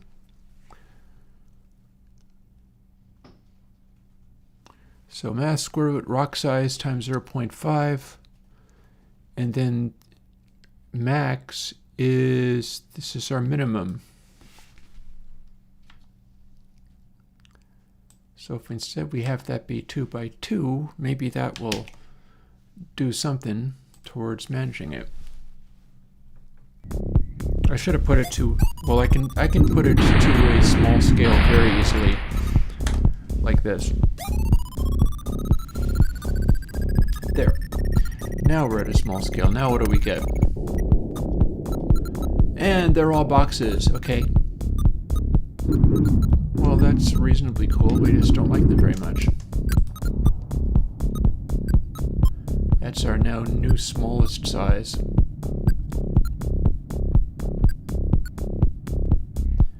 And I should fly in this direction if I want to see other ones I can fool with. So I don't know whether I want it to necessarily be that for the smallest.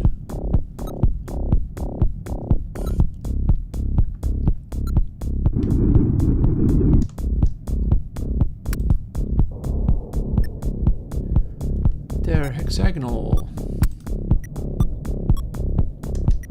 Those are tiny and look like ass.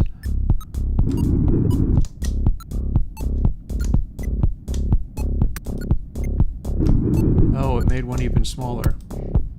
You can't get to the end of these things. And now here is a large, much rounder one. See, the deal with these is if it matters that you can land on them, they need to be kind of round because otherwise the collider and the visual representation are not even close to the same. Let's see how many weird hexagonal looking things I can make out of this.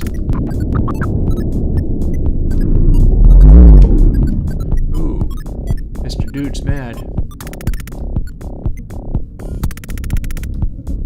Okay, I was able to hit it and make it go elsewhere.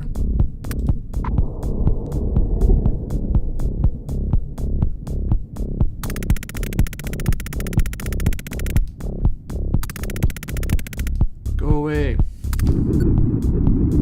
I will go away. Oh no, so many tiny bugs. Doesn't always do a good job of making lots of them, but sometimes it kind of does. What I'm now wondering is whether I can make them crash into each other violently enough that they start tumbling or spinning, because they all seem to be sitting vertically, which I do not like the look of. Ooh. That smacked me a good one. Yeah, so this is where things get dangerous gameplay-wise, is my little tiny ones are now moving very quickly. And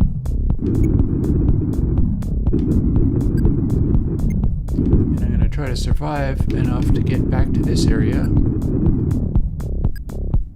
without the little tiny guys running into me. And I flew right through and out the other side without colliding with any of them. Okay. Let's do that on purpose. Yep, there we go. Load it up. Yeah, I'm not loving how square they are. That annoys me. Although when you hit them enough, they do tumble.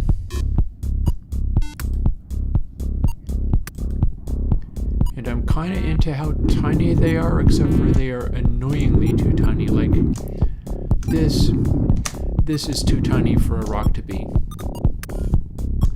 Granted, yeah, I can make it blow up and stuff, but we don't need to have space filled with one poly gravel. That's no bueno. What is the correct implementation for object instancing? Do I use any tricks? Turns out I can't really make tricks to reduce the calculations.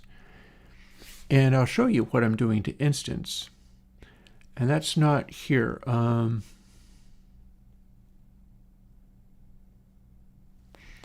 now hang on.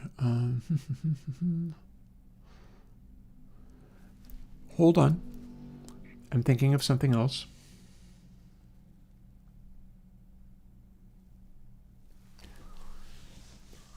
What if I do a cube root rather than a square root? What happens then?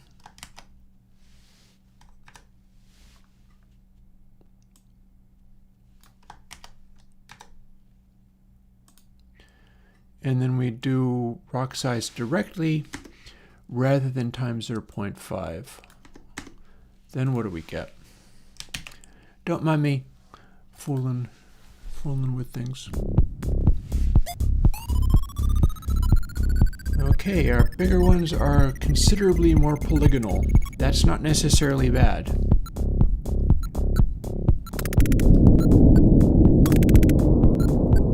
How's our tiny ones doing?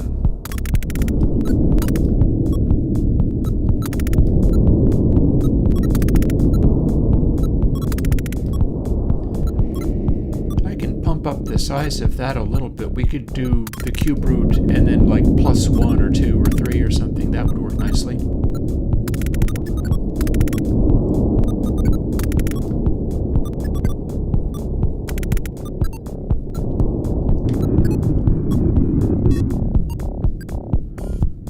Our very large rocks are still relatively round looking, but all in all, this is not too shabby. We're still getting down to dumb looking cubes though. Okay, so I know enough to know that I don't like that, but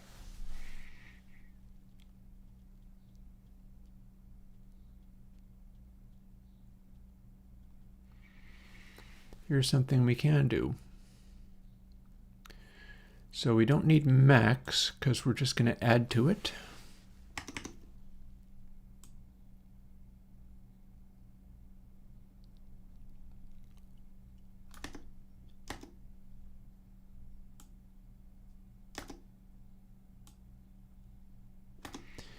And we will add the sizes we need.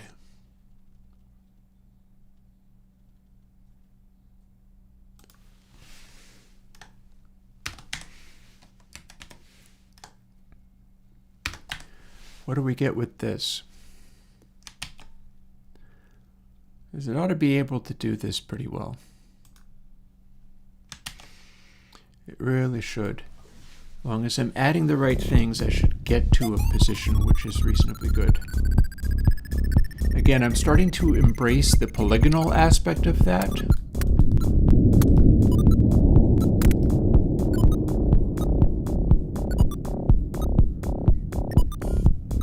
Oh, these are starting to have an interesting quality to them. Okay, you're the smallest one.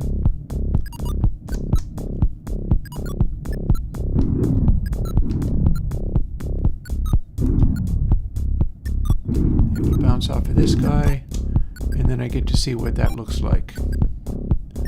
So it's a square in this direction, so if I add 1 to that, then it should make a more interesting polygonal thing. And some of these much larger ones, oh look, here's an even smaller.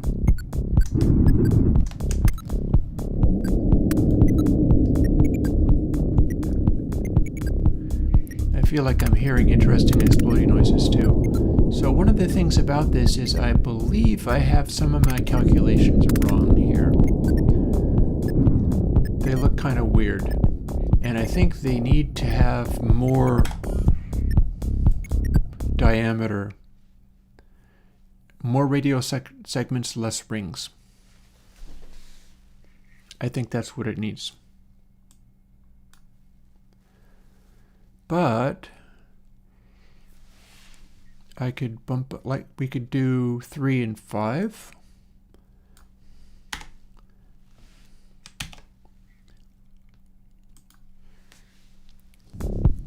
So some of that was times 2. Originally, radio segments was twice what rings were, but I'm skipping that now, because the larger ones will presumably have enough. How's this look? And again, some of those mini guys, I'm liking that pretty well. That was the smallest available size.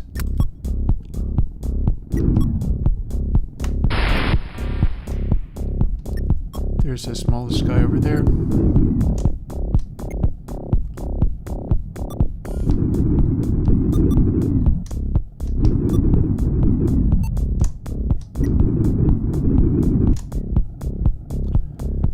spots are a lot smoother, but they're meant to be.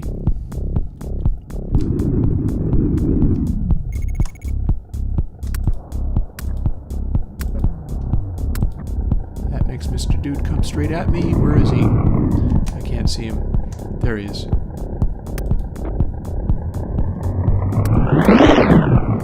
Oh, it didn't quite aim, did it? Shooting him. Where'd he go? Where'd he go? There he went. And that's going to be more of an orbit. Unless I shoot another thing, at which point it will start coming straight at me once more. Oh, I played it a little too close. So yeah, you should be able to run away from them, but shooting it is capable of bouncing it off, and I like that. That seems cool. So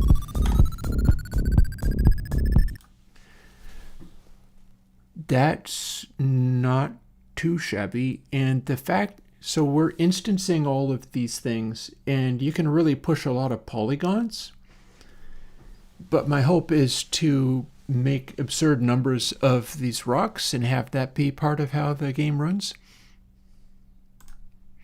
And that brings us over to here. So while new rock size is larger than chase delta +1, well, we can do a little bit more than that. We can refuse to have the microscopic sized ones.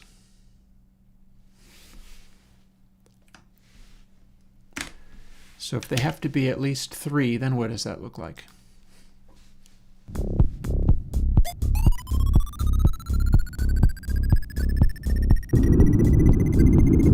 Yeah, it turns out updating them by frame is not that costly.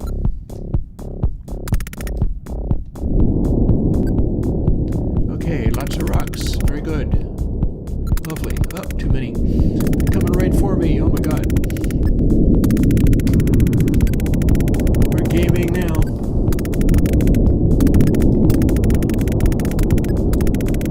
Filling space with annoying little rocks.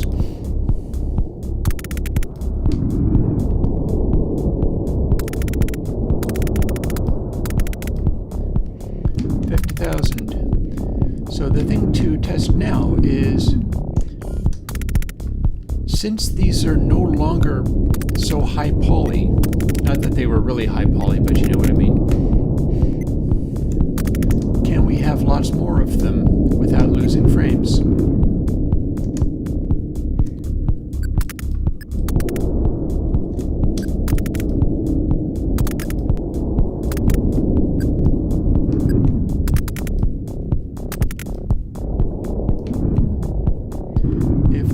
Is to blow up all of the rocks.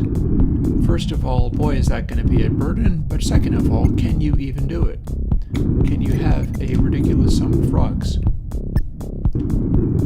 Get away from the Guardian and end up by blowing up all the rocks in the asteroid field. Could it be a factor of what level you're at?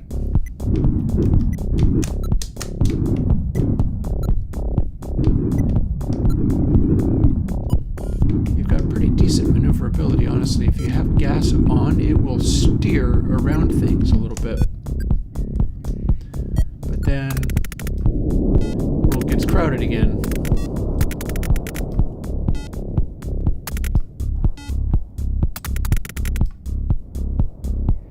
And the velocities are a little bit aggressive.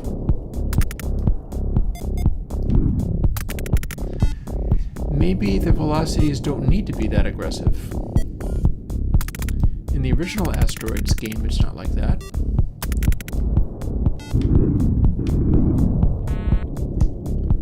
Not as much, anyhow. Although the fact that the bouncing factor, that they're not bouncy balls, helps.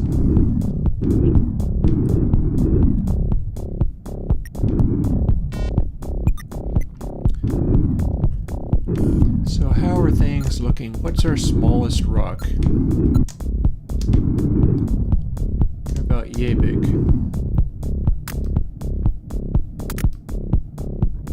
No, they're about yay big. I don't think we need them to be this big.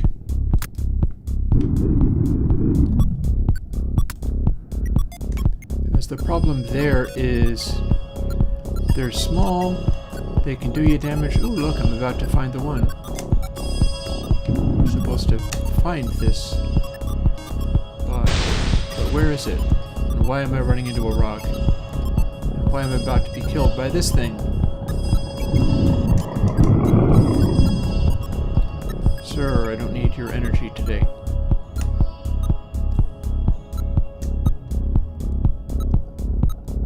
And it was up there somewhere.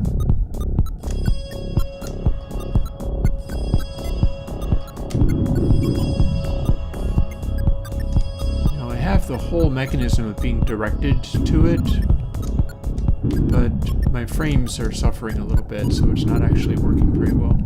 Again, we're in the zone where we're playing games with this stuff, but it's not producing a game that's actually fun, other than just the fun of shooting these things. And getting attacked by the monster.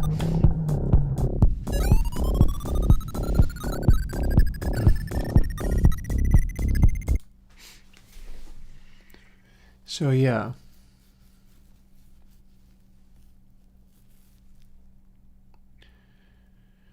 So well new rock size, chase delta +3, too big. I mean, what am I talking about too big?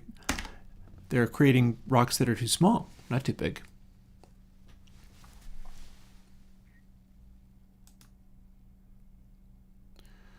And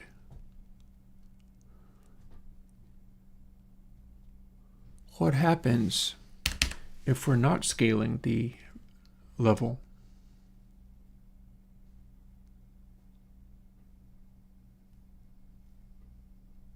What happens if the velocity they're doing is exactly the same as before, with a small random variation, which is what this is?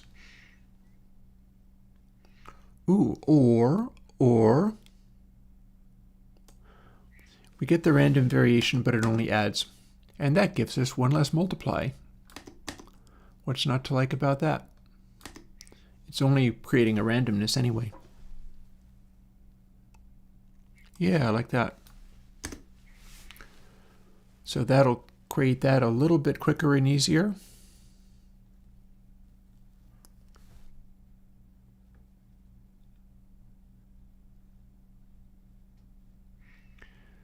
We'll see how that goes, I guess.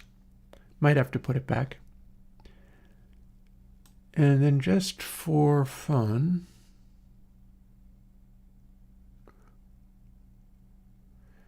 if the point is to get rid of all the rocks, maybe what we want to do is start them out larger and have them attenuate at the original amount. What about that? We can even use our magic number, and they have to be at least this big. Chase delta times golden ratio. Now what? Okay, was that as big as it? Okay, we're good. I was trying to figure out whether I had inadvertently made them larger than they started, but no. We do have the ability to melt these rocks away pretty good with a little determined fast action of the firing. And making large amounts of explosions.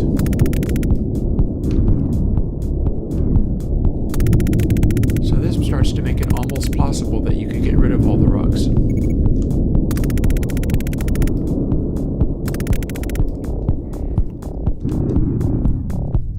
Almost believable that that's something that you could do when they become smaller, but it's in 3D space and it's very busy. So we were talking about starting them out larger, and some of the rest of this is coming into shape. I do wonder whether my sound stuff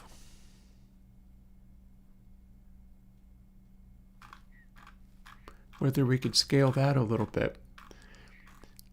Like, let's make these explosions not as huge. Let's use higher pitched booms. This will do the job of that fairly effectively. Everything goes up an octave. Actually, no, everything does not go up an octave, but it'll do something in that direction, and that's good enough for me.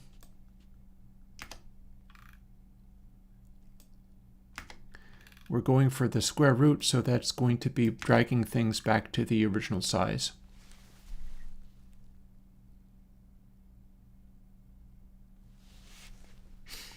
We could also fill space with particles. Shall we fill space with particles?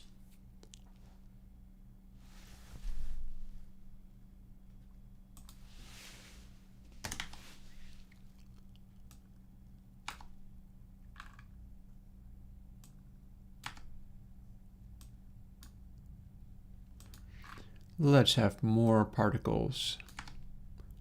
Space will be filled with rock dust. Particles are cheap. They'll make things look a little busier.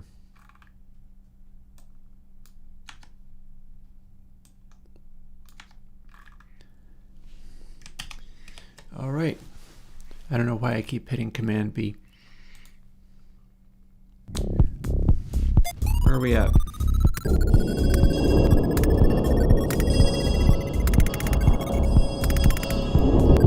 There we go.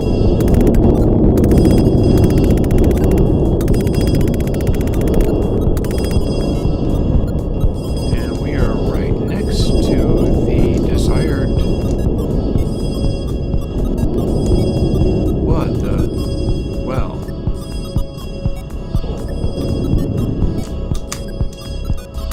Show me where to go. How can we be... That chime is telling me that I'm like right next to the bot that I'm supposed to approach, and yet I'm not seeing it.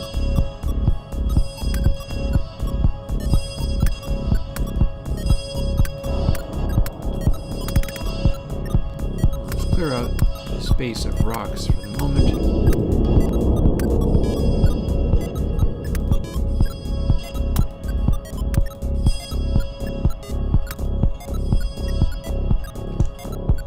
Okay, where's that bugger?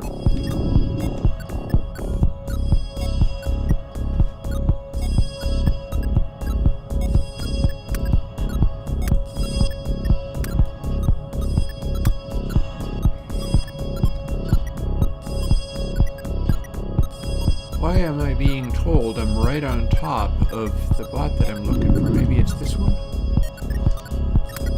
No.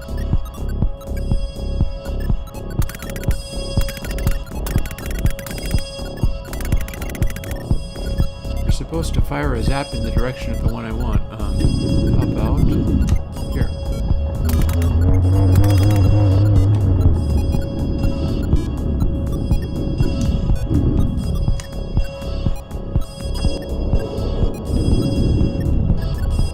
Wasn't it?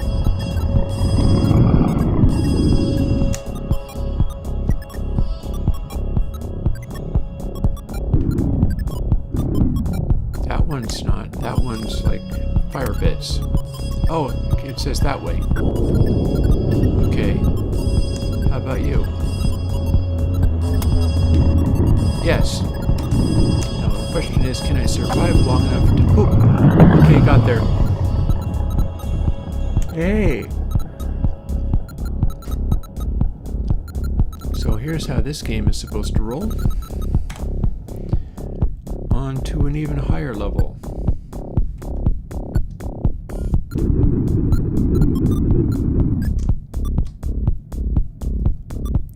Honestly, I should be starting this with a few ginormous rocks, rather than starting it with this many of them.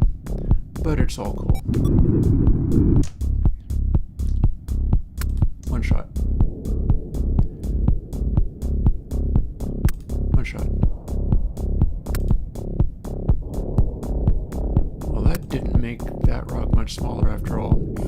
Sometimes it makes them a lot smaller, sometimes not so much.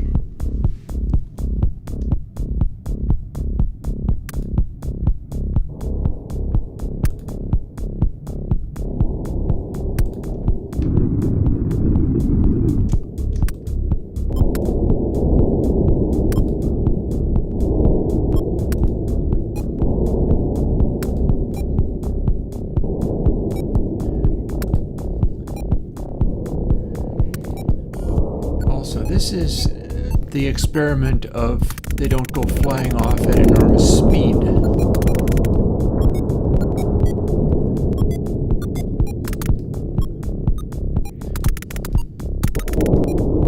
And I think I'm basically okay with what's happening with that.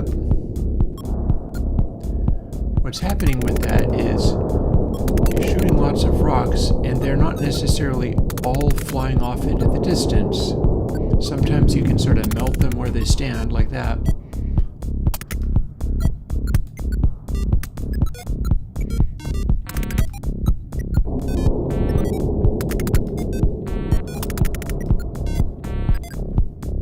Meanwhile, there's Mr. Dude making trouble for me.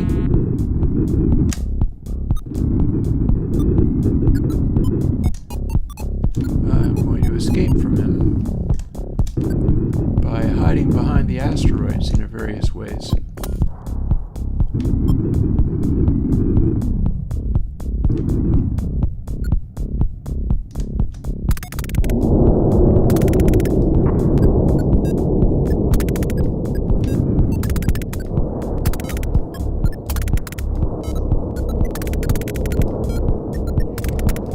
I should make it so that the counterpart you're trying to find likes you smashing stuff up, so when you shoot an asteroid, it moves closer to you. It rams into asteroids and blows them up itself. Or, every time you hit an asteroid, the counterpart fires a shot towards you. So you should look for where the shots are coming from, or look for where other things are being destroyed, because you are counterparts and partners in destruction. I'm kind of loving that. Let's see if we can make it happen in the last 10 minutes of stream, because I'm reasonably happy with where this is going.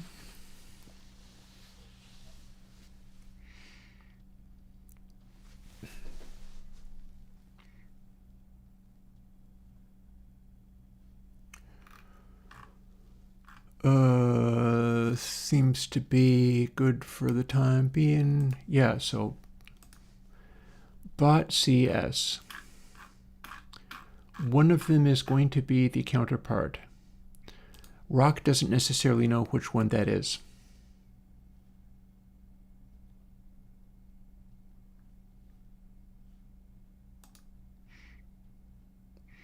Guardian doesn't necessarily know which one that is. Player does. And bot does, because it has to fire a shot, if struck, in the direction of where the counterpart is. Actually, it's legitimately doing the where a counterpart was last seen, which explains why it doesn't always fire them, but maybe it's a better idea if it always does.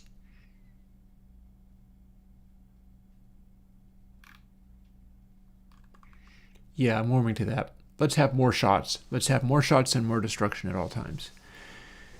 It was always intended to be a game where you had to query the various bots in various places, needing them to be where you... this was more well thought out on a 2D plane. Doesn't really work for this.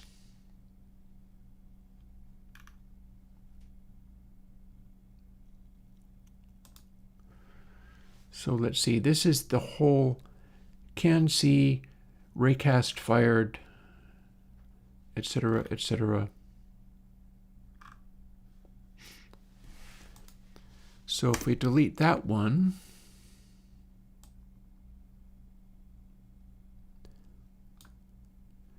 and we'll leave that comment because it's still accurate.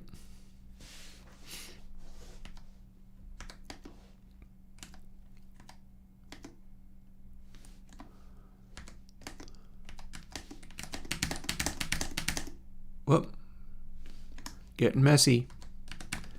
Let's not get too messy.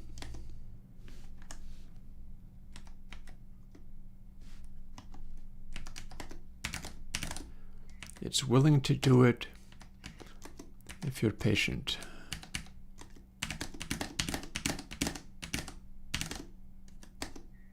There we go. That is the instructions for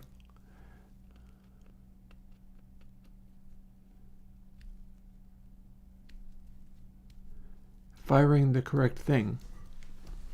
But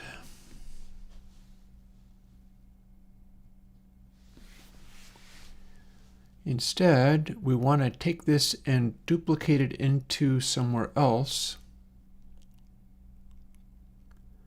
And we'll make short work of all this. So it needs to go into where rock is. And this could make things amusingly messy. So collided is the zap, but we don't actually care about that. Don't believe we have... Oh, we can do it first before we do anything else. Let's give it a try. We'll have player, so we have a reference within player to the counterpart.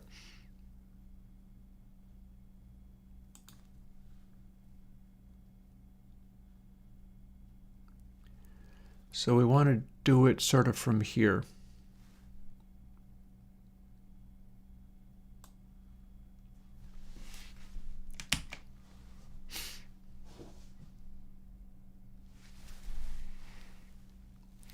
And then we've got a little bit of logic there, which we can skip because we don't actually need to distinguish whether it is not equal to moniker, in which case fires in the direction of counterpart, or the other thing. In fact, what I could do is, hang on, copy all of this. What we're doing is essentially constantly duplicating the number of shots. Not all this is going to work, but that's fine.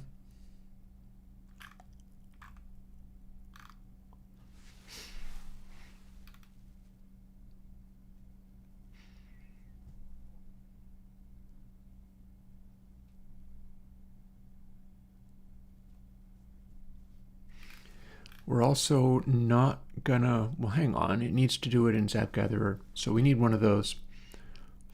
Where did we find it in bot? Oh, here. I should have copied that over too.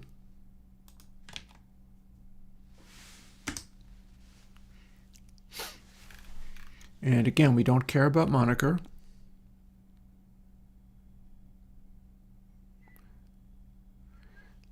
This is the part where it punishes you.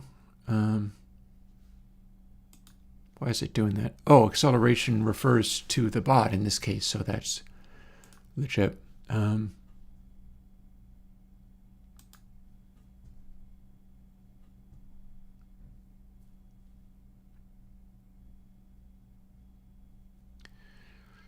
So let's start from this section of code. Let's ignore this part because we are always going to fire a zap from counterpart if we have fired one. We're together in crime. We're blowing up rocks together.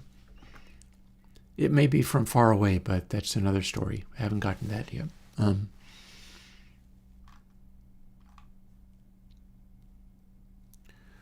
Where player is player.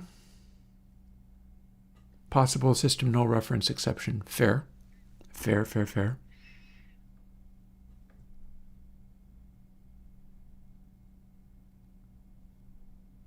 That's the same.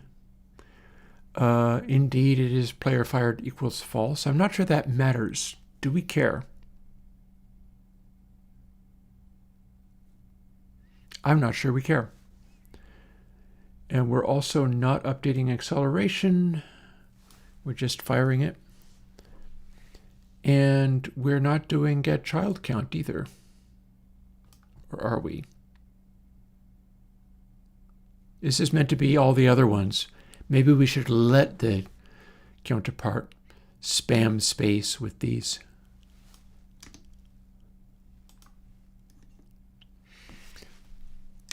Alrighty. 4:56. 4 minutes to tacos. Let's see what we made happen. In theory.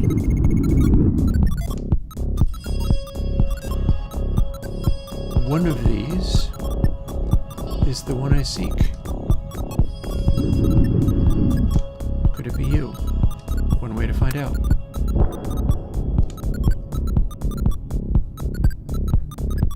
I think it was not.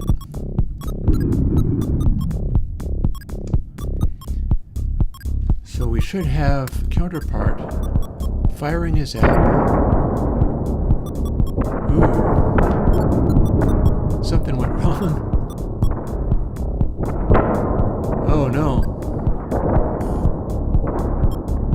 Okay, we have a zap cascade. I do in fact need to have that one. Yeah, we have a zap cascade. When the counterpart fires, its hits also fire this off. So, zap collided. So let's see if we can fix that.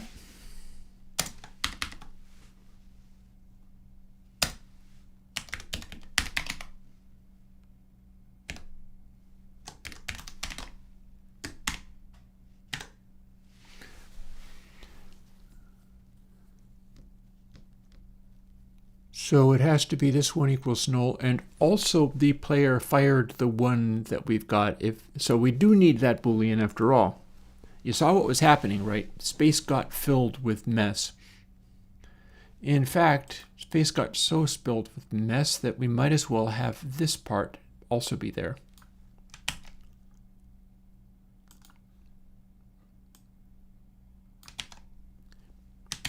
Now let's see what we've got. I turned around and everything had slowed to a crawl.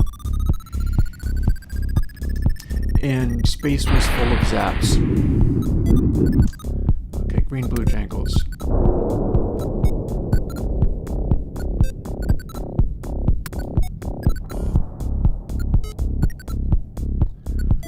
Well, if I fly around attacking one set of asteroids, do I also observe... Oh, that's a zap. That came from over there.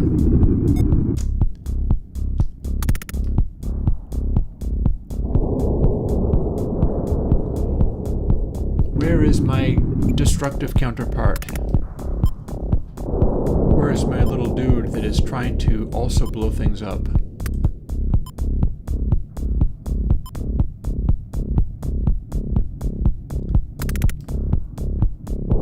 I see a zap.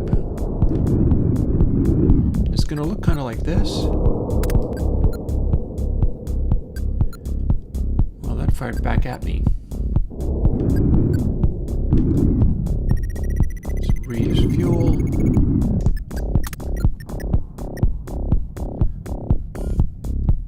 Okay, we got a tendency of firing a zap back from where I'm at. See, that one is clearly not from counterpart, that's just from the position of the asteroid. So that's no good.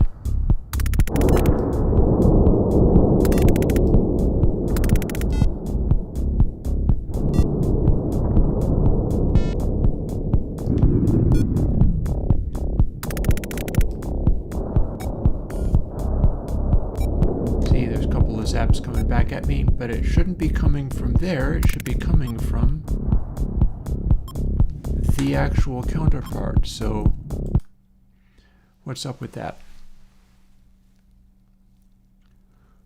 Okay. There's a problem. I'm not actually referring to counterpart position at all, am I? Position is the position of the rock. There's your problem.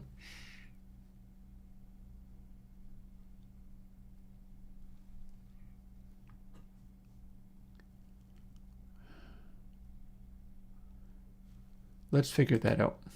A little bit more indirection. Public bot or counterpart.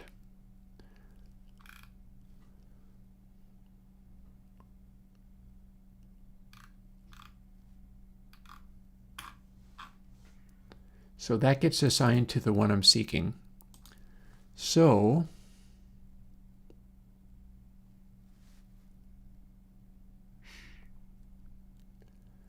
target vector is going to be player, presumably. Well, it doesn't have to be, I suppose, but or maybe it tries to fire at the same one you're trying to fire at. How about that? How about that? Wherever you're at, if you're firing at a asteroid, well, a counterpart, wherever it is going to try to fire at the same one. Not exactly. The rock counter is a bit of a joke at this stage. Since there are so many instances, it's like, okay, just let's be silly. Or I could have it literally be the number of visible instances, but you take 32 of them out every time you hit one.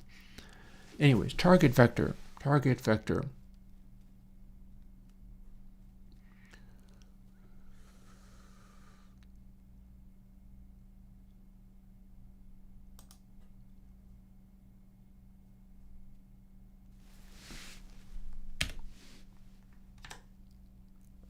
Okay, that still works. Position is the position of the rock. That's probably fine.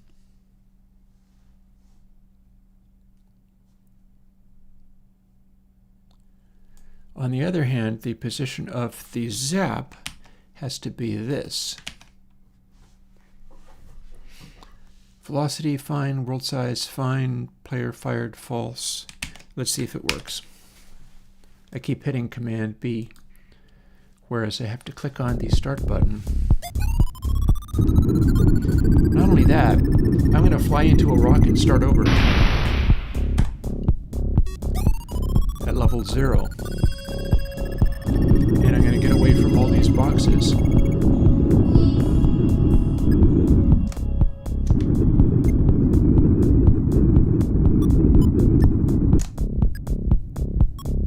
Okay. One of these is going to fire at the same rock I just shot at.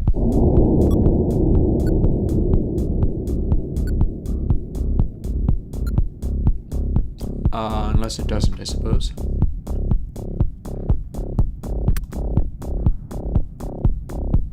Come on, little backup, little assistance.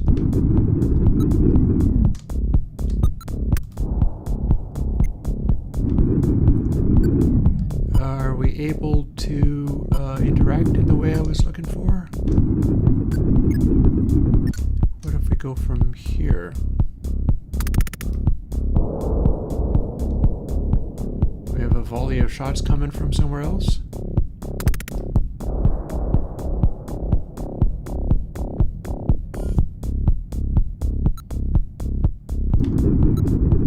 Can I find it and then see if it responds? Okay, you say that way. Sounds good to me. You are, in fact, the one. Let's see now if you can fire at the same rocks I aim at. 2 in sight.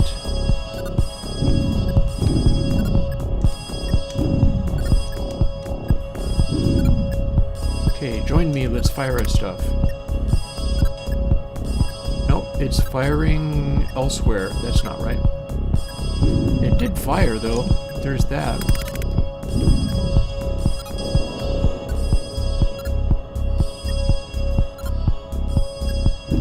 Yeah, you are not aiming in the right direction, are you?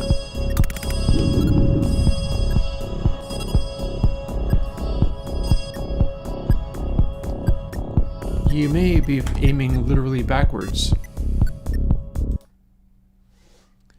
In which case, what do?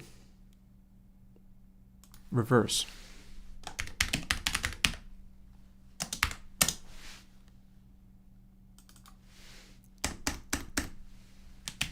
Alrighty. Now let's see what we got. In theory, maybe that fixed it. We are looking for lilac shades. Oop, we're looking for respawn. Thank you.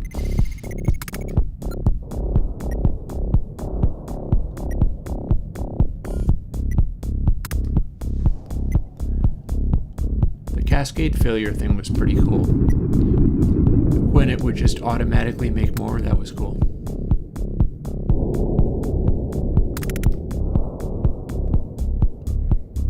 That one is not actually registering, is it?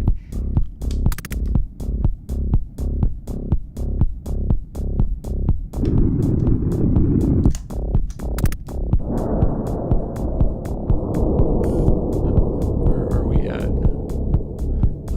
I saw some explosions from over there. You know what? Blow stuff up. Oh my god. There we go.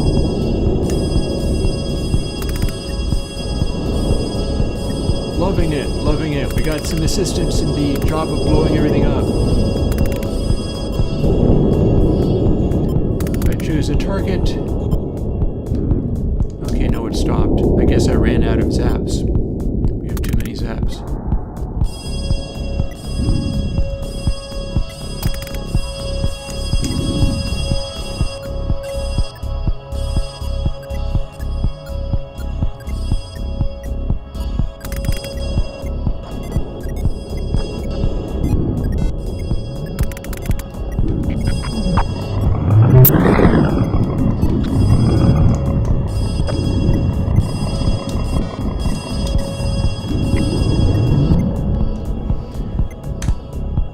Okay, that's kind of cool. We could always go for more.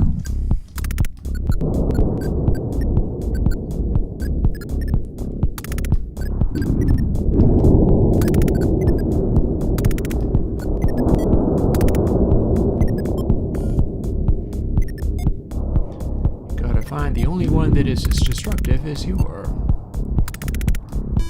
A bunch of rocks, and somebody's also going to be shooting at the same rocks. At least I believe that's how it was acting.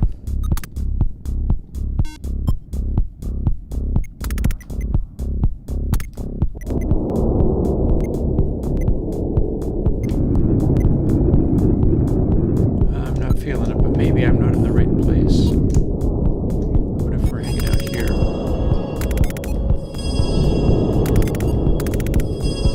I see shots coming from over here.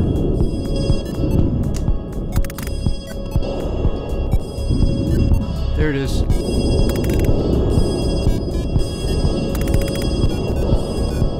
See, I'm getting assistance. Loving it. Let's blow up all those rocks. Where's my assist? There it is.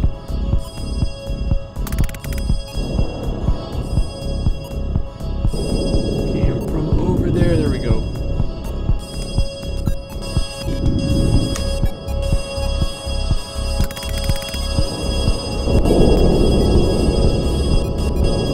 I'm apparently very nearby. But where? Ah, I see you. I think I see you.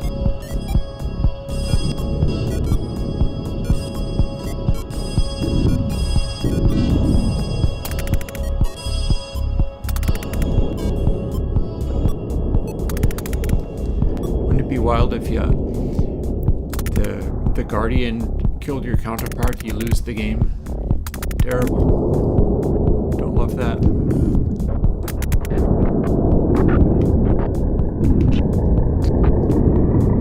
Meanwhile, oh boy, do we have a lot of rocks.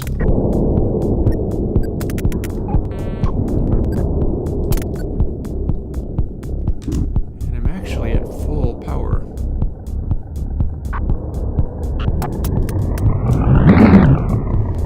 I would get him, but I did not.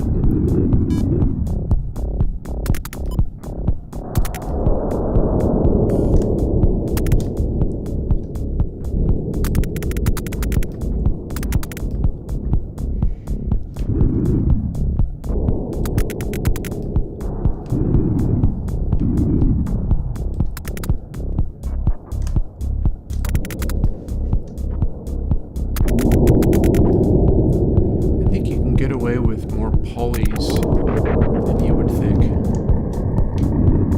Your noise.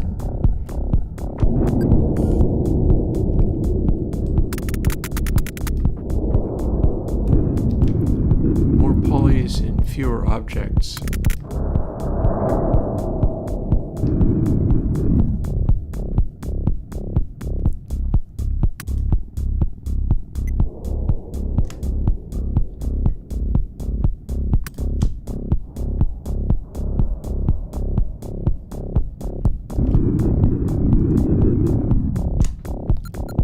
Here's some purple looking things. One of them might be the one I'm seeking.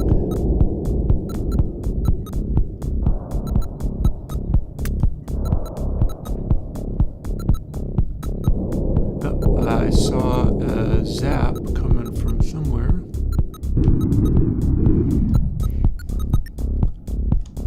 I am liking this new mechanic.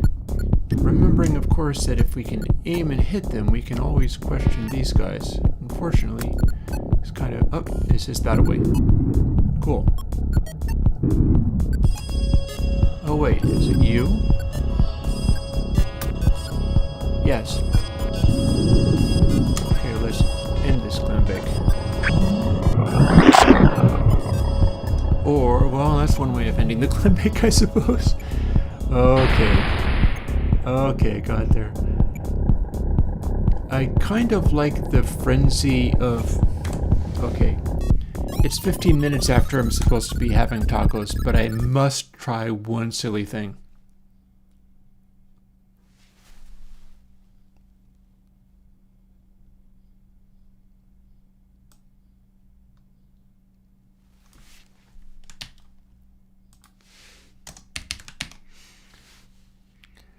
Now we have the infinite cascade, except for we are going to constrain it somewhat. No more 100 shots. This time you get like 16. But we're going to get an infinite stream of craziness. And then I can go and seek that out. So blue wallpaper is going to be filling space with shots. But from where?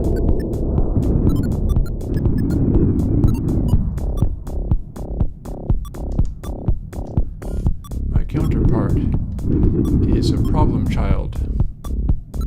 It's blowing everything up. Or at least that's the way it's supposed to unfold. However, I might be too far away to see their shots.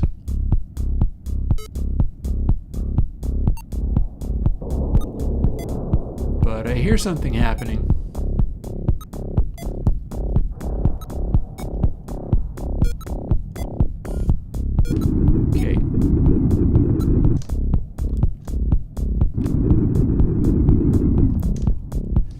Looking for the cycle ball that is infinitely shooting at helpless rocks. We'll seed it one more time.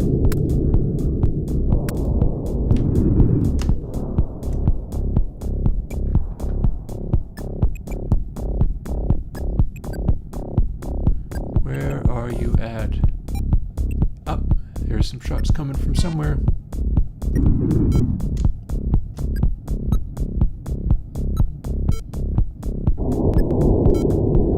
Get an infinite cascade out of this. It's just not that high of a volume of an infinite cascade.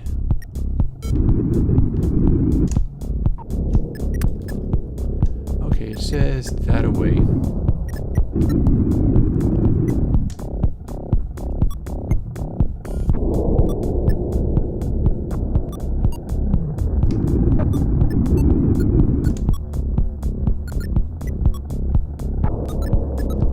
It ain't me.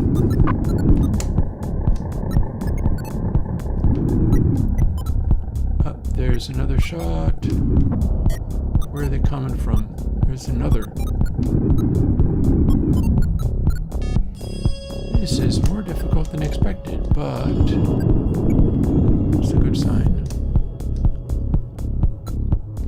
The challenge there is that when the counterpart blows stuff up, well, then the Guardian goes and attacks you.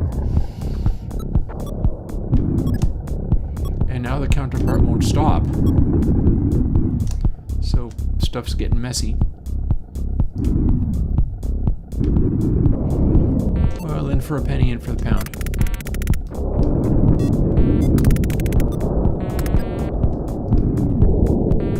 Now, where's the volley of other shots coming from now? 'Cause there's gonna be a whole mess of other shots.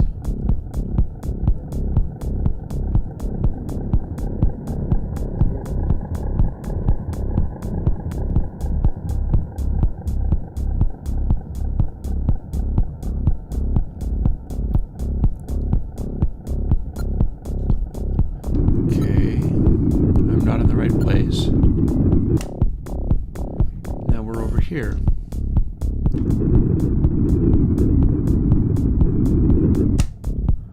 Now we're over here. I should expect that it would be in the middle of an empty area because my counterpart will be firing. Kind of like that. So we see shots coming in that direction from somewhere. Ah, yes we do. There they are.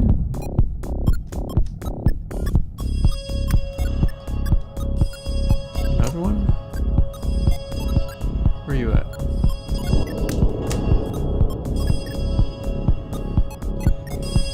My fellow destructive critter. There's one coming up from there.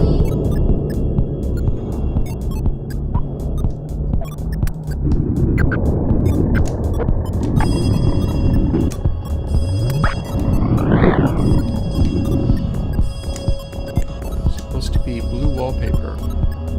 What's blue wallpaper look like?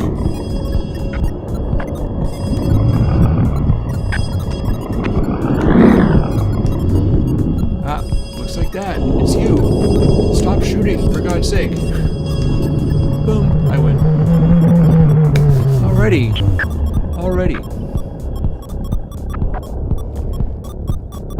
So I would not say I've got this completely sorted out, but this is starting to come into shape. And I feel like the final detail of bringing it into shape is this idea of if you're shooting at something, your counterpart, no matter where they are, also fires a shot, but you can be held responsible for it. That, or maybe you have to find them before the Guardian gets them. I'm not sure how challenging that would be. But it would kind of suck sitting around somewhere being safe, only to be like game over because the Guardian went and got your counterpart that you didn't know where it was. That doesn't seem like that would be fun. But this was kind of fun. So I'll be getting back to this on most likely Thursday. We'll do a little more of that. It's possible by then I will have a dumpster as well, and I'll be cleaning out my basement a little bit. Oh god. A lot of stuff is happening. Why are we all still firing? What's going on with that?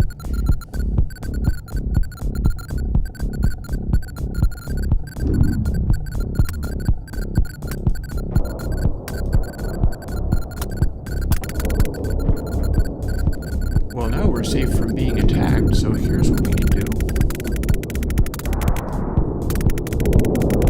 Let's go on an orgy of destruction.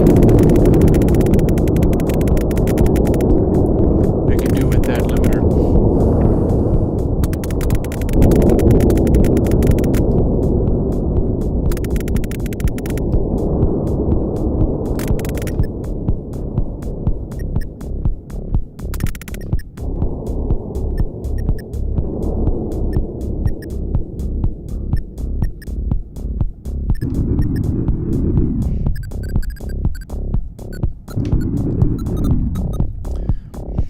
I know, if the game is over, every shot you fire, every single one of the bots fires in the direction that you're aiming at. It becomes Zap Happy Madness. Which there should be Zap Happy Madness from the beginning of that stream there. At least if I arrange it right.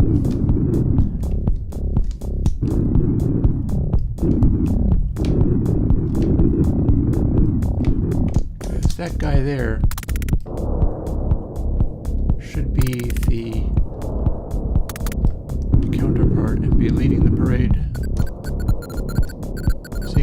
So he should be firing. No, I guess I lost interest. Anywho. There's the game.